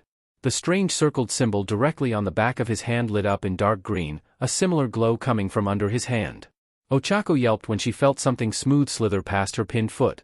Jerking her head to get a view of her foot, she gaped as she saw thick vines pushing up the heavy rubble, growing straight through the concrete. One even wrapped around her leg in a makeshift splint. Did his appearance not have anything to do with his quirk? Midoriya jolted when the 0-pointer's tracks flattened a fake car just a few dozen feet down the street, a car alarm briefly wailing before it was cut off. Can you move? He asked in a hurry, to which she shook her head. Even if she could, her quirk overuse left her with an unusable sense of balance right now. With his other hand he drew a circle of light in the air, near the concrete. To Ochako's amazement, a muddy dirt started seeping out the many cracks, collecting around her and solidifying, lifting her up as it gained legs? And gurgled? What the? Vamanos, he shouted in Spanish? The makeshift gurney jolting into a surprisingly fast jog. Despite the absolute weirdness overcoming her, Ochako sighed in relief as they began putting distance between them and the 0-pointer. And yet Midoriya was still talking to himself. No, I'm not, there's no time to. What do you mean she melted hers? I mean, yes, it would be really. Did he have an earpiece in? Oh. A friend with a telepathic quirk in a different zone? Ochako glanced ahead, where the crowd of fleeing examinees had bunched up against the front gate, still closed to them. Craning her head back revealed the 0-pointer was still on its destructive path towards them, its 8 red lights locked onto them. Midoriya-san, do you think the 0-pointer's gonna stop in time before it reaches the gate? She pointed out anxiously, snapping him out of it as he realized it too. He paused mid-stride, a self-assured grin appearing on his face. It will if I make it, he said confidently, eyes shining. Ochako barely registered his mumbled, fine, happy, in her incredulity. Do you really think you can stop that? The 0-pointer had started looming over them, closing the gap once more during their pause. Don't worry, miss, he said, stepping back as the bone-crunching sounds returned and he grew to the imposing sight she'd first seen, flaring his wings. Because my name is Midoriya Izuku. He took off with a gust-generating flap of wings, twisting around mid-air as the markings on his arms lit up, and drew a gigantic circle of green energy aimed at the 0-pointer. Warlock of Light. Ochako gaped as green energy crackled between the spikes on his spine, and Midoriya inhaled deeply, the circle shrinking and collapsing into a tiny, brilliant spot of light hovering before his mouth. One that burnt like a small sun. What the heck was his quirk? Magic Godzilla? Now eat this, Villian. The only thing Ochako would register from that attack was a blinding flash of light and an insane gust of heated wind threatening to blow her off the gurney if it hadn't formed restraints. By the time she'd blinked the spots from her vision and the roar had finished echoing down her ear canal, the attack was already over. Ochako felt her jaw threaten to fall off when she saw the 0-pointer. What was left of it? A giant canyon had been carved into the upper half of its torso, surrounded by molten slag. And the head wasn't even around anymore. Even the clouds previously blocked by the head hadn't been spared. And of course, the 0-pointer had halted completely in its tracks, as promised. Meanwhile, Midoriya's figure was plummeting to the ground at an angle at an alarming speed, fully obeying Newton's third law. Somehow, through sheer luck and perseverance, his trajectory was close enough for Ochako to overcome the blinding pain in her foot and lunge herself off the strange gurney, her fingers barely brushing past his thigh and saving him from a hard impact. In truth, though neither she nor the examiners would notice, zero gravity had failed to affect him, despite sufficient contact, and instead another invisible force had countered his downward momentum and saved him from injury. Ochako panted heavily as she kept herself and her hero afloat, fighting the immediate consequences of going far over her quirk's limit. Feeling more acid reflux up her throat, she hastily cancelled her quirk, not realizing doing so meant she would fall on top of Midoriya, whose fur made for an amazingly soft cushion. As she shifted to barf over his side and on the concrete, having at least the decency to not ruin his fur, she heard him dazedly mumble to himself, impact recoil. You're right, very important. I'll remember next time. Nearly getting killed at the entrance exams, saved from the zero-pointer by a dog-dragon hybrid kaiju teenager who was talking to himself, another examinee melting theirs too. If she managed to get in now, what kind of crazy year was going to be ahead of her? She'd just have to deal with that when it came. In that moment, anyone without a quirk would have been privy to the sound of a woman excitedly cheering for Midoriya Izuku's victory, rambling on about how amazingly he did and how awesome the whole encounter was. And maybe a little, I told you so, because how could that not be the best way to introduce yourself to the world? Luz Noceda grinned down at her recovering, slowly grinning protege, never having felt more proud in her afterlife, even with the need to save him from some typical teenage recklessness. Sure, she probably had a long way to go still before the world was done with her, and danger was always lurking around the corner. But right now? She was happy to be right where she was. Finn. Omake, long-awaited reunion. 2197. Life bound to a 1-mile radius centered on a teenager wasn't anywhere near as bad as people would make it out to be, thought one Luz Noceda. 1 mile in each direction was pretty big. And she'd forgotten just how nice it was to actually explore a place that wasn't as lifeless and otherworldly as the in-between in the past near-century. Most of the time, when there was need for privacy, Luz simply wandered her little sphere of influence, taking in the simple sights she'd nearly forgotten the joys of. Over the past 2 years she hadn't gotten even the least bit tired of it yet. Of course, it also helped that the teenager she was anchored to was the most precious, amazing kid she knew of. Seriously, who else but Midoriya Izuku would encounter a strange woman peeping in on him and decide to keep talking with her, 'cause she looked sad and lonely? Because she had, but that wasn't relevant to the point she was trying to make here. Since making their Warlock pact and Luz wasn't going to call it anything else, even if it wasn't completely accurate. What other way of calling a person receiving magical powers from connecting with a supernatural entity could sound cooler? Besides, if they were going with creatures and caverns terminology, did any other class have access to Eldritch Wes? Many things had changed, not just her newfound freedom in the human realm. The mutual sight the pact had created between her and Izuku had plenty of other uses. Since he could see the viewing cubes, he essentially got the in-between scrying power for free. And of course they'd used it to set up a Between Realms call with King and his baker's dozen of kids whenever they could. Izuku was completely in love with them, had quickly considered them a gigantic extended family, and the same went for the other way around. Besides that though, Luz had gone through with the brilliant idea of extracting memories of watching pre-Quirk era movies and projecting the movie bits of said memories on the TV. Just a shame nobody else could see or record it. And it was while watching Aladdin together that Luz finally found out how over-reliant she'd become on idly creating objects to fiddle and interact with, when Izuku compared her to the genie. Not an unfavorable comparison in the slightest. But while she must have lost some of her self-awareness at some point in the past 9 decades, she must have gotten too used to literally no one being able to see what she was doing in all that time. Of course, the far more important changes were on Izuku's side of things. That same day they'd made the pact, Luz had urged him into telling his mother about everything he'd kept from her, which was inevitable with his sudden change in appearance anyway, but only further proven by her instructing him to do a T-pose and lifting him by the armpits. The kindly woman had naturally been distrustful towards her for the first month, but it had been clear that the fact an ageless woman trapped outside the universe had been the one to truly support her son's dreams was guilting her into accepting it. The fact she'd cried and apologized to Izuku as much as she'd given the air around her wary glances had been proof enough of that. Hopefully Izuku could learn that Oracle Spell King had originally invented to let others see her, to have a proper heart-to-heart, but she knew it was very complex and energy-intensive, shown by how a near-fully grown Titan could barely hold it for a few minutes when casting it over a dozen people. Well, he'd never claimed he was good at spell creation, so there were definitely efficiency gains to be made, but still. And Izuku's body still had some way to go before it had fully adapted to her power flowing through him, leaving him at lower outputs until then. But, oh boy, he was experiencing one heck of a PBRTY. When Luz had first thought of the possible differences between their situations, she'd expected some changes, sure. But nothing as all-encompassing as this. Almost no part of his original self, besides the green, his face and his mind, was being spared. He was even receiving what were basically tattoos, something she knew was pretty taboo in Japan. They discovered that one pretty quickly after starting off magic training out back in the woods. Whenever Izuku used a spell often and regularly enough, it would slowly appear as lines on his skin. His arms and hands specifically, since the rest had almost immediately grown a fur coat after the first few months.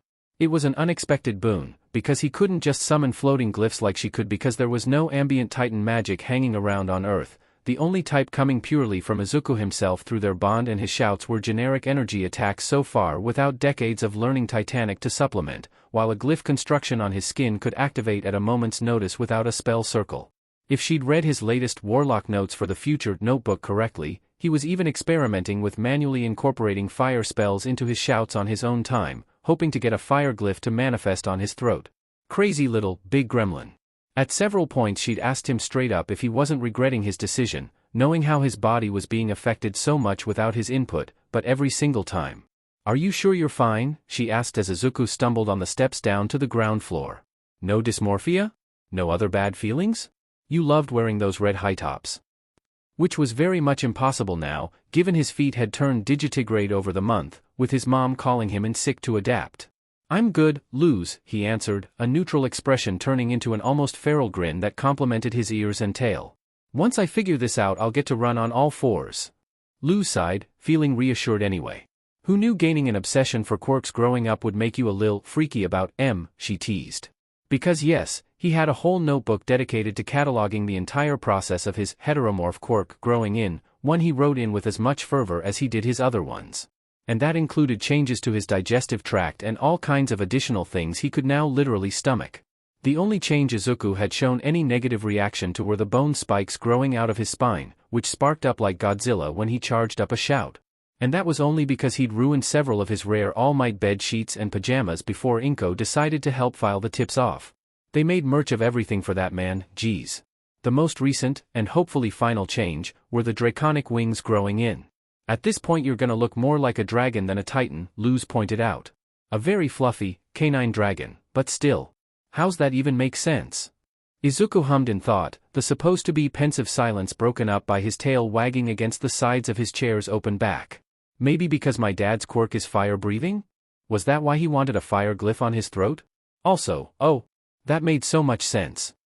Wait, why haven't I heard of your dad before now?" Luz thanked every power that be that the wings had grown in from the skin out, instead of the literal body horror alternative that was having them form under it and then bursting out in a supernova of pain and gore. Seeing it happen to King had been traumatizing enough. In general, it was a miracle that none of the changes had given Izuku any physical harm beyond some mild discomfort, mainly the serious itching from the fur originally growing in. She personally thought the generally painless transition was because of his body being filled with invisible vestigial mutations passed down to him by all his quirked ancestors. Izuku instead thought it was her subconscious desire to ease things along without causing him pain, affecting the Titan magic he was borrowing for a lifetime. She felt flattered by the high esteem he held her in, really. "So, are you joining the others at the arcade?" Luz asked as she casually floated after him. She would have walked, but Izuku was currently stretching himself after a whole day of school, and while she was over 7 feet tall, that was still 2 feet short on him. And she was not looking up at someone almost 2 centuries her junior. Just a matter of personal pride. Izuku hummed. "I don't think so," he said, turning sheepish. "It would be fun, but the group that asked was the old crowd." Right. Things had also changed for Izuku at the social level, in a depressingly predictable way. With him miraculously no longer being the odd one out upon finishing elementary, he was happily accepted by others the moment he began middle school. Sure, that little brat of a Bakugo, whose problem with Izuku clearly hadn't been from just his quirklessness, still tried his best to scare and threaten other people away from him, but when the one you were trying to threaten others away from was more intimidating looking than you, coupled with him verbally fighting back most of the time coached by yours truly, that was a pretty challenging endeavor. "Gives a sour taste, huh?" she guessed, receiving a nod. Yeah, she could understand having some distrust towards people who'd done a shallow heel face turn the moment he was acceptable and cool to be around. And she could also understand that that sourness could affect people who hadn't even known him before middle school as well. "Just don't let that sourness ruin friendship altogether for you, okay?" she warned gently, getting a grateful look and a clawed thumbs up in return. "Well," she began, floating forward and leaving the subject in the past. "If this afternoon's gonna be a quiet one, wanna do magic or go people watching? All Might's in town today apparently." She grinned as he immediately lit up with excitement. It was only as she floated backwards into solid concrete that she realized they'd lost track of their surroundings. "Oh, whoa, buddy. Underpass." Izuku jolted to a halt just in time before he could literally face-plant into the top of the tunnel. They were both gonna leave out the fact neither had been focused enough to notice it on their way there. Man, you really need to start picking routes home with more clearance, Luz quipped, suppressing the wince as the sound of bones breaking echoed through the tunnel. It's fine, he brushed off, having shrunk to a manageable 6 feet. I'll have to shrink when we get home anyway. Luz shrugged and got back to walking, knowing he really was the insanely rare kind who loved the growing and shrinking more than he felt discomfort for the how of it. So, what do you want to do for Dash? All Might watching, Izuku said eagerly, his green irises gleaming enough they lit up the underpass. She chuckled and called out, Yagi Tashinori, a cube floating up from the ground. Luz did eventually get to tell Izuku about everything she knew, from Archive being reborn as All for One, and who that was, the other archivists being reborn in recent years, Jamie's sacrifice and rebirth, and the entire story of One for All and each of its holders. The biggest reaction, almost predictably, had been him finding out All Might's civilian name. When I checked at noon he was chasing a sludge guy around town, she commented, picking it up and peering in. Looks like he still is. Must be some kinda record. Izuku leaned over to look in as well. The sewers here are a maze. Too many slapdash renovations from villain attacks. And disgusting. Think the sludge guy might actually give him the slip down there, Luz said as they reached the other end of the underpass. Wonder how he thinks he can get away unrecognized after this though. And it was then that they heard the sound of something sloshing right behind them. Well, a large skin suit, the abomination rising up behind them gurgled. Izuku only managed one step, backing away into the sunlight, before the mass of sludge slammed into his face. Thanks a bunch, hero, the disgusting man taunted as Izuku fell back. The sound of bones grinding overcame the distorted laughter as he decompressed himself on instinct, clawing at the sewage. It barely did anything but stun the villain though, and Luz attempting to drag him out did almost nothing either. An extra large skin suit. I bet I won't even have to kill you to hide in here. Based on the shiver-inducing glint in his bulging, floating eyes, he wasn't planning on mercy anyway. Izuku! Izuku! Luz shouted, giving up on tugging him out and floating back into his vision. Weh! She put her claws to her mouth. Weh! Izuku's darting eyes locked on her, and Luz didn't fault him for forgetting simple things in the middle of this. He gagged as he inhaled, skiing in some of the sludge. The spikes on his back sparked as green energy arched between them. Wait, what the foo dash? The sludge villain's cry of surprise was cut off when an ear-deafening roar that shook the nearby windows blasted him away, slamming him into the tunnel and up against its ceiling as winds buffeted through. Thank Titan! Luz exclaimed, rushing over to help Izuku up, who was still coughing up bits of slime. Seriously? What had he done to deserve this karma? It was as she was giving him back blows in an effort to assist which could be far stronger than recommended thanks to his rapidly growing body that the offending manhole cover the villain had come through slammed upwards. Luz suddenly remembered who had been chasing this villain the last time they checked. Never mind. Izuku had amazing karma.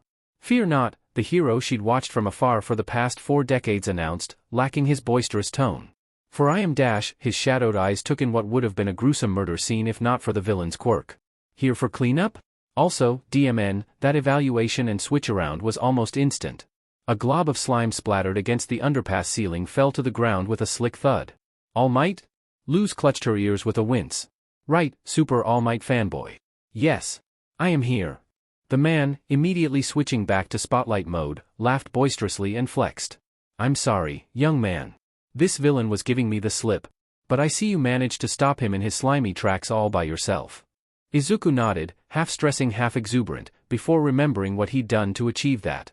It was self-defense, he squeaked out, in the most guilty-sounding way possible for someone telling the truth. In the face of his panic, All Might simply laughed again. Of course it was. No worries, young man. He walked forward and extended a hand. Izuku gained a look Luz feared meant he was never going to wash his hand ever again, said hand greedily shooting forward to take All Might's. Now, the hero said as he pulled him back up on his feet. I fear Another boisterous laugh filled the alley and underpass as the man craned his neck. It's not often I am the one looking up.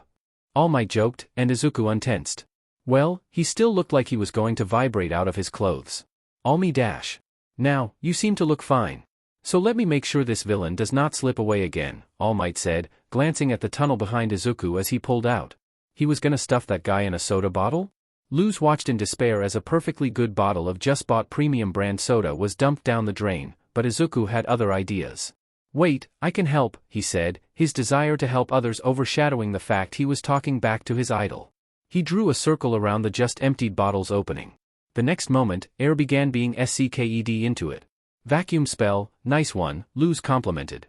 Once again, All Might showed his years on the field, easily overcoming the surprise and laughing once more. Why thank you, young man. But do try to not be so liberal with public quirk usage in the future.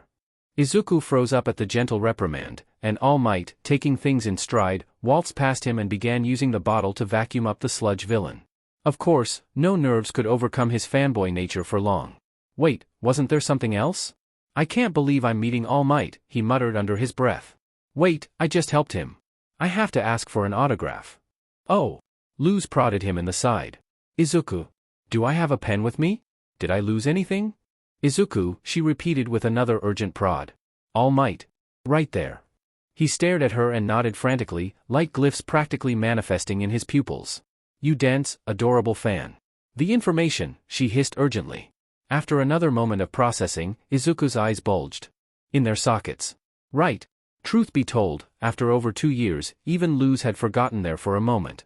After filling Izuku in on all the important bits, they quickly found themselves at a roadblock.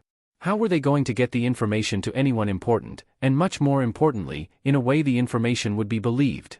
Because really, Izuku believing just the in-between portion of it all had been a miracle in and of itself. Figuring out who the important, trustworthy people to give the information to were had been the easy part. Even secret identities were no match for Luz's sleuthing. The only one she'd have had problems with would have been All Might, but being around to watch Shimura pick a young Yagi and transfer the quirk to him had made that trivial. So, going down the list of people to approach, Gran Torino was a cynical old BSTRD who'd instantly assume Izuku knowing those things meant he was an agent of All for One, and promptly kick his teeth in. Sir Night Eye was hard to approach physically to begin with, and emails would never be believed. And even if he did manage to believe them, though, Luz was apprehensive of that quirk of his being used on Izuku. Depending on what it'd see, there was bad blood between him and the real important person who had to know, All Might, so there was every chance he wouldn't take it seriously or even hear him out. Nizu seemed like a good bet at first, with him being called the smartest being alive, but someone with high intelligence and cold, calculated logic would sooner believe the more likely options of agent of All for One or needs psychiatric help over the Bats hit insane reality. The detective with the lie-detecting quirk looked to be a slam dunk, but he was apparently a higher-up in the Tokyo police force and basically impossible to contact as a random civilian without going through someone else in the police, who would just laugh them away if they mentioned any of the real story. They kept him in the back of their minds for now though, since he'd be a great way of backing up their claims once they had their in. After exhausting all those possibilities, Luz had considered returning to the other quirkless girl she'd jump-scared, the daughter of All Might's old support engineer, and try to do things the same way things had occurred between her and Izuku. But it was already a miracle Izuku had believed her, and she hadn't exactly made the best first impression with the American and I-Island security. And even then, her father and All Might had fallen out of contact about a decade ago. So, surprisingly, that left All Might himself as the one to approach with the highest chance of success. After all, empathy came a long way to building trust and opening doors, and he had it in spades, just like Izuku. Of course, they'd resigned themselves to waiting for Izuku to graduate a hero school and become an established pro, then waiting for a hero event with All Might in attendance to approach him and ask for an urgent meeting. Luz figured they had the time to be patient, especially with her own sense of time being a little warped. The man was by far the most difficult to approach of the ones on the list, so this slow way was the most likely to succeed. So yes, him suddenly being here, in an alley, alone with them, was a very unexpected, incredible coincidence. And with it, all planning and precautions went straight out the window. All Might, sir?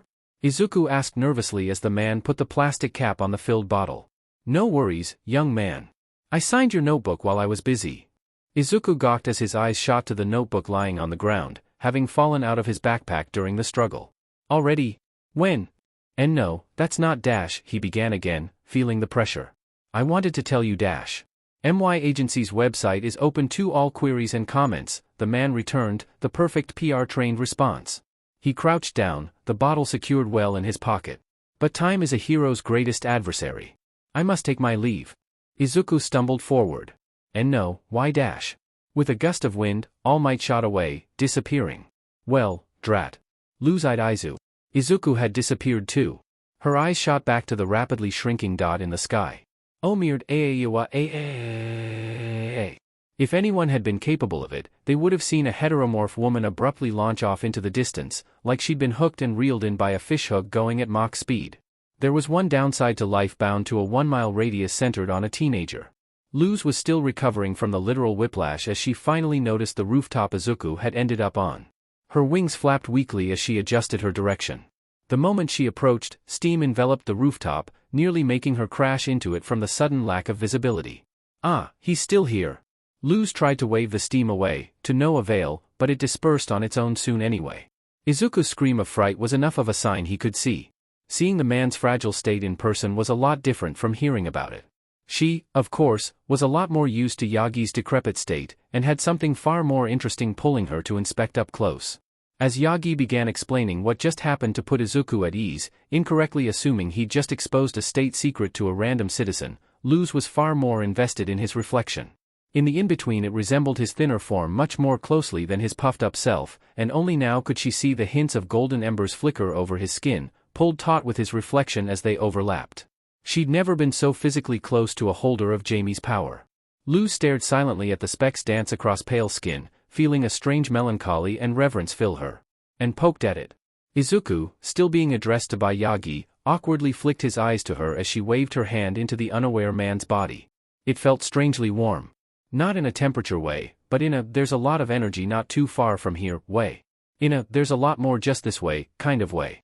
Luz realized only belatedly the pull she was feeling was a lot more literal when her arm sunk in far more than she meant it to, up to her elbow. The force multiplied abruptly, and she caught a brief glimpse of Izuku going bug-eyed, foregoing any discreet glances, before her vision was filled with golden flames. And that ended as quickly as it started, with Luz unceremoniously stumbling and landing flat on her face on the other side with a yelped "weh." She shot back up on her feet, turning around to see the same golden-flamed vestige reflection fusion standing still. Not on the rooftop anymore. In fact, not anywhere on Earth. This was purely in between. Right, Izuku. Luz, without hesitation, shoved her head back into the stationary vestige, pushing back against the slight resistance and popping back up in a place where the sun did shine. "I'm fine," she shouted, though she needn't have, with the shriek he let out. "Pretty gross, right?" Yagi replied, having lifted his shirt and once more assuming the reaction was in relation to him. "Got this in a big fight 5 years ago."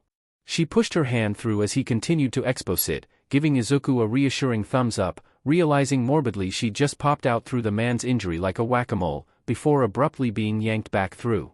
"Weh!" Greeted by endless void once more, Luz very quickly realized that, in her initial panic and surprise, she'd missed all the other souls inhabiting the small, crumbling ruin of a world. It was hard to miss now, with black whips restraining her and a support gauntlet aimed straight at her head. Those thrones were a bit gaudy for her tastes. "Who are you, the owner of the black whips?" Banjo Daigoro barked. "How'd you get in here? Are you some kind of agent from him?" Leader interrupted coolly, though sounding no less dangerous, especially with the gauntlet still inches from her face. "Okay, look," Luz began, deciding it was wise not to answer any questions. "I had no idea that was gonna happen. So how about we all forget about this and she glanced over her shoulder at the unmoving vestige of Yagi. "Pop back out through him? And not come back?" She grunted when the black whips tightened harshly. "Fair enough. As for your other question," she continued, straining under the bonds. "I wouldn't touch all for one with a 50-foot pole." Partly because she was now very afraid something exactly like this would happen then as well, except irreversible. Of course, her mention of his alias put everyone on even higher alert. She wasn't going to retaliate though and curb stomp them on her way out, even if it'd be very easy, because making an enemy out of a potential ally was about the worst thing she could do. "But I do know a lot about All for One, and you," she said. "I'm more of a spectator than an agent, for anyone." Against my will? Not like I don't want to help or anything, and so right, shut up and move on." She nodded behind her. "Nice to meet you, Yagi Tashinori, All Might." She started at the unmoving vestige, her eyes drifting to the woman standing off to the side, stiff but battle-ready. "Shimura Nana, Skywalker." The woman stiffened. "Tayutayen, Smoke Eater." The collared man frowned. Her eyes moved to the one holding her. "Daigoro Banjo, Lariat." Her binds tightened again, though the mood was moving from near hostility to suspicious confusion. "Shinomori Hikage, Professional Hermit." The scarred, aloof man jolted, as if his quirk had gone off. Given what she knew about it, it probably hadn't gone off once so far, no doubt making him the most confused out of the bunch. Bruce Lee, second in command. If Shinomori's reaction had been the equivalent of a jump scare, then that of the stoic Bruce was like a launch through the ceiling. No doubt the question on everyone's mind was, how could she have been around for so long and know all this, when not even All for One or most of the later users knew. Her eyes drifted to the one person who'd remained unperturbed, staring directly at her from just a foot away as the gauntlet remained inches from her face. "I don't actually know your name," she admitted to Leader anticlimactically, before smiling sheepishly. "Good job." The man's expression didn't change an inch, and Luz's eyes drifted over his shoulder, to the last person present, the one she'd tried to keep out of her mind until now. Next to one of the thrones, near Bruce, he stood. White, messy hair and green eyes, staring at her with apprehension, confusion, and a restrained curiosity. She hadn't seen him in so long, and until now she hadn't even been sure he was around inside One for All, never having had the chance to see within. The sight of him here filled her with a sense of bittersweetness, melancholy and unearthed grief that threatened to overwhelm her. "Jamie," she whispered breathlessly, too quietly for anyone to hear. Someone heard. Eyes widened imperceptibly. A strong tremor shook the strange pocket dimension closed off from the rest of the in-between, throwing everyone present into a stumble. The outside pierced through for a split second, the void lighting up in 1,000 sparks of manic pink, the backdrop alight in a darkened celestial blue. The magical starry night sky disappeared as soon as it came, and the strange earthquake petered out, leaving everyone to regain their lost balance. Almost immediately the black whips returned to bind her props to him for knowing his priorities, but everyone else had shifted their attention to Jamie, who'd not been spared with his physique and had fallen to the ground. Leader was at him almost instantly, crouching down with an outstretched hand to assist him back on his feet, but his green eyes were focused solely on her, the subdued curiosity now at full display, tinged in urgency. Luz scked in a breath, squashing any hopeful thoughts that threatened to arise. And then, as he stumbled back onto his feet, he seemed to have a realization, eyes widening noticeably, and, "Mom?" She inhaled sharply as everyone stilled. Her brain was ready to deny. There had never even been signs it was even remotely possible. But the newfound glow in his eyes, masked by a storm of overwhelming confusion and uncertainty that held a burgeoning clarity and relief at its center? The whips had slackened enough for Luz to spread her arms out. "Hey, bud," she greeted hesitantly, chancing the budding hope within as her vision blurred. Silence reigned as Jamie took a tentative step forward, confusion mixing with conviction. Nobody moved, his authority in this place proven absolute, and Luz took one too, slipping out of the slackened binds. A dozen feet became none in an instant, and the squeezing embrace that replaced it made the 166 years between them vanish too. "Been a while, huh?" she joked, her voice threatening to break under the weight of relief and bone-deep joy. "We have a lot to catch up on," she heard Jamie murmur into her chest with a growing certainty. Luz squeezed her eyes shut, swallowing her sob for later. Bringing each other up to speed, making sure the others didn't jump her and explain what had just happened, making clear that Jamie calling her mom did not mean she was All for One's mom too because getting back to Izuku, introducing Jamie to him, somehow, wondering if she still had the chance to do the talk, with the way Leader was acting around him. All of those things could wait for a little longer. Though she should probably get back to helping Izuku impart the vital information and convince All Might very soon, because there was a good chance he was floundering out there on his own at the moment. In a bit. She wanted to savor this reunion for just a little longer. For this one moment in time, nothing else mattered to her. Because she had her boy back. Finn, again. Luz let out a bone-deep sigh as the viewing cube sunk back into the pool below, its visions of the past departing with it. Out of all of them, those first 2 centuries had been the most active, the most fraught with danger, the most uncertain and chaotic. Time had felt so slow back then, yet it had been so quick in the grand scheme of things. It was among her most treasured PRDS, one she looked back on every so often with much fondness. As it turned out, it did take about 1,000,000 years to master the viewing cubes. "It's time." Luz smiled at the low musical rumble coming from the link in her mind, and summoned herself through it into the construct waiting on the other side. "Feels like it, Hermano," she greeted King in Titanic, glancing up at him from his shoulder. She just missed him finally standing up. Just as it had taken her a long time to master the in-between, so too had it been the case for him with his magic. But now, most of the barriers that used to plague her existence were little trouble in the face of a titan who'd mastered his craft. That time, those first 2 centuries of her existence. Her time being the patron to one Midoriya Izuku. Being united with Jamie once more. Like everything, that PRD of time eventually had to end. She eventually had to say goodbye to Izuku and Jamie and the others, with all the grief and fond remembrance that came with it, and the long-lasting promise of "see you." By the time her links to Earth had moved on, there were no quirkless people left. Even though people without active powers of the transform and emitter type were considered powerless by that time, the new, quirkless, they still had mutant quirks. With her last ties and any potential future ties severed, her time was once more spent with King in the demon realm, the human realm gradually becoming an idle curiosity as it shifted more and more into the unrecognizable over the centuries and then millennia. After that PRD of her life, she and King had started experimenting with the magic of the Warlock granting ability. The greatest breakthrough had come in the form of a similar but different magic, bonding magic. It turned out that forming a Warlock bond with King instead created something more equal and two-sided, a direct mental connection they could turn on and use. After well over a century of experiments, King gained enough mastery over the field of abominations to create a rudimentary construct she could possess after entering the physical world through their link. In the many years that followed, that mastery only grew, to the point it, besides the lack of magical ability, looked identical to her and how she moved, and could even use her voice for her at her prompting. And it was this construct, perfected over 1,000,000 years, that she now casually slipped into to interact with the physical world. Technically it wasn't her who was making the construct move or talk. No, that was all King. But thanks to the mental link and so much time, a part of him just instinctively knew how and when she wanted to move, and did the manipulation so seamlessly and instinctually it was no different from him being the electrical signal supplying the instructions from her brain to the constructed muscles. It was in a similar vein to what his dad had done to help her use her Titan powers back when she was up against Bellows. Without him possessing her body during the fight and pulling the metaphorical strings of its magic for her, she would have had as hard a time gaining control over the magic as she'd done when first reacquainting herself with her Warlock form when training up to fight the Archivists. It's the right time, but is it the right place? Luz asked King melodiously, not needing to do so loudly, despite the distance between the shoulder and his ear being nearly 2 miles of thin air. Give me some time to look, he conceded with a yawn. The feeling of a localized earthquake caused simply by his jaw moving was just a small indicator of how massive a fully grown Titan was. He was actually about a head taller than his dad. A neat 35 kilometers. Luz grinned, and slipped back into the in-between, leaving the construct behind. With nary a thought, a new viewing cube floated up, and she let herself fall into one more bout of reminiscence. By the time the first successful abomination construct had been created, King and his kids had all grown tremendously.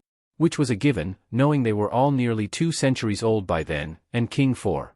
The old cottage had become a place the Titans of the Clawthorn family only entered during celebration, when they decided to endure the discomfort and compress all the way down to sizes that small. King in turn had grown to the point where the island itself was starting to get cramped. Just walking around would flattening a good part of the vegetation with each step. Going to the Boiling Isles wasn't something they could do so easily anymore either. Even traversing the seas was a danger, with large waves bordering tsunamis threatening land many miles away if he tried to step, and wing flaps causing storm-like gusts. Those same seas, no longer cursed by the Archivists, had in turn cooled by many tens of degrees, only lukewarm by then, and plant life had begun repopulating the barren landmasses beyond the Titan corpses as rain and rivers returned to it. This had preceded an exodus of witches and demons onto the new, vaster, unexplored lands, resulting in a boom of the planet's population. At the time the truth had been sobering and saddening, one that had slowly crept up on them over the centuries. Both the world of the Boiling Isles and the Titans had outgrown each other.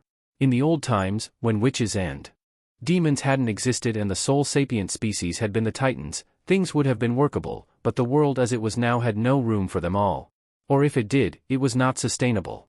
Not when King's kids would have kids and repopulate the Titan race. The final sign had been the lack of clutches from King's kids. Apparently a Titan laid one big clutch in their entire lifetime, ranging from a few to nearly a dozen eggs, always in a time they sensed as the most opportune or necessary. That was why King's clutch had come relatively early in his life, at the human equivalent of 20 or 21, and at such a record-high amount, with him as the sole remaining member of the species. That his kids still hadn't had their own made it clear enough things were due for a shake-up. And so, passing Luz's 1000th year of existing, the entire family had decided on one thing. After a last announcement and a few years spent enjoying the time with the witches and demons of the world, helping encourage the spread of nature across the remaining barren deserts at the center of the continents, along with receiving a final gift and tribute to them for their efforts, the by then fully populated demon realm planet being officially named Titania, they had all traversed to the most remote area, the Titan graveyard, where King had used magic to grow even beyond his size at the time, scooped his 13 kids up in his arms, flared his wings, and escaped the planet's gravity well with a mighty flap that caused turbulent weather systems across the globe for the next month. The next leg of Luz and King's lives had been a boring one. Even with his course set straight for the nearest possible destination, it still took over several dozen millennia to travel there at non-relativistic speeds. The celestial nebula had thinned to nothingness by the time the flight had started, and where they were heading, the nebula hadn't even reached in the in-between, but Luz had been able to replicate its lulling effect by then a couple centuries ago. That time was often spent zoned out. It was strange to know that, in every span of time from entering it to becoming lucid again, empires could have been founded, risen, and fallen elsewhere. Man, immortal timescales were so whack. In between those times, Luz spent the decades with her nibblings and brother. With how big he'd grown for the journey, there was a surprising amount of space for them in his folded hands to do things. Magic school bus-esque explorations of King's inside were also not out of the question. It was strange to see that, though King was far from becoming his father in full, he still housed an entire ecosystem. Though every living thing did that, just on a much, much smaller scale. And then, finally, they'd arrived at the nearest star system with a planet in the habitable zone. It was not impressive. Actually, it was literally the opposite of habitable. There was nothing but dry rock, not even ice on the poles or in the crust. Any magnetosphere it used to have had faded millions of years ago, and any atmosphere had gone with it at the same time. It didn't even have a neat moon to stabilize the rotational axis, or a big gas giant further out that could redirect or absorb extinction-level meteors. But they'd anticipated that, and so King and his kids had gotten to work, expanding on their work on Titania. For the next many millennia, Luz had been the ecstatic witness to an entire planet being terraformed. Beyond those first 2 centuries, this PRD of time was certainly up there as the greatest. Her time going out with Marilyn and Lewis, gathering countless icy asteroids and hurling them at the planet to stockpile back up on water. Sure, the extra heat from all the impacts needed a while to dissipate again, but they had time. Or the time she'd accompanied King, tunneling down through the partly solid mantle and into the core, heating up everything and getting the metal core flowing again over the course of a couple centuries, reigniting the plate tectonics. Levi would eventually work on the tunnel down and the land surrounding it. Luz was pretty sure their time watching Made in Abyss together when he was 7 had been at least a subconscious influence. Lucia and Lucas had turned creating mountains and general landscaping into a big wrestling match, rolling around continental plates and tussling with each other. The time Lucas had table-flipped a tiny tectonic plate onto his twin was definitely one of the more memorable moments. Julia and Manuel had also traveled out to space, enchanting a giant object that would attract asteroids in place of a Jupiter. Luz had loved it, if only because she got to watch her amazing Danger Noodle string bean all grown up to titanic sizes and doing the heavy lifting. As the last of the space duos, Amelia and Artoria had taken to growing a moon, made of crystal this time, to change things up, they'd said. It looked very pretty during an eclipse, even if there was a tiny chance of a random fire on the planet somewhere in range of said event. And soon after enough water and atmosphere had appeared, a short break had been needed. It had been a good sign of where their path led when all of King's kids suddenly started laying their clutches within a century or 2 of one another. Then, while waiting for the incubation PRD to finish, Levi and Emer held a decades-long game of dodgeball, except the ball were spears of thick rock that could cover most of Manhattan, and the end result had been an entire sea riddled with long spires sticking out the ocean floor at random angles and stretching beyond the clouds.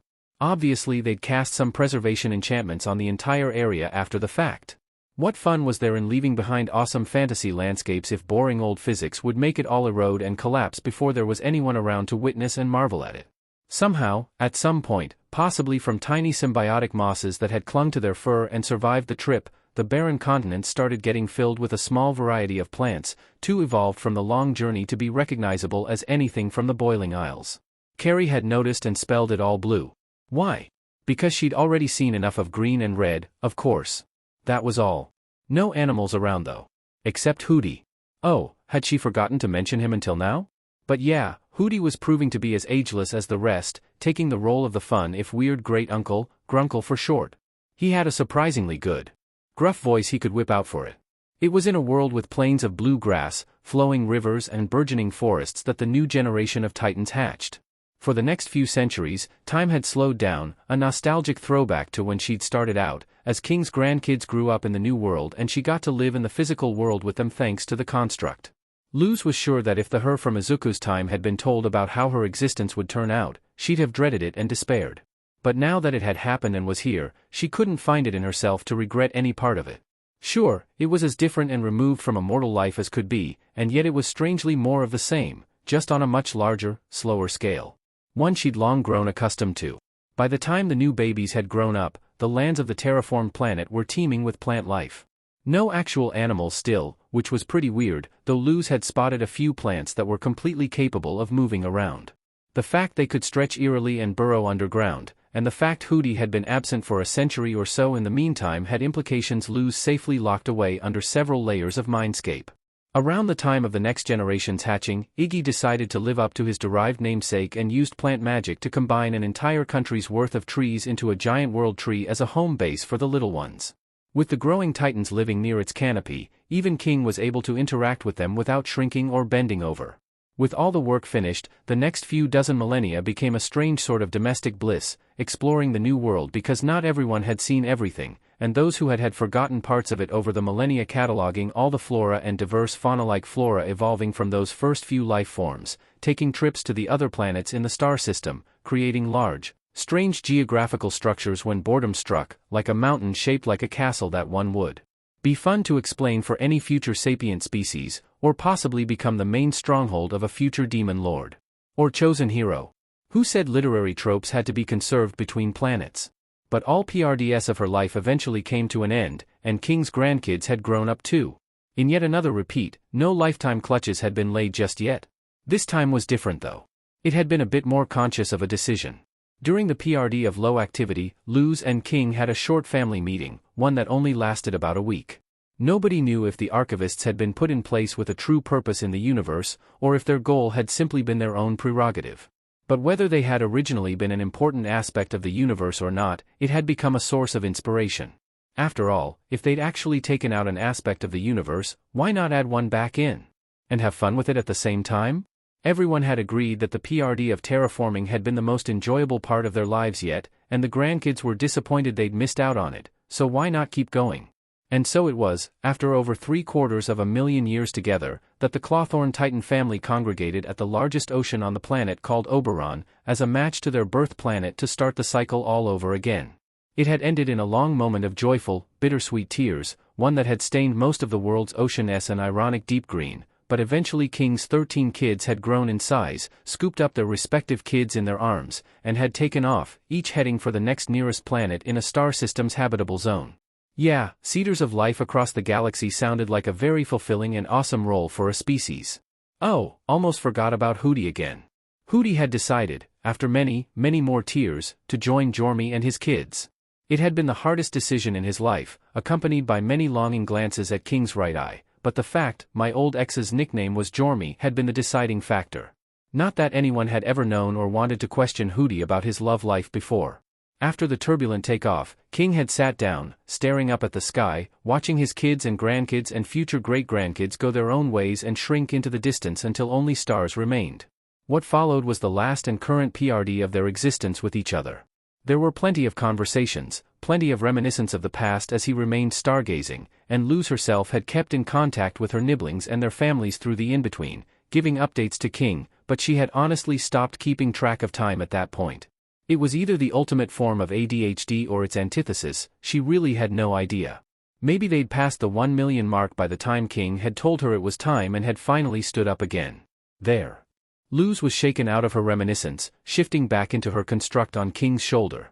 They were somewhere on the other side of the globe now, the insanely large desert was an easy enough sign. Despite their efforts, they'd never been able to get anything to grow here. And it hadn't mattered that much in the grand scheme of things anyway. The reminiscence of the sped-up cliff notes of the summary of everything in her life until now had probably taken up a year or so, for him to have wandered around to this place.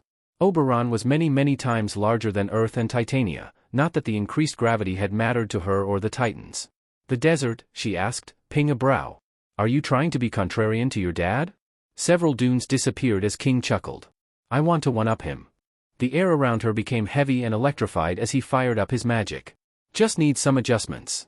He took another few steps, and one of the family's ancient fruitless efforts at turning the desert green air, blue in this case, came into view, a large basin modeled after Uluru on Earth, its inside hollowed out and filled completely with water constantly pulled from the oceans to top up any that flowed over. It had been meant as an eternal font of water, a central source of all rivers traveling throughout the area, but despite the access to water, nothing grew anyway, so they'd sealed it back up and left it as a giant basin. King lifted his hand, giant glyph symbols crisscrossing over his fur, and the land rumbled before him. Tons and tons of sand were displaced as a large region of mountains arose out of the bedrock below, with a few ranges sprawling outward from the center. He smiled and navigated to one piece of land, nestled between two of the mountain ranges with the wall of the Red Basin rising up at the back to connect them, and turned his back to it.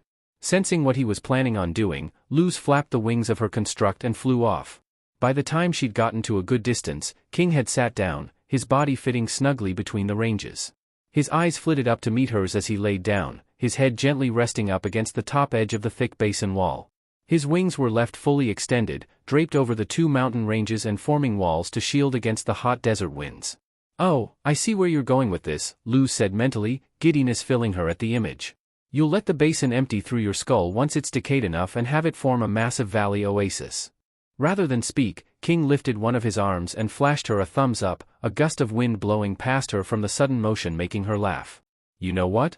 I think you're gonna succeed at the one-upping," she said, watching a satisfied smirk grow in King's face. His arms moved one last time, coming together and crossing, like those old figures in tombs, and finally his eyes closed shut. Luz remained up in the sky, hearing the quiet breathing blowing through the valley. "Is this gonna take some time?" "Yes." She snorted at the disgruntled sound and let herself fade from the construct for the last time, letting it fall and splat somewhere on the sand far below, not seeing any more use for it. Once more, Luz lost track of time, reminiscing, giving some final goodbyes to the by now 3 generations of King's descendants spread over a dozen planets, watching King through a viewing cube. It was by the time his tail and feet were buried under sand, which wasn't going to reach much further up thanks to the low ever-present breeze coming from King's mouth, which would keep up after his passing, that it happened. "Hola, Hermanita." Luz blinked, taking her eyes off the viewing cube, and her face split open in a wide smile. Weh! For the first time in an untold amount of ages, she and King squeezed the life out of each other, coming together as brother and sister. "Man," Luz laughed as they separated. "You definitely know how to leave a world in style. I can already imagine what future civilizations are gonna think. Who was this mighty being, so great it turned mountain ranges into its deathbed? And why?" she said in a David Attenborough voice. "To one-up his dad," King answered the ridiculous thought. "Heck yeah you did." Luz jumped and 2 bony-clawed hands smacked together. She was still grinning as she glanced back at the viewing cube. "So, gonna stick around and watch for a bit?" she asked. "I heard a theory that your dad's sternum was missing because his chest exploded at the end of the Bloetaceous PRD. Because launching your own sternum into space after death sounded so cool it almost had to be true. Nah, I think I'm done." Luz stilled at the terminal tone. "Really? I thought you wanted to get to the in-between to watch over your kids. And talk to them, since their early experimentation with her had made that possible. I know they'll be fine, and become mighty conquerors of the galaxy." King grinned, one that slipped quickly. "But I don't know about you. You've been getting quieter and quieter over time." She had? She didn't keep track of that. Zoning out all felt equally long to her. "You decided to pass on, for me?" she asked, uncomprehending, and a little uncomfortable. Titans couldn't die of old age, so once they reached their equivalent of maturity and essentially paused aging forever, the only plausible way things would end unless celestial gods from space fired a Death Star at you was for them to choose to pass on. Rather than answer, he extended a paw. "Can I?"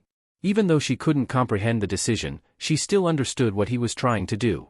She just hadn't thought he'd planned on doing it for another while, until he was done with everything.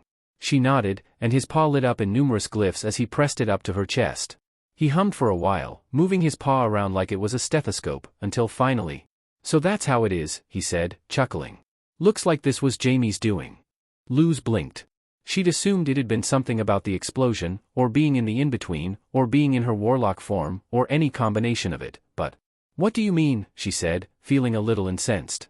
"Jamie wouldn't have. He definitely didn't know this would happen," King agreed. "He probably didn't even realize what he was doing. But I think, the moment he was about to die, at the end of the fight, he knew the explosion would obliterate you completely." Luz stilled. "Oh. So his magic acted on instinct, to save you," he continued to explain. "It created a new body for you in the demon realm, near us, but to make sure your soul wouldn't pass on before getting to that body, it directly linked you and the power inside your warlock form together. Anchoring me here," she finished dazedly. Back in the day, when they'd still been learning about Titan culture and history, they'd found out that Titans couldn't fully pass on until they let go of all their power, as their magical energy followed the classical law of nothing can be created or destroyed. Or more accurately, nothing could be taken in or out of the living realms. Nothing beside souls. It was why the magic of King's dad had still been around over 1,000,000 years after he died, and remained for all those millennia after his true death, and it was why he'd never passed on until he'd gifted her with the power left in his soul through the Warlock bond. But while he had the choice to let it go and pass on, and King did too, it sounded like I never really left my Warlock form since that fight, have I? She asked him, her mind already realizing it was the truth. Why it was possible, more comfortable even, to appear in her Warlock form in this place. Why she could do magic here at all. Why she couldn't pass on. King nodded. Because Jamie repeated what my dad did, you were still alive after the fight, thanks to the new body, but you still slipped back whenever you were unconscious. Just like the abomination construct. Luz giggled, finding some hilarity in the fact things had been right under their noses. And when that body failed, and there was nobody to make you a new one in time, you became a spirit here, King finished the deduction. A strangely comforting silence fell over the in-between. You know, it's kind of sweet, Luz spoke up. We thought Jamie was going to be the one living alongside you till the end, but when he realized he wouldn't get to, he unintentionally let me do it in his stead.